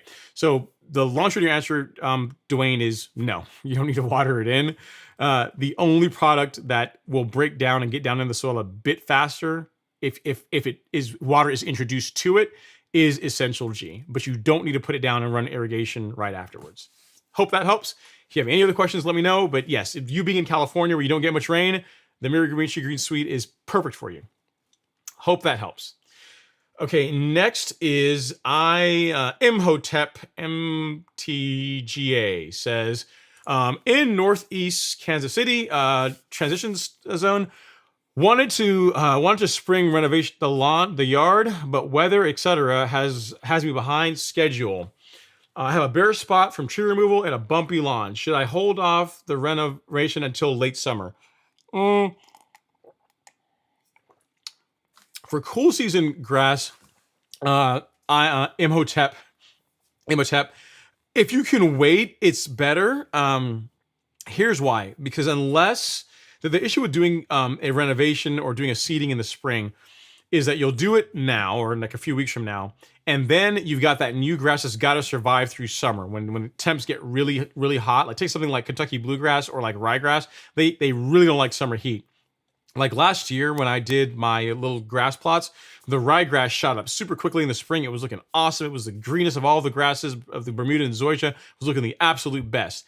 As soon as like June, July hit, I was still watering it and it was struggling. It was not doing well. So if you want to have the best chance for success, I would wait until later on in the summer. So, August timeframe, whenever the temps are tapering off, that's going to give you a better chance of not having excessive heat damage the grass that you're putting in. Can you do it in the spring and still get a good result? Yes, but it's just it's basically hard mode. You're putting in new grass when there's going to be environmental conditions that are going to be really hard on that grass. So unless you're planning to do a lot of watering in the summer months to where you're keeping it hydrated, and even then you might lose some of it because it's going to be new grass, waiting until late summer is a better bet. But in your case, it sounds like you're really just, I'm not sure if you try to do the entire front lawn or you're just a bare spot. Like if you're just dealing with a bare spot and you want to try it, then it's not, as far as like you losing it or not going well, there's not a whole lot of downside to that. But if you're doing the entire lawn where you're burning down the entire lawn, you're killing off all the grass in the front lawn, and then there's this whole affair, I would wait till late summer to where you have a better chance for success. You know what I mean? But the bare spot, I would go after it. I'd give it a shot. I mean, what's the worst going to happen? If it doesn't work, it's a small area where the tree used to be, and then you can just do it again in late summer, right? But if you're doing a full renovation, that's a bit more involved, and I would do that when conditions are most conducive to you having a good result. Okay, next up is a super chat from Robert. Let me get that. Robert's first. I'm not sure if I got it already, but if not, I'm gonna get it again. Super chat received. Thank you so much, Robert. I really appreciate the support. And then another one from Your Nightmare says, super chat received. Thank you for sharing your knowledge. It's priceless and very much appreciated. I appreciate you guys watching Your Nightmare. It's a lot of fun. It helps keep me sharp. It helps me. Believe it or not, these live streams help me get better and makes me learn stuff that I otherwise would not research. So you guys are, as much as you guys are getting a lot out of this, I also get a lot out of it too. It's kind of like, not most of you guys are not information security. It's almost like the CISSP certification in information security. Like it's not a very technical cert, but it's one of those certs that make you go out and learn a bunch of stuff about like government and regulations and privacy law that you otherwise wouldn't have to, that make you overall a better professional. Same thing with the live stream. It makes me learn a bunch of stuff about cool season grass that I don't really have or don't have to deal with on a day-to-day, but it's cool to learn about the kind of stuff that you guys are dealing with. So I appreciate it, man. Appreciate you watching the content and being part of the channel. Now is the hard part, is finding where I left off. Okay, I found it. Imhotep says, I want to level and overseed, but now I'm thinking on focusing on soil and spot seeding bare spots. You know what I would do if it were me, Imhotep? If you want to do a leveling when it's like this time of year, spring, you want to do a light leveling. Again, when I talk about leveling, I'm never talking about like going crazy heavy. Like that's something you can consider doing, now, if you wanted to go light. But if you're doing a full renovation, that's where I'd want to wait till conditions are most ideal for it. And again, if you don't care about lose, because the only thing that's going to happen is you're just going to lose some of the grass during the summertime. If you don't mind doing it now, knowing that you might lose some of the grass and you may have to do it again, that doesn't bother you, then by all means. I'm just trying to think about the most economical and time efficient way of doing it. But if you're in this to also just have fun with it and just want to have the experience of trying it out and seeing what will happen, then by all means. It's not like you're going to, you're committing some cardinal sin by doing it. It's just that it's just not necessarily the most ideal time to get the best results. Thin Cut says, thank you, Ron, for the advice. I can't believe I'm excited to do yard work. Thanks again for the great content. Yeah, man, I always say that. You say old enough and you turn into your dad. Like I hated mowing grass when I was younger, because there was a couple of weekends out of the month we were like, that was designated like cutting. In the islands Caribbean, we're going to go cut bush. That's what we say, right? So there's a couple weekends of the month that were designated for that, and that's what we were doing, and I hated it. And now, look at me. You turn into your dad. And Imhotep says Army Post APO is Army Post Office, same rate as going across states. Okay, well then in that case, I have to look and see about just restrictions and regulations on getting the products there. So again, email me if you haven't as yet, the gentleman from Korea, and we'll see what we can do. Next is T. Kellogg. He says, I have a very bumpy and slightly uneven lawn. I definitely want to level it, but I also struggle with thin bare spots. What is the right timing for leveling and seeding in the Midwest? So the same answer I just gave a while ago, T. Kellogg. So like the leveling, you can do, I mean, not now, but you can do when the grass is actively growing in the spring. So in the spring, when the lawn is kind of is waking up and really and is growing actively, if you want to do a light level, by all means. If you want to do an overseed as well, you can, but just know that you will have a better chance of not losing grass. In other words, you get a better result if you wait till the fall. Like if you look at most of the cool season, both the cool season leveling content and the cool season seeding content, most of it is in the fall, and it's for late summer, early fall, and that's for a reason, because that's when you have the best chance for success. The only thing I would be prone to try if you want to do it now, and you're not gonna get a bad result with, is a light top dressing. If you would do a light top dressing in the spring, and then do another light top dressing in the fall, but then also do your seeding then that's probably the best of both worlds. That would be the best of both worlds, where you're not gonna have frustration and anger if you happen to lose some of your grass during the summer months. So just something to consider. Hopefully that helps. Good question. Thanks for the question and for the comment. Next is Steve Wingate. He says, thanks, Ron, for helping us fans of lawn care. Appreciate what you do. I appreciate that, sir. Thanks so much. He says, it's starting to get, it's starting already. Here we go. It's starting to get competitive in my neighborhood, but your tips should get me over the top. It's true, man. I did a post on Instagram the other day to start, it's kind of a funny post, and I thought it was just going to be me, but apparently all you guys are crazy competitive. Whenever you hear the lawnmower crank up, I mean, who else goes to the window and kind of looks outside and who on earth? I know I'm not mowing right now, so anyone that's mowing right now is obviously doing it wrong. Who's trying to take my spot?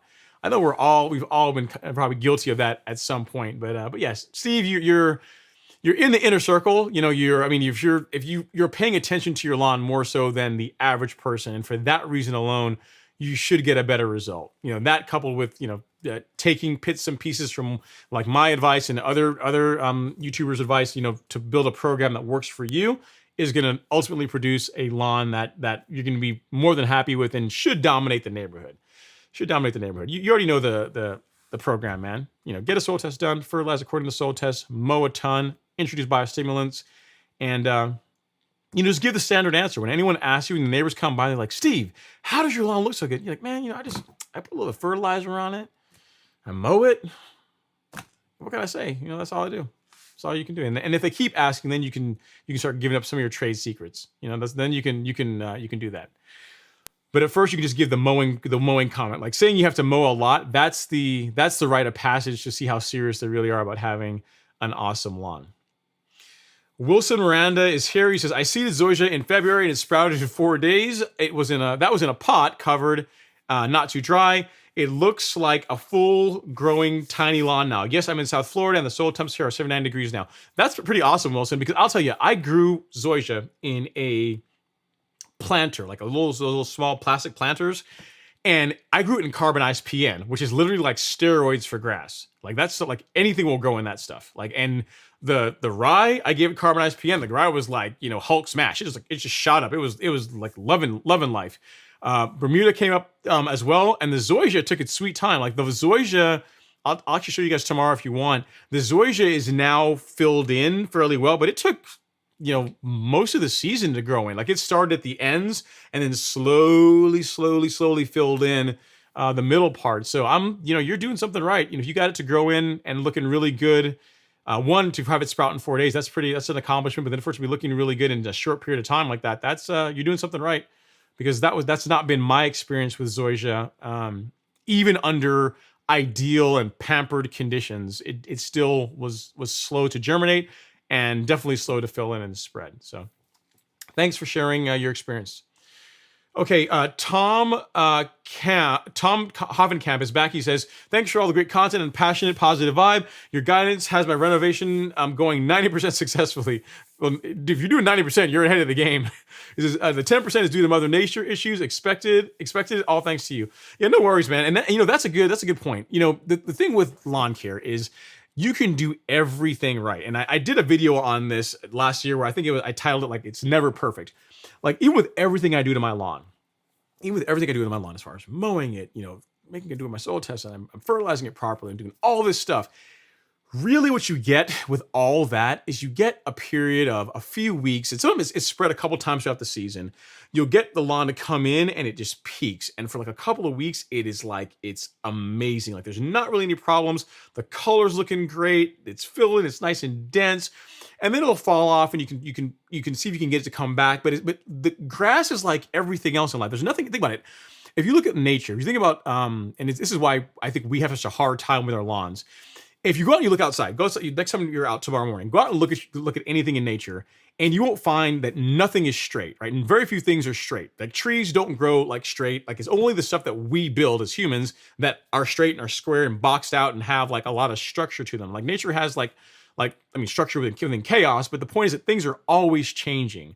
So your grass is the same way. Even if you do everything right, and your grass gets super green, it looks really, really good, and then it falls off a little bit, and then it comes back. That's all part of it. That's all part of the, that's just all part of the program. So don't think that, your renovation has to be completely perfect and it has to all go right the first time around. Here's the thing: if there's parts of it that are still struggling, you can always fix them. If there's part of it that didn't go the way you want, you can always start over. You can always just, it's just grass. You can always fix whatever your mistakes are that you did in the lawn. So just keep working at it, man. Have fun with it. I mean, it's a hobby, and it's a point of pride. And as long as you realize that your lawn is in many ways kind of like how martial arts is. You're always chasing perfection, but you just have to be okay with that. You're never really ever going to get there. As long as you can have that mindset, you're going to be just fine in grass. But if it has to be perfect all the time, you're going to be frustrated. You're going to be jumping from product to product and equipment to equipment, and you're never going to be happy. So pick, a mower, pick a treatment program, settle on it, do it consistently, mow your grass a ton, and enjoy the journey. That's my advice to anyone that really wants to get into lawn care and not go insane in the process. Next up is Marvin Piles. He says, "Ron, I got my delivery of Lebanon turf fertilizer and Turfplex." Look at you. I says, "I've done my pre-emergent as well as my weed killer in specific areas. When do you recommend the fertilizer? Second week of April?" That's a good guesstimate, Marvin. Given that temps are a little bit cooler, and unless we get like a hot a string of hot weather here, very, very hot weather here in the next couple of weeks, that sounds good to me. The first or second week of April sounds like a good time to do the fertilizer, the Humic Max. Turfplex, if your lawn starts to green up, if you want to go out with a light application rate, 4 ounces per 1,000 square feet, that would be fine. That's good, but I wouldn't get to the point of throwing down a granular fertilizer until temps are warmer. You just want to wait till the grass is greening up a bit more, because you're just going to get more out of it, right? Because you remember with granular ferts, like with liquids, you're fast tracking the nutrients into the plant. It's being taken up by like the plant skin, by the foliar, right?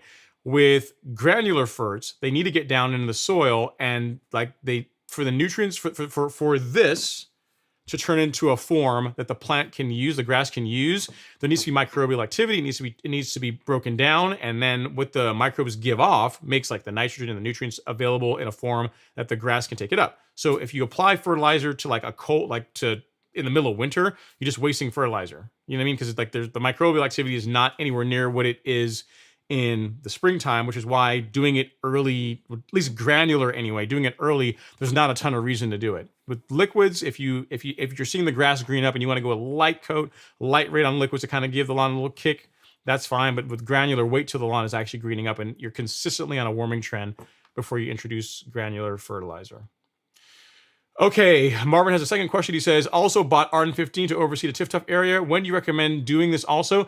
Here's the thing. I'm not sure I would recommend doing it because I don't know how Arden 15 is going to, how it's going to look with TIF-Tuff. And the question you need to ask yourself is, what are you trying to accomplish when you overseed? Like if you have an area that is thin, I will tell you, if the tip tuft's not growing in the thin area, the Arden 15 is not going to grow in the thin area. And I've not seen tip tuft and Arden together to know how they match up, to see how they look. They look from like a texture and color standpoint. So I would be leery about saying that's a great idea. I would be leery on saying that's a great idea. If you want to do that, here's what you can try, Marvin, is pick a small part of the lawn, like somewhere that's not like in the middle of the lawn. And if you want to try doing an overseed in that small spot, late April, early May, you can see how it looks. And then if you decide you still want to do it everywhere else, you can. But I'm just, I am, while I did it to my lawn, mainly because my lawn's already a mutt lawn because I have like several different types of Tifway in it. You really got to be careful because while Tifway 419 and Arden look well together, they go well together. I don't know how other types of Bermuda will go with Arden 15. And once the grass is in, it's in. So you don't want to introduce something that's not gonna match well, if that makes sense. Okay, next up is Dalen Krause. He says, late to the party. You are late. We're almost about to wrap up, Dalen, but we stuck around just in time just for you to be able to talk. And now, so I'm glad you're finally here. He says, can you send Georgia weather to Oklahoma? I'm ready for the up and down weather to go away. That's what we have, man. It's the same thing. It's like it's cold one day, hot next day, dry one day, raining like like Noah's Ark, Noah's flood the next day. We have the exact same thing you guys have. He says, does nitrogen do anything for the lawn at 50 to 55 degree soil temps? It does. It works for the lawn when the grass is actively growing. So if your grass is not green, if it's not greening up, if you don't have to get out there and mow it, I wouldn't be so quick to introduce a bunch of nitrogen to the lawn. I would wait until the grass is actively growing because it's going to take advantage of it then. So not so much a soil temperature thing as how the grass is, how the lawn looks. You know what I mean? Because 50 to 55 degrees is cold, is the temperature that you want to put pre-emergent down. And in some cases, February would be when you could do that. But I wouldn't recommend putting granular fertilizer down on your lawn in February. You know what I mean? Unless you're in South Florida. In that case, yes. But like if you're in Georgia, it's too early. So wait till the lawn is growing. And that's when you can introduce NPK. I wouldn't do it before then. Again, there's gonna be plenty of time. There's gonna be plenty of time, Dalen, to fertilize. I promise. There's no reason to get out there and do it super early. Next is 2 Shots of Vodka. It says, Ron, that's what you need. A good video going over micronutrients and how they impact soil and grass. It already exists. It is in the course. It is in the course. Every single nutrient, both the macros and the micronutrients. There's an entire video on it that talks about all of them, like how they interact, how they work together, what each one does, how pH affects them. Like all of that is in the Golf Course Lawn Academy. So if you want that, go get the course. I can't give everything away for free, man. I got to pay the bills. Like, I got to put the lights on and, get my haircut. I got to pay for lemonade. You guys help me out with something, right? Right. 2 Shots. If you really have any questions, though, specific questions, reach out to me and I'll definitely answer them. But that video I'm not going to put online because it really is in the course and it's something I filmed just for the course. It wouldn't be fair to go out and then, stick it on the internet for everyone else. Okay. Kevin D says, come on, Ron, stop hurting your height challenged golf course lawn store and Bulldog faithfuls. Yeah. No, here's the thing. I'm not sure what that comment's in relation to, Kevin, but yeah, don't get me wrong. I would absolutely love if you guys supported me and supported the business and bought your products at the golf course lawn store. Because we have a great suite of products and they're the ones that I use and believe in and will definitely help you get an amazing lawn. There is that. However, I am not also going to sit here and tell you that my way is the only way to have an amazing lawn. That my products are the only way to do it, because that would be disingenuous. My process works and the products I use work. They're all really, really good. They're all excellent products. But I don't want to tell, I don't want to go be one of these people saying my way is the only way. You don't do it my way, then it is not possible. Only one thing I am pretty, I would say I'm pretty big on is, regardless of which you do, get a soil test. Whether you get a My Soil Test kit, which is, again, we carry these in the golf course lawn store, these guys right here, we get one of these, or you go to an extension office and get your soil test done. Doesn't matter how you do it. Just get a soil test and fertilize your lawn based on that. That way you avoid putting things into your lawn, into the soil that you don't need to, and you're ultimately going to get a better looking lawn because you're going to be giving it what it needs. You know what I mean? You're going to be fertilizing according to what the deficiencies are in your soil type. And then outside of that, I mean, mow your grass, get a good insecticide. I like a Acelepryn. I think this is an excellent one. Get a good insecticide and a fungicide at least once a year and have fun. Knock yourself out.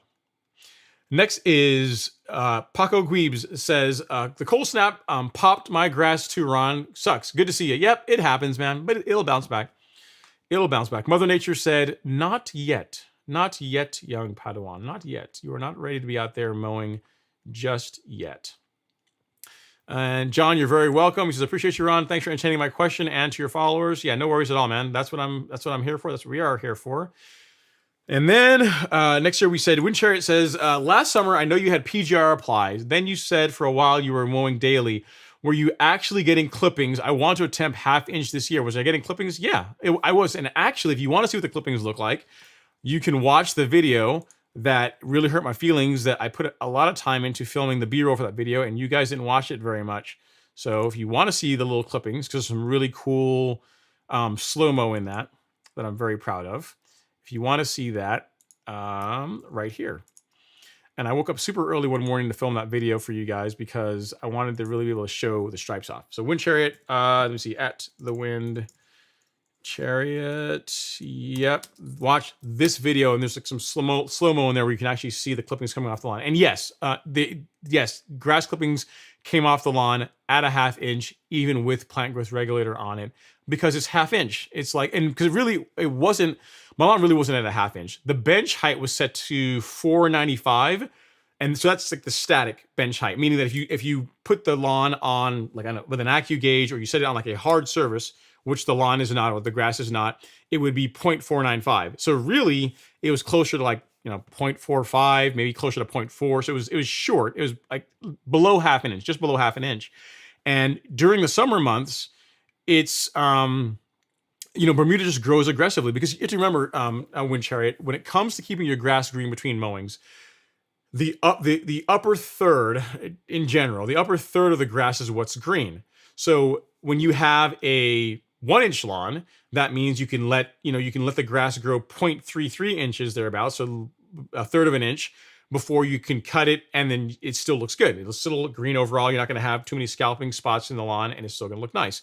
As you get shorter, that third gets less and less and less and less. So the way you have to, the frequency that you have to take on to mow the grass for it to still stay green between mowings. Again, you can mow 1/2 inch grass once a week if you want to. You can mow it once every 3 days if you want to, but it's not going to stay green in between mowings. So that what I'm saying is mowing at 1/2 inch and then the grass being green after you've mowed it, like the day after you've mowed it still looks like amazing.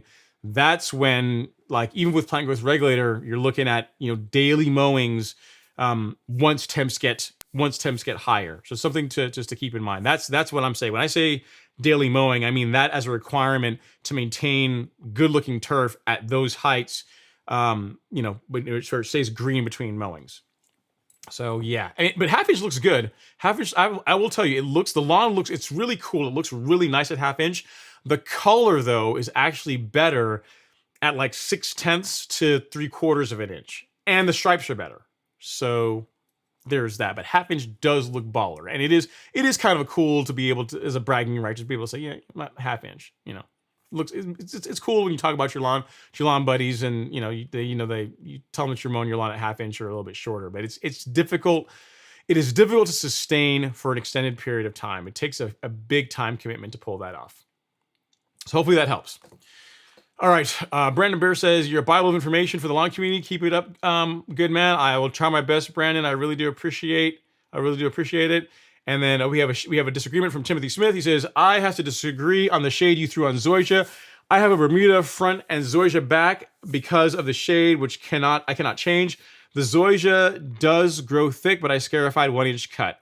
Okay, so you're right. So in those cases, Zoysia, you're right. Zoysia will do better with shade than Bermuda. Like Bermuda does not like shade at all. Like literally, like my light's right here, and if I'm like this is like a tree, and there's like Bermuda here, Bermuda is going to literally start to like fall off in that area with like just that little space that my hand is shading. Whereas Zoysia is a lot more tolerant to it. So you're right, in a situation where there's not as much sunlight, Zoysia is superior to Bermuda, to where you get good looking turf that is not thin and just, weird and scraggly looking like Bermuda will get. But however, if you give Bermuda plenty of sunlight, watch out. Watch out. It's a sight to see. It is a sight to see. Demir is talking about some equipment he has. He says, I'm going with a Toro Pro Stripe 560. Has all the benefits of a real mower, but the simplicity of a rotary mower for my new house and lawn. It's a mower used on athletic fields. We will clap it up. We'll do it. Isn't that the one, Demir, if I'm not mistaken, isn't the Pro Stripe the one with the wheels in the front and it's got like a drum in the back or something like that? I believe that's a Pro Stripe. I think that's the mower you're talking about. It's a kind of a weird, I hate weird.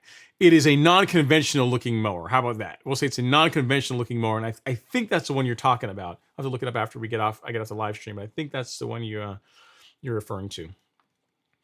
Okay, and then Timothy Smith says, let me know if you want to see comparative pictures. Both look good, but the Zoysia's on fire with the green up. Yeah, man, send me pictures. Send pictures, and I may not be able to get them on the show tonight, but we will show them off next week. Yeah, no problem. Send them to me. Ken Kong says, nice show. I watched all the way. Thanks. You're very, very welcome, Ken. And if I can help with anything, let me know. No problem at all. I knew. So Lee was still here. I knew he was going to come back and say something. He says, at Ron Henry, love my Zoysia, but maybe this year I'll come over and try out that Greensmaster on Arden. Free mow for you. Now, here's the thing, though, Lee. I got to warn you. Now, I know you're like a real mower connoisseur. If you try a Greensmaster, there's life before this and there's life after this. So I just want to warn you. I don't want you to be out spending money now after you come over and you mow with it and you're gonna be like, I gotta have it. I'm just warning you. So you're welcome to come on over and mow. I'm just ahead of time. You were warned. You're warned that there's probably gonna be more equipment in your future if you were to do that. All right, and then Jeffrey says, thanks, Ron. I appreciate you sharing the wealth of knowledge and experience. No problem at all. The little bit that I know, I'm happy to share with you guys. Shelby Amos says, does a Celloprint work as a home insecticide as well? We can spray it on the outside of the house, or is it yard only? It is yard only. It's not designed as a home insecticide. A home insecticide that is a good option for like patios, lawn furniture, your actual house, plant life, is this. The Miramichi Green Pest Control. This is an excellent option that is non-toxic. And when I mean non-toxic, like literally, you can spray this all over. Like, say you have a patio and you have lawn furniture on the patio. You can literally spray this all over the patio, all over the lawn furniture, tables, everything. Once it dries, just mainly so you don't get the stuff on your hands. It's not like it's not toxic, but I mean just so that you don't transfer it to your clothes or whatever. You can re-enter the area. So it's a really good product. It's great for people that have insects in like flower beds. Again, mosquitoes. Well, it takes care of a ton of things. Lots of time listed on here. So mosquitoes, whiteflies, ants, fleas, no-see-ums, chinch bugs, roaches, ticks, and aphids of many types. In a non-toxic product that they cannot form a resistance to. That is what I would use around the home. That's what I would use on the outside, the exterior. I did ask Miramichi Green about using it inside. The reason why they say it's not labeled for that is because the soaps that are in it, like the residue that you may or may you might have on inside your house, so people may not like. So they don't. It's not like it's dangerous, but it's rated and labeled for exterior use. Have I used it inside my house? Yes, I've used it along the baseboards, and the product works great. But it's designed to be used outside. That is what I would use. A Celloprint. Do not use that as like you would not spray that on patios and areas of those types. This is like a great option for the pest control. Is like, say you're having an outdoor cookout or something, and you want to make sure that there's not going to be mosquito issues or people getting eaten up by bugs or things like that. That's a great option. Like throw some of it in a fogger and just fog the entire area, and you're gonna be good to go. It's an excellent product. And again, like your bugs they're not gonna form a resistance to it. So it's not like you buy it and then it becomes ineffective over time. So something else to consider. And then 2 Shots of Vodka says calcium high in Texas due to most of our cities having extremely hard water. I could see that 2 Shots because most of this, I'm gonna say most, but a lot of the soil test results that I look at. If I see one where the calcium is very high, most of the ones I've seen have been from Texas. So I'm not surprised. There's something environmentally that causes that. But at the same time, there's tons of lawns in Texas that look great. So I really wouldn't worry about it, to be completely honest. One, there's not a whole lot you can do to change it. and then two, the people that have it, they still have amazing looking lawns. So I really wouldn't sweat it too much. Let's see here. And then Timothy Smith says, I think you missed my super chat. Did I miss your super chat? Man, hang on. Did I miss it? I'm see if I can find it. Timothy, yeah, no, I did get it. It just took me a while to get down here, man. You gotta remember, like when I start out talking, like I'm way up here, it takes me a while to work all the way down in the comments. He said, also, I think you missed my super chat, but I've missed it double tasking March Madness distraction. Also, I am sad. My Crimson Tide let me down. Listen, man, look, you guys win all the time. Let someone else win for a change. I mean, Georgia, it took what? Is it 41, 42 years since we won a national championship? Let us have one. I mean, you guys will probably win this year. Or if not this year, you'll win next year. So come on. Like, I mean, come on. That's the problem. That's the problem with you Alabama fans. You're greedy. Like you guys you want to win all the time, every year. No one else can ever have a chance. That's just not nice. I mean, that's why you guys are like, people just they want to see bad things happen. So I'm fine with you guys winning this year, but let us have this one. Let us have this one, man. We earned it. We put together a good team, and we earned that win. We earned that win. Okay, next is No Name. He says, does anyone in northern metro Atlanta know where to rent a verticutter? I'm in Woodstock. I absolutely do know where you can get one. You can get a billy goat from the nice folks at Keystone Rental in Duluth, Georgia. That's not super close to Woodstock, but they have one. It's they have a verticutter. The one, if you saw my verticutting video, that is what I used on my lawn. Also, if you can find a place that has like a slit seater, if you can get like a slit seater and just not use the slit seating function, the seating functionality of it, you can use that too. Because that's basically what the billy goat is. It's a slit seater, but I just didn't use that. I just used it just to verticut the lawn. So yeah, you can give that a shot. But give Keystone in Northeast Georgia a shot. I don't know how far that is for you, but yeah, give that a shot and see how you get on. Okay, what else? Shelby Amos says, is Acelepryn dog friendly? Yeah, I mean, like most products, insecticides, herbicides, I mean, apply them. You apply it, water it in, and then once it dries, you're fine to let people or pets re-enter the lawn. It's as far as insecticides go, it is, in my opinion, one among the best for residential lawns. I mean, there are probably other ones that you can use on commercial turf, but even golf courses use Acelepryn. So yes, I mean, I'd apply it, water it in, and then once the lawn dries, you can let the fur babies back out on the lawn. King Khan is here. I am late, but you're here. You are here, King Khan. Appreciate you coming to hang out. Thanks so much.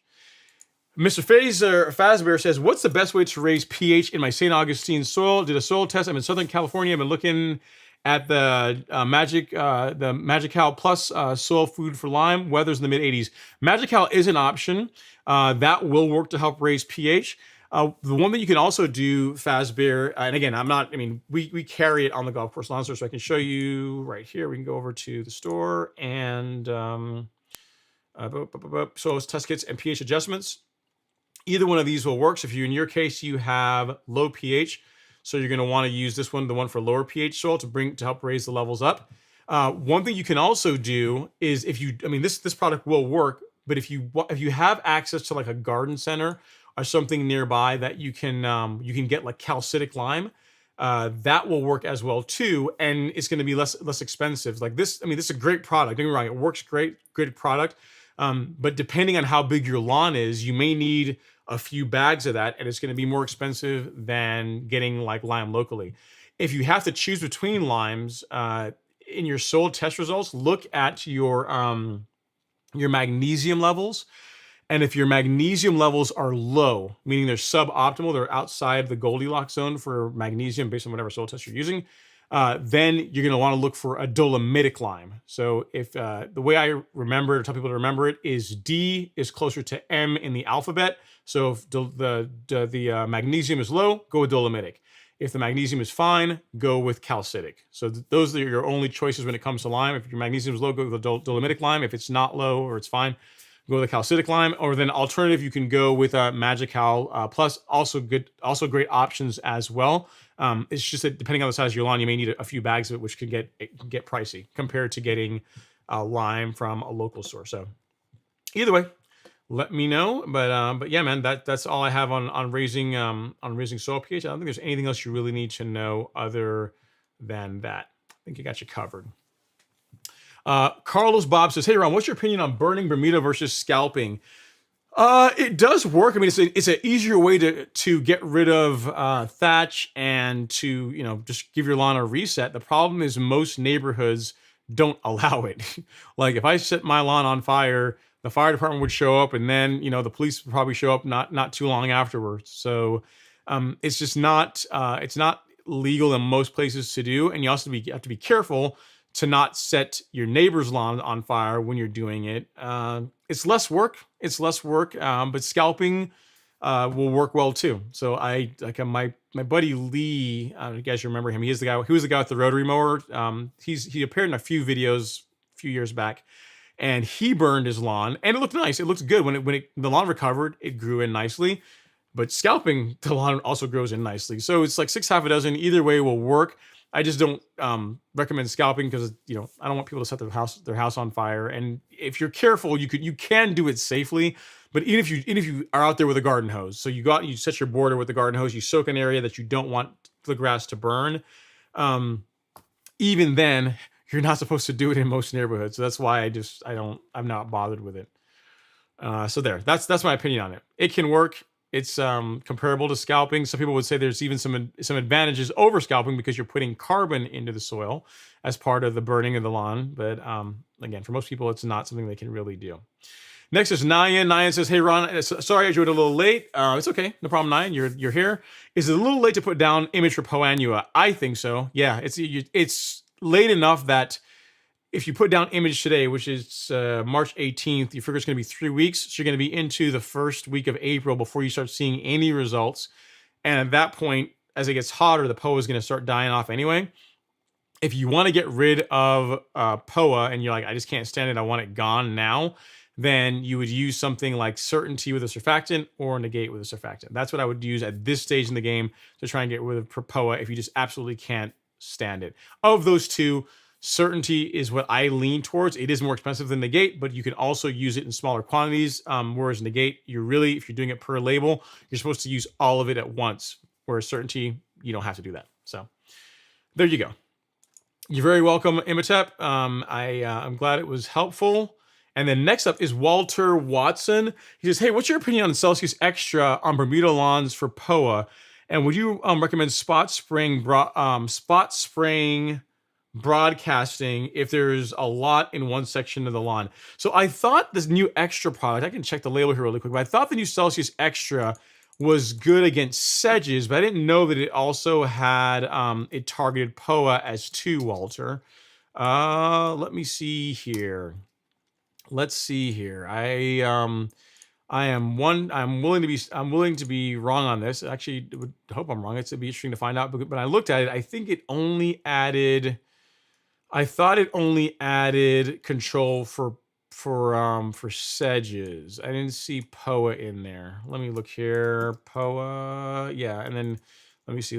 Maybe they call it. They may call it annual. Yeah, it's not in the label. Yeah. So if we look here really quick, what he's talking about is the nice folks at Bayer came out with a new product, and they pretty much took Celsius and like added like Sedgehammer to it, right?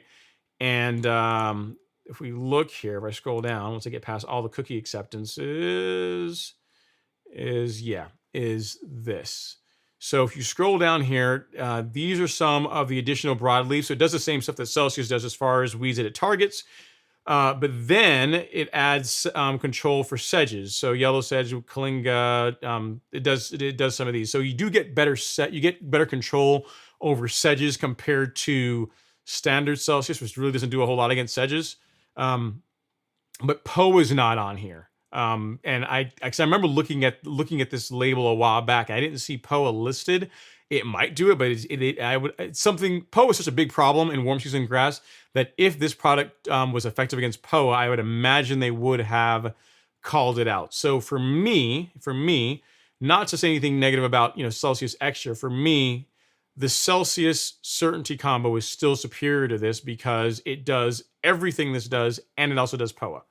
It does everything this does and more. So that would be my reasoning why I would still go with that. And this is more expensive. I want to say this is in the 150s or 160s. So it's a more expensive product than standard Celsius, and it doesn't do POA, which Celsius does. So which Certainty does. So I would still do Celsius Certainty over Celsius Extra if it were me. Good question though. That's a good one. And I thought I was correct on that, but I just wanted to double check to make sure I wasn't giving you bad info. So it doesn't do POA. It'll do sedges and Kalinga. Okay. Chris Joyner says, do you recommend any annual flowers that complement the nice lawn? So in Georgia, everyone in Georgia, and even some of my buddies that have lawn care businesses, tell me I'm committing a cardinal sin by not having azaleas in my lawn. But I'm not someone that likes working on shrubs, so I don't have any.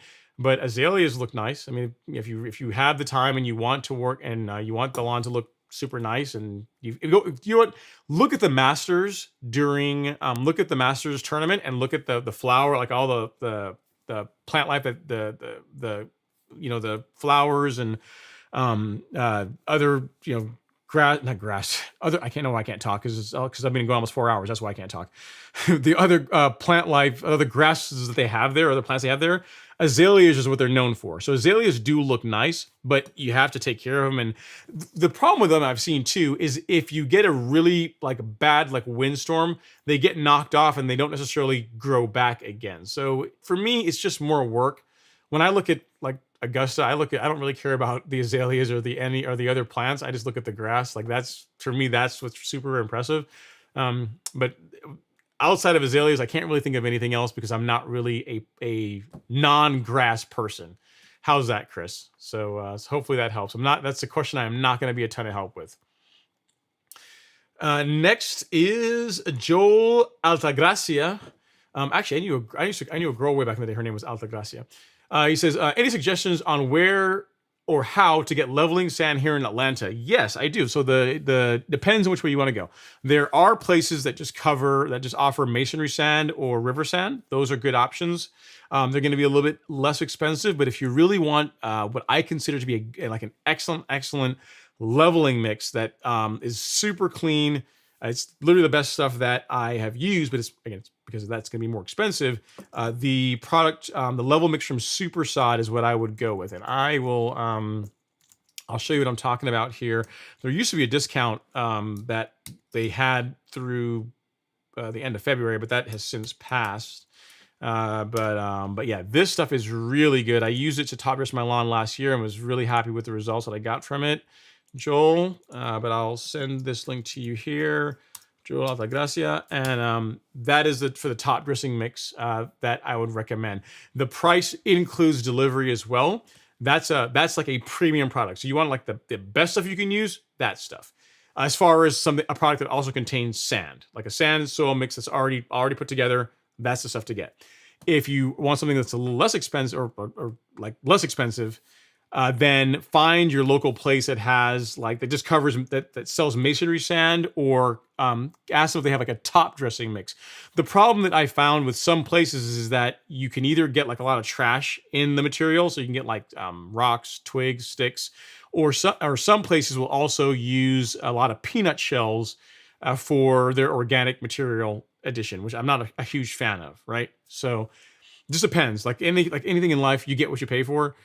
The Super Sod mix, the level mix, is the stuff that I would recommend, especially if you have a smaller lawn. Just a bag or two is all you're gonna need to level it, and that's the best stuff you can use, especially with you being in Atlanta and them being local to you. That's what I would use. Okay, Kevin D is here. He says, only meant you're 6'4" and I am 5'10". Sorry for the miscommunication joke. Oh, no worries, man. No harm, no foul. I didn't take anything by it. And he says, my lawn is a testament to what you've taught. Go Dogs. And we have another year of Matty Ice. I don't know, man. I am not. It'd be cool if the Dogs ran it back, but I'd be surprised. I'd be very surprised if it happened. It'd be really cool if we could do that. Troy Ridley says, hey Ron, thanks for reviewing my soil test results. Can't wait to get started this season. I will look into Acelapryn instead of Caravan G. And yeah, here's the thing, Troy. And I've been talking about acetyloprin in the liquid form, right? But remember, it also comes in a granular as well too. So if you're someone that doesn't want to deal with a backpack spray, or don't want to deal with mixing liquids, you can use the granular. We carry that as well, and it's very effective. It's just as effective as this. So it's not like you're giving up anything really by going with a granular option. So yeah. But I would give it a look, Troy. Acetyloprin, as far as armyworms, it's like it actually will target those, whereas Caravan will not. I'm pretty sure that's correct. Pretty sure I'm not wrong on that one.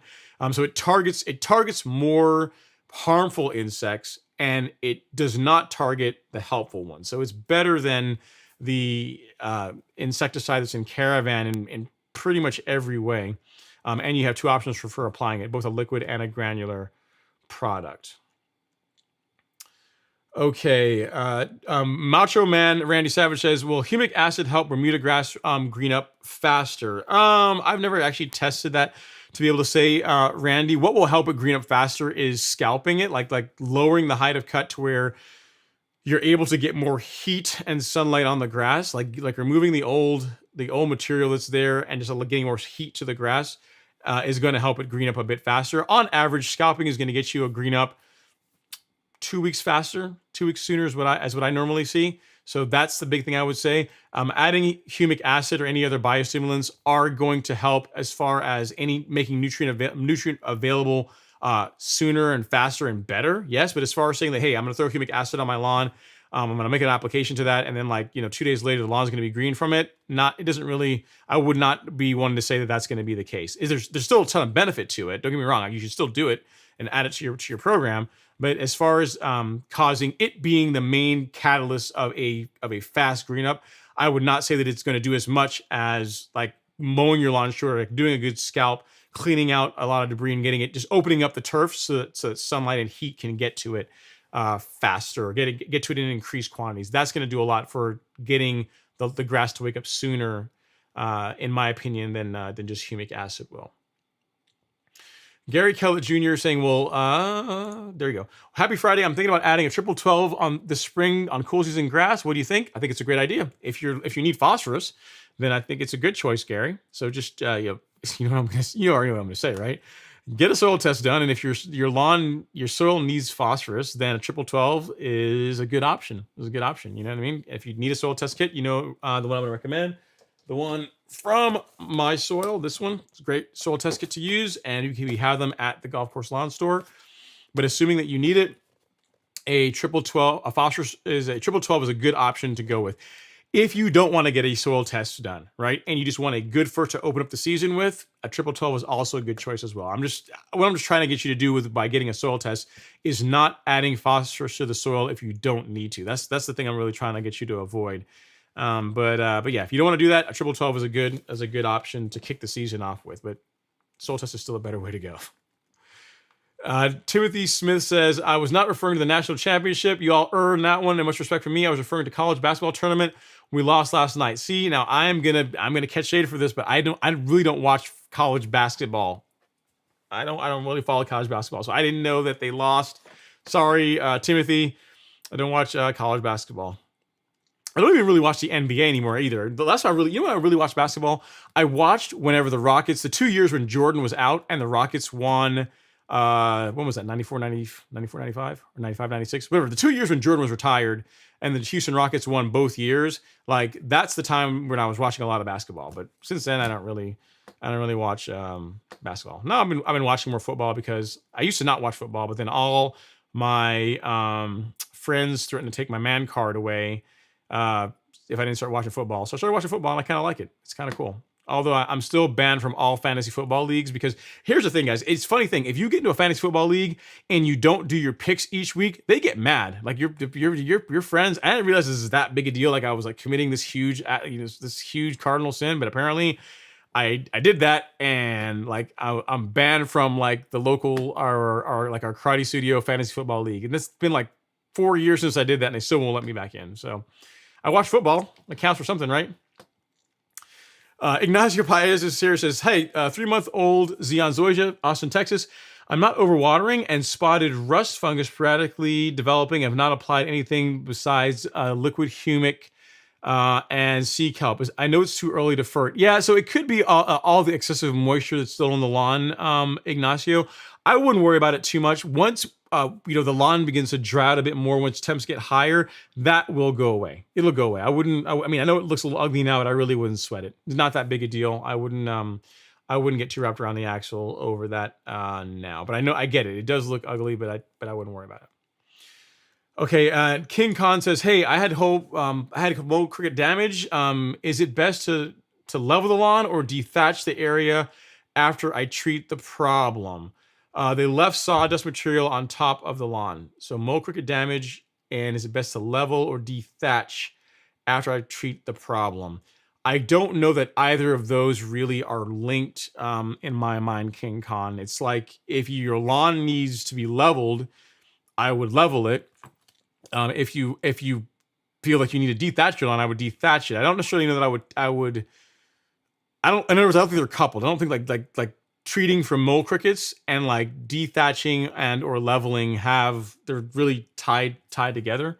You know what I mean? I don't think they really are tied together. So if you need to level your lawn, yeah, level it. You know me, I love to top dress lawns. So by all means, go for that. And if you want to dethatch your lawn, then yes, by all means do it. But I don't think taking care of mole crickets really would have anything to do with that. Have anything to do with that. All right, next up is Josh White. He says, "What's a good clover killer that will not impact Bermuda as we begin seeing green up?" Thanks, Ron. So if you want an inexpensive option, go with Spectricide. Spectricide, Josh. You go to your local big box store, Home Depot, the big orange label. Can I show you? Do I have it here? I normally have it in one of my tabs because I get asked that question so much. There we go. This guy. This is a good option.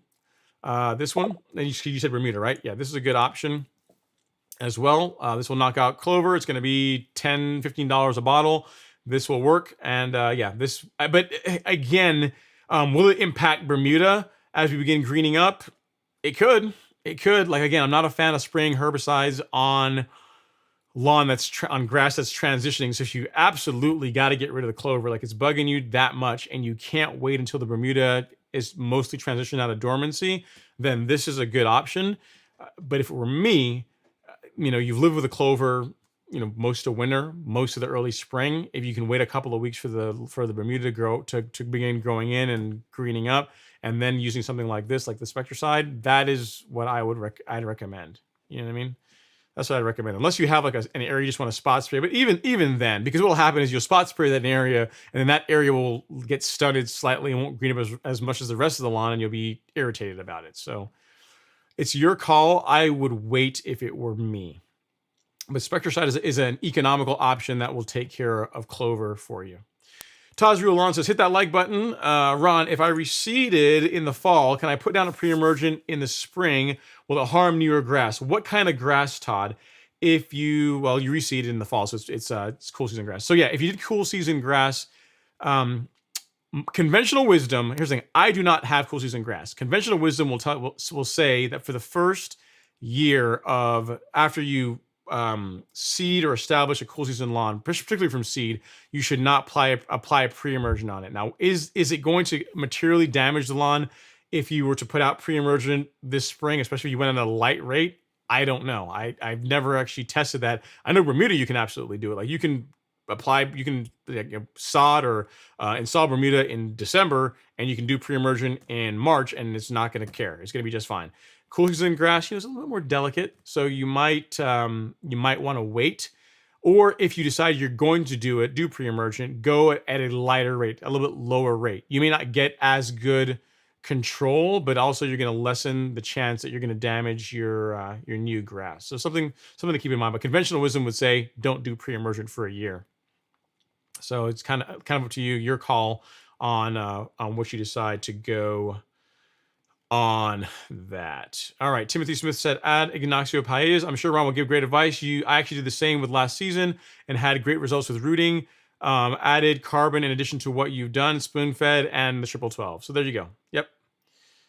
It is. I do like spoon feeding. The only negative to it is that it does take time. It's time consuming. So you really have to like being in the lawn, which most of you guys, I imagine, do if you're on a lawn care live stream. All right, is Travis? We're winding down, guys. We're almost there. We're almost done. Travis Winston says, "Hey Ron, does the insecticide you use in the fogger work in a regular sprayer, flows on versus a fogger?" Yes. So what you're referring to is, I don't know why I keep putting it back on the shelf. I have to keep grabbing it. This, Travis Winston, you're talking about the Miramachi Green Pest Control. It works in both a fogger and a backpack sprayer. In a fogger, you will get up to 7,000 square feet. I think that's right. 7,000 square feet of coverage. With a gallon of this mixed with the product. So in other words, it goes a really long way. If you use a backpack sprayer, like with like a fine tip, like the foliar tip, like the T-Jet, you're gonna get about 1,500 square feet of coverage. So it's just it just goes a lot further. But yes, it will work either way. You can use you're welcome to use either one. A good example here's where a fogger versus the like a backpack sprayer makes sense, right? So if you're doing like shrubs and you have a backpack sprayer, by all means go for it. You know what I mean? Because you're spraying plants and it does not that big of a deal, and you're not gonna apply too much of this stuff. And not that applying too much is going to be a problem, because you're not gonna, as far as over applying, you're just wasting it if you go too heavy. That's the big thing. What happens if you use too much. But let's say you were gonna do with like you're spraying like your patio and like lawn furniture and the table you're gonna be using. In that case, you want to go with a lighter, with like a more of a mist, with that a fogger can produce. So that's a better option for like spraying like the side of a house, and spraying like, again, like lawn furniture and patios, and but even for plants too. A fogger is superior in that case as well, because it just goes further. You get better coverage. You get better coverage out of it. So that's the thing I would consider leaning towards a fogger, but a backpack sprayer will absolutely work just fine. It's not like you're not gonna. I'm not putting this back up, but yeah, and a backpack sprayer will work absolutely fine as far as that goes. So hopefully that helps. If you have any other questions, let me know. Okay, Frank Kwong says, "Hey Ron, does it matter if I apply granular pre-emergent and granular fertilizer together or a few days apart, or should there be time in between? Thank you so much." No, doesn't matter. Doesn't matter. Nope. Doesn't matter. I mean, here's the thing. Technically, your pre-emergent should have been down long before you're doing the fertilizer, Frank. So the pre-emergent should already be down, and the fertilizer really should be when the grass is, actively growing, it's greening up, it's starting to do its thing. So the technical answer is no. You can there's no requirement to separate them, but practically speaking, they should be separated, because the pre-emergent should have gone down sooner than the granular fert. So there's that. You're kind of telling on yourself, man. You get that pre-emergent down yet? You're telling on yourself.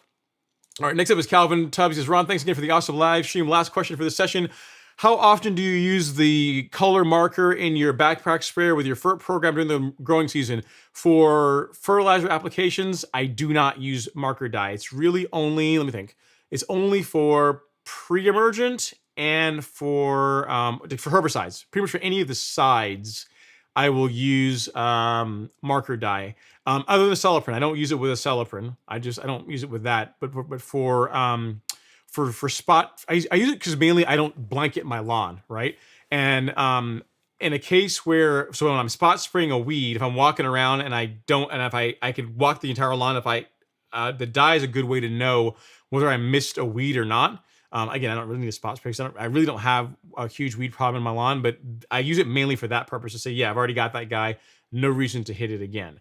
And for pre-emergent, it's good to make sure you have good coverage. But for my foliar apps, I do it so much that I don't need to put the dye down every time I spray on your lawn. And I would encourage you to get good at not having to rely on that too. The big thing is where dye is good is where either over application could cause damage to the lawn. So a good example, if I'm spraying like Celsius Certainty on my lawn to kill, do some spot spraying for weeds, right? Like I want the application to be like the rate that I've measured out. And if I get out there and I miss a weed, or I walk around, or I get distracted and I spray it twice, now I've doubled up on the rate. So for those purposes, using a little bit of marker dye is a good idea. But as far as your regular spoon feeding, I'm not a fan of doing it, because also it discolors the lawn as well too, right? So you don't want, like in the middle of summer when your lawn's looking its best, that it's got this bluish tinge to it. So I would avoid it in those cases, unless you're really unless you're just starting out and it gives you a measure of comfort. But I would encourage you just to practice without using it, and eventually you'll be just fine. Justin T says, I'm in North Texas. I've been lazy lately. I haven't put down the prodiamine WDG yet. Is it too late? I got a little POA now, but nothing terrible. So the POA, you can't do anything about that now as far as a pre-emergent perspective. I would get it down. It's not too late. Still apply it. Like, get it down. Justin, especially you being in North Texas, it's probably not too hot there as yet.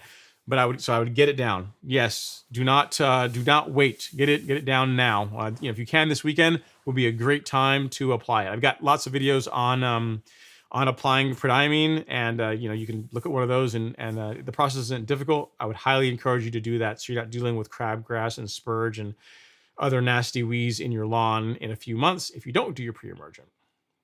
And then our last comment of the evening, and that'll be it for the night, guys, is Frank. Frank says, LOL, thanks for the answer. I meant my second application of pre-emergent. Applied first round 2 weeks ago. Okay, I'm thinking about my second application located in Austin, Texas, or Bermuda. Yes, so in that case, if you're doing your second application, Frank, you're good to go. You can do them. You can do them same day if you wanted to. No problems there at all. There's no need to separate. So thanks for the clarification. That makes sense. And then James, I said last question. We got one last one. James Lawson says, pre-emergent question. My soil temp is 60 degrees. Too late. No, it's not too late. It's too late to get I should say this. You are outside the window to get the best prevention, but it's still better than doing nothing. So in other words, are you asking me, hey, my soil temps are 60 degrees. Should I still put pre-emergent down? And I haven't yet for the start of the season. The answer is going to be yes, absolutely. Get it down. Because while you may miss some weeds, it's not going to be as bad. Like the weeds you're going to have in your lawn in the spring and summer are not going to be as bad as if you had done nothing. So I would still highly recommend that you still do pre-emergent, even though you're applying it later than would have been optimal. It's not too late to do it, but you're applying it past the time when you get the best results from it. But that doesn't mean you won't get some results. Does that make sense? Make sense, James? So hopefully that helps. Well, guys, thank you guys so much for everything. I really do appreciate you guys hanging out super late here and watching the content. Again, Acelepryn is now another product in the liquid format on the Golf Course Lawn Store. If you want Primo Max in the 4 ounce, you want your TGR format in the 4 ounce, also get on the store and put your email in there to be notified for that purpose. And then as soon as it comes in, you're going to be the first to know, and you'll be able to get it before it sells out again. If you guys have also bought things on the store and you got good results with it, please consider leaving a review. That'd be nice if you guys wouldn't mind doing that. It really helps me out. Like, leave a review for the product that you guys have purchased from the store and are happy with and gotten good results with. And I think that is it, guys. Thank you guys so much for watching. I truly do appreciate it. It was a long night, a fun night, but I hopefully you guys got some value out of it. And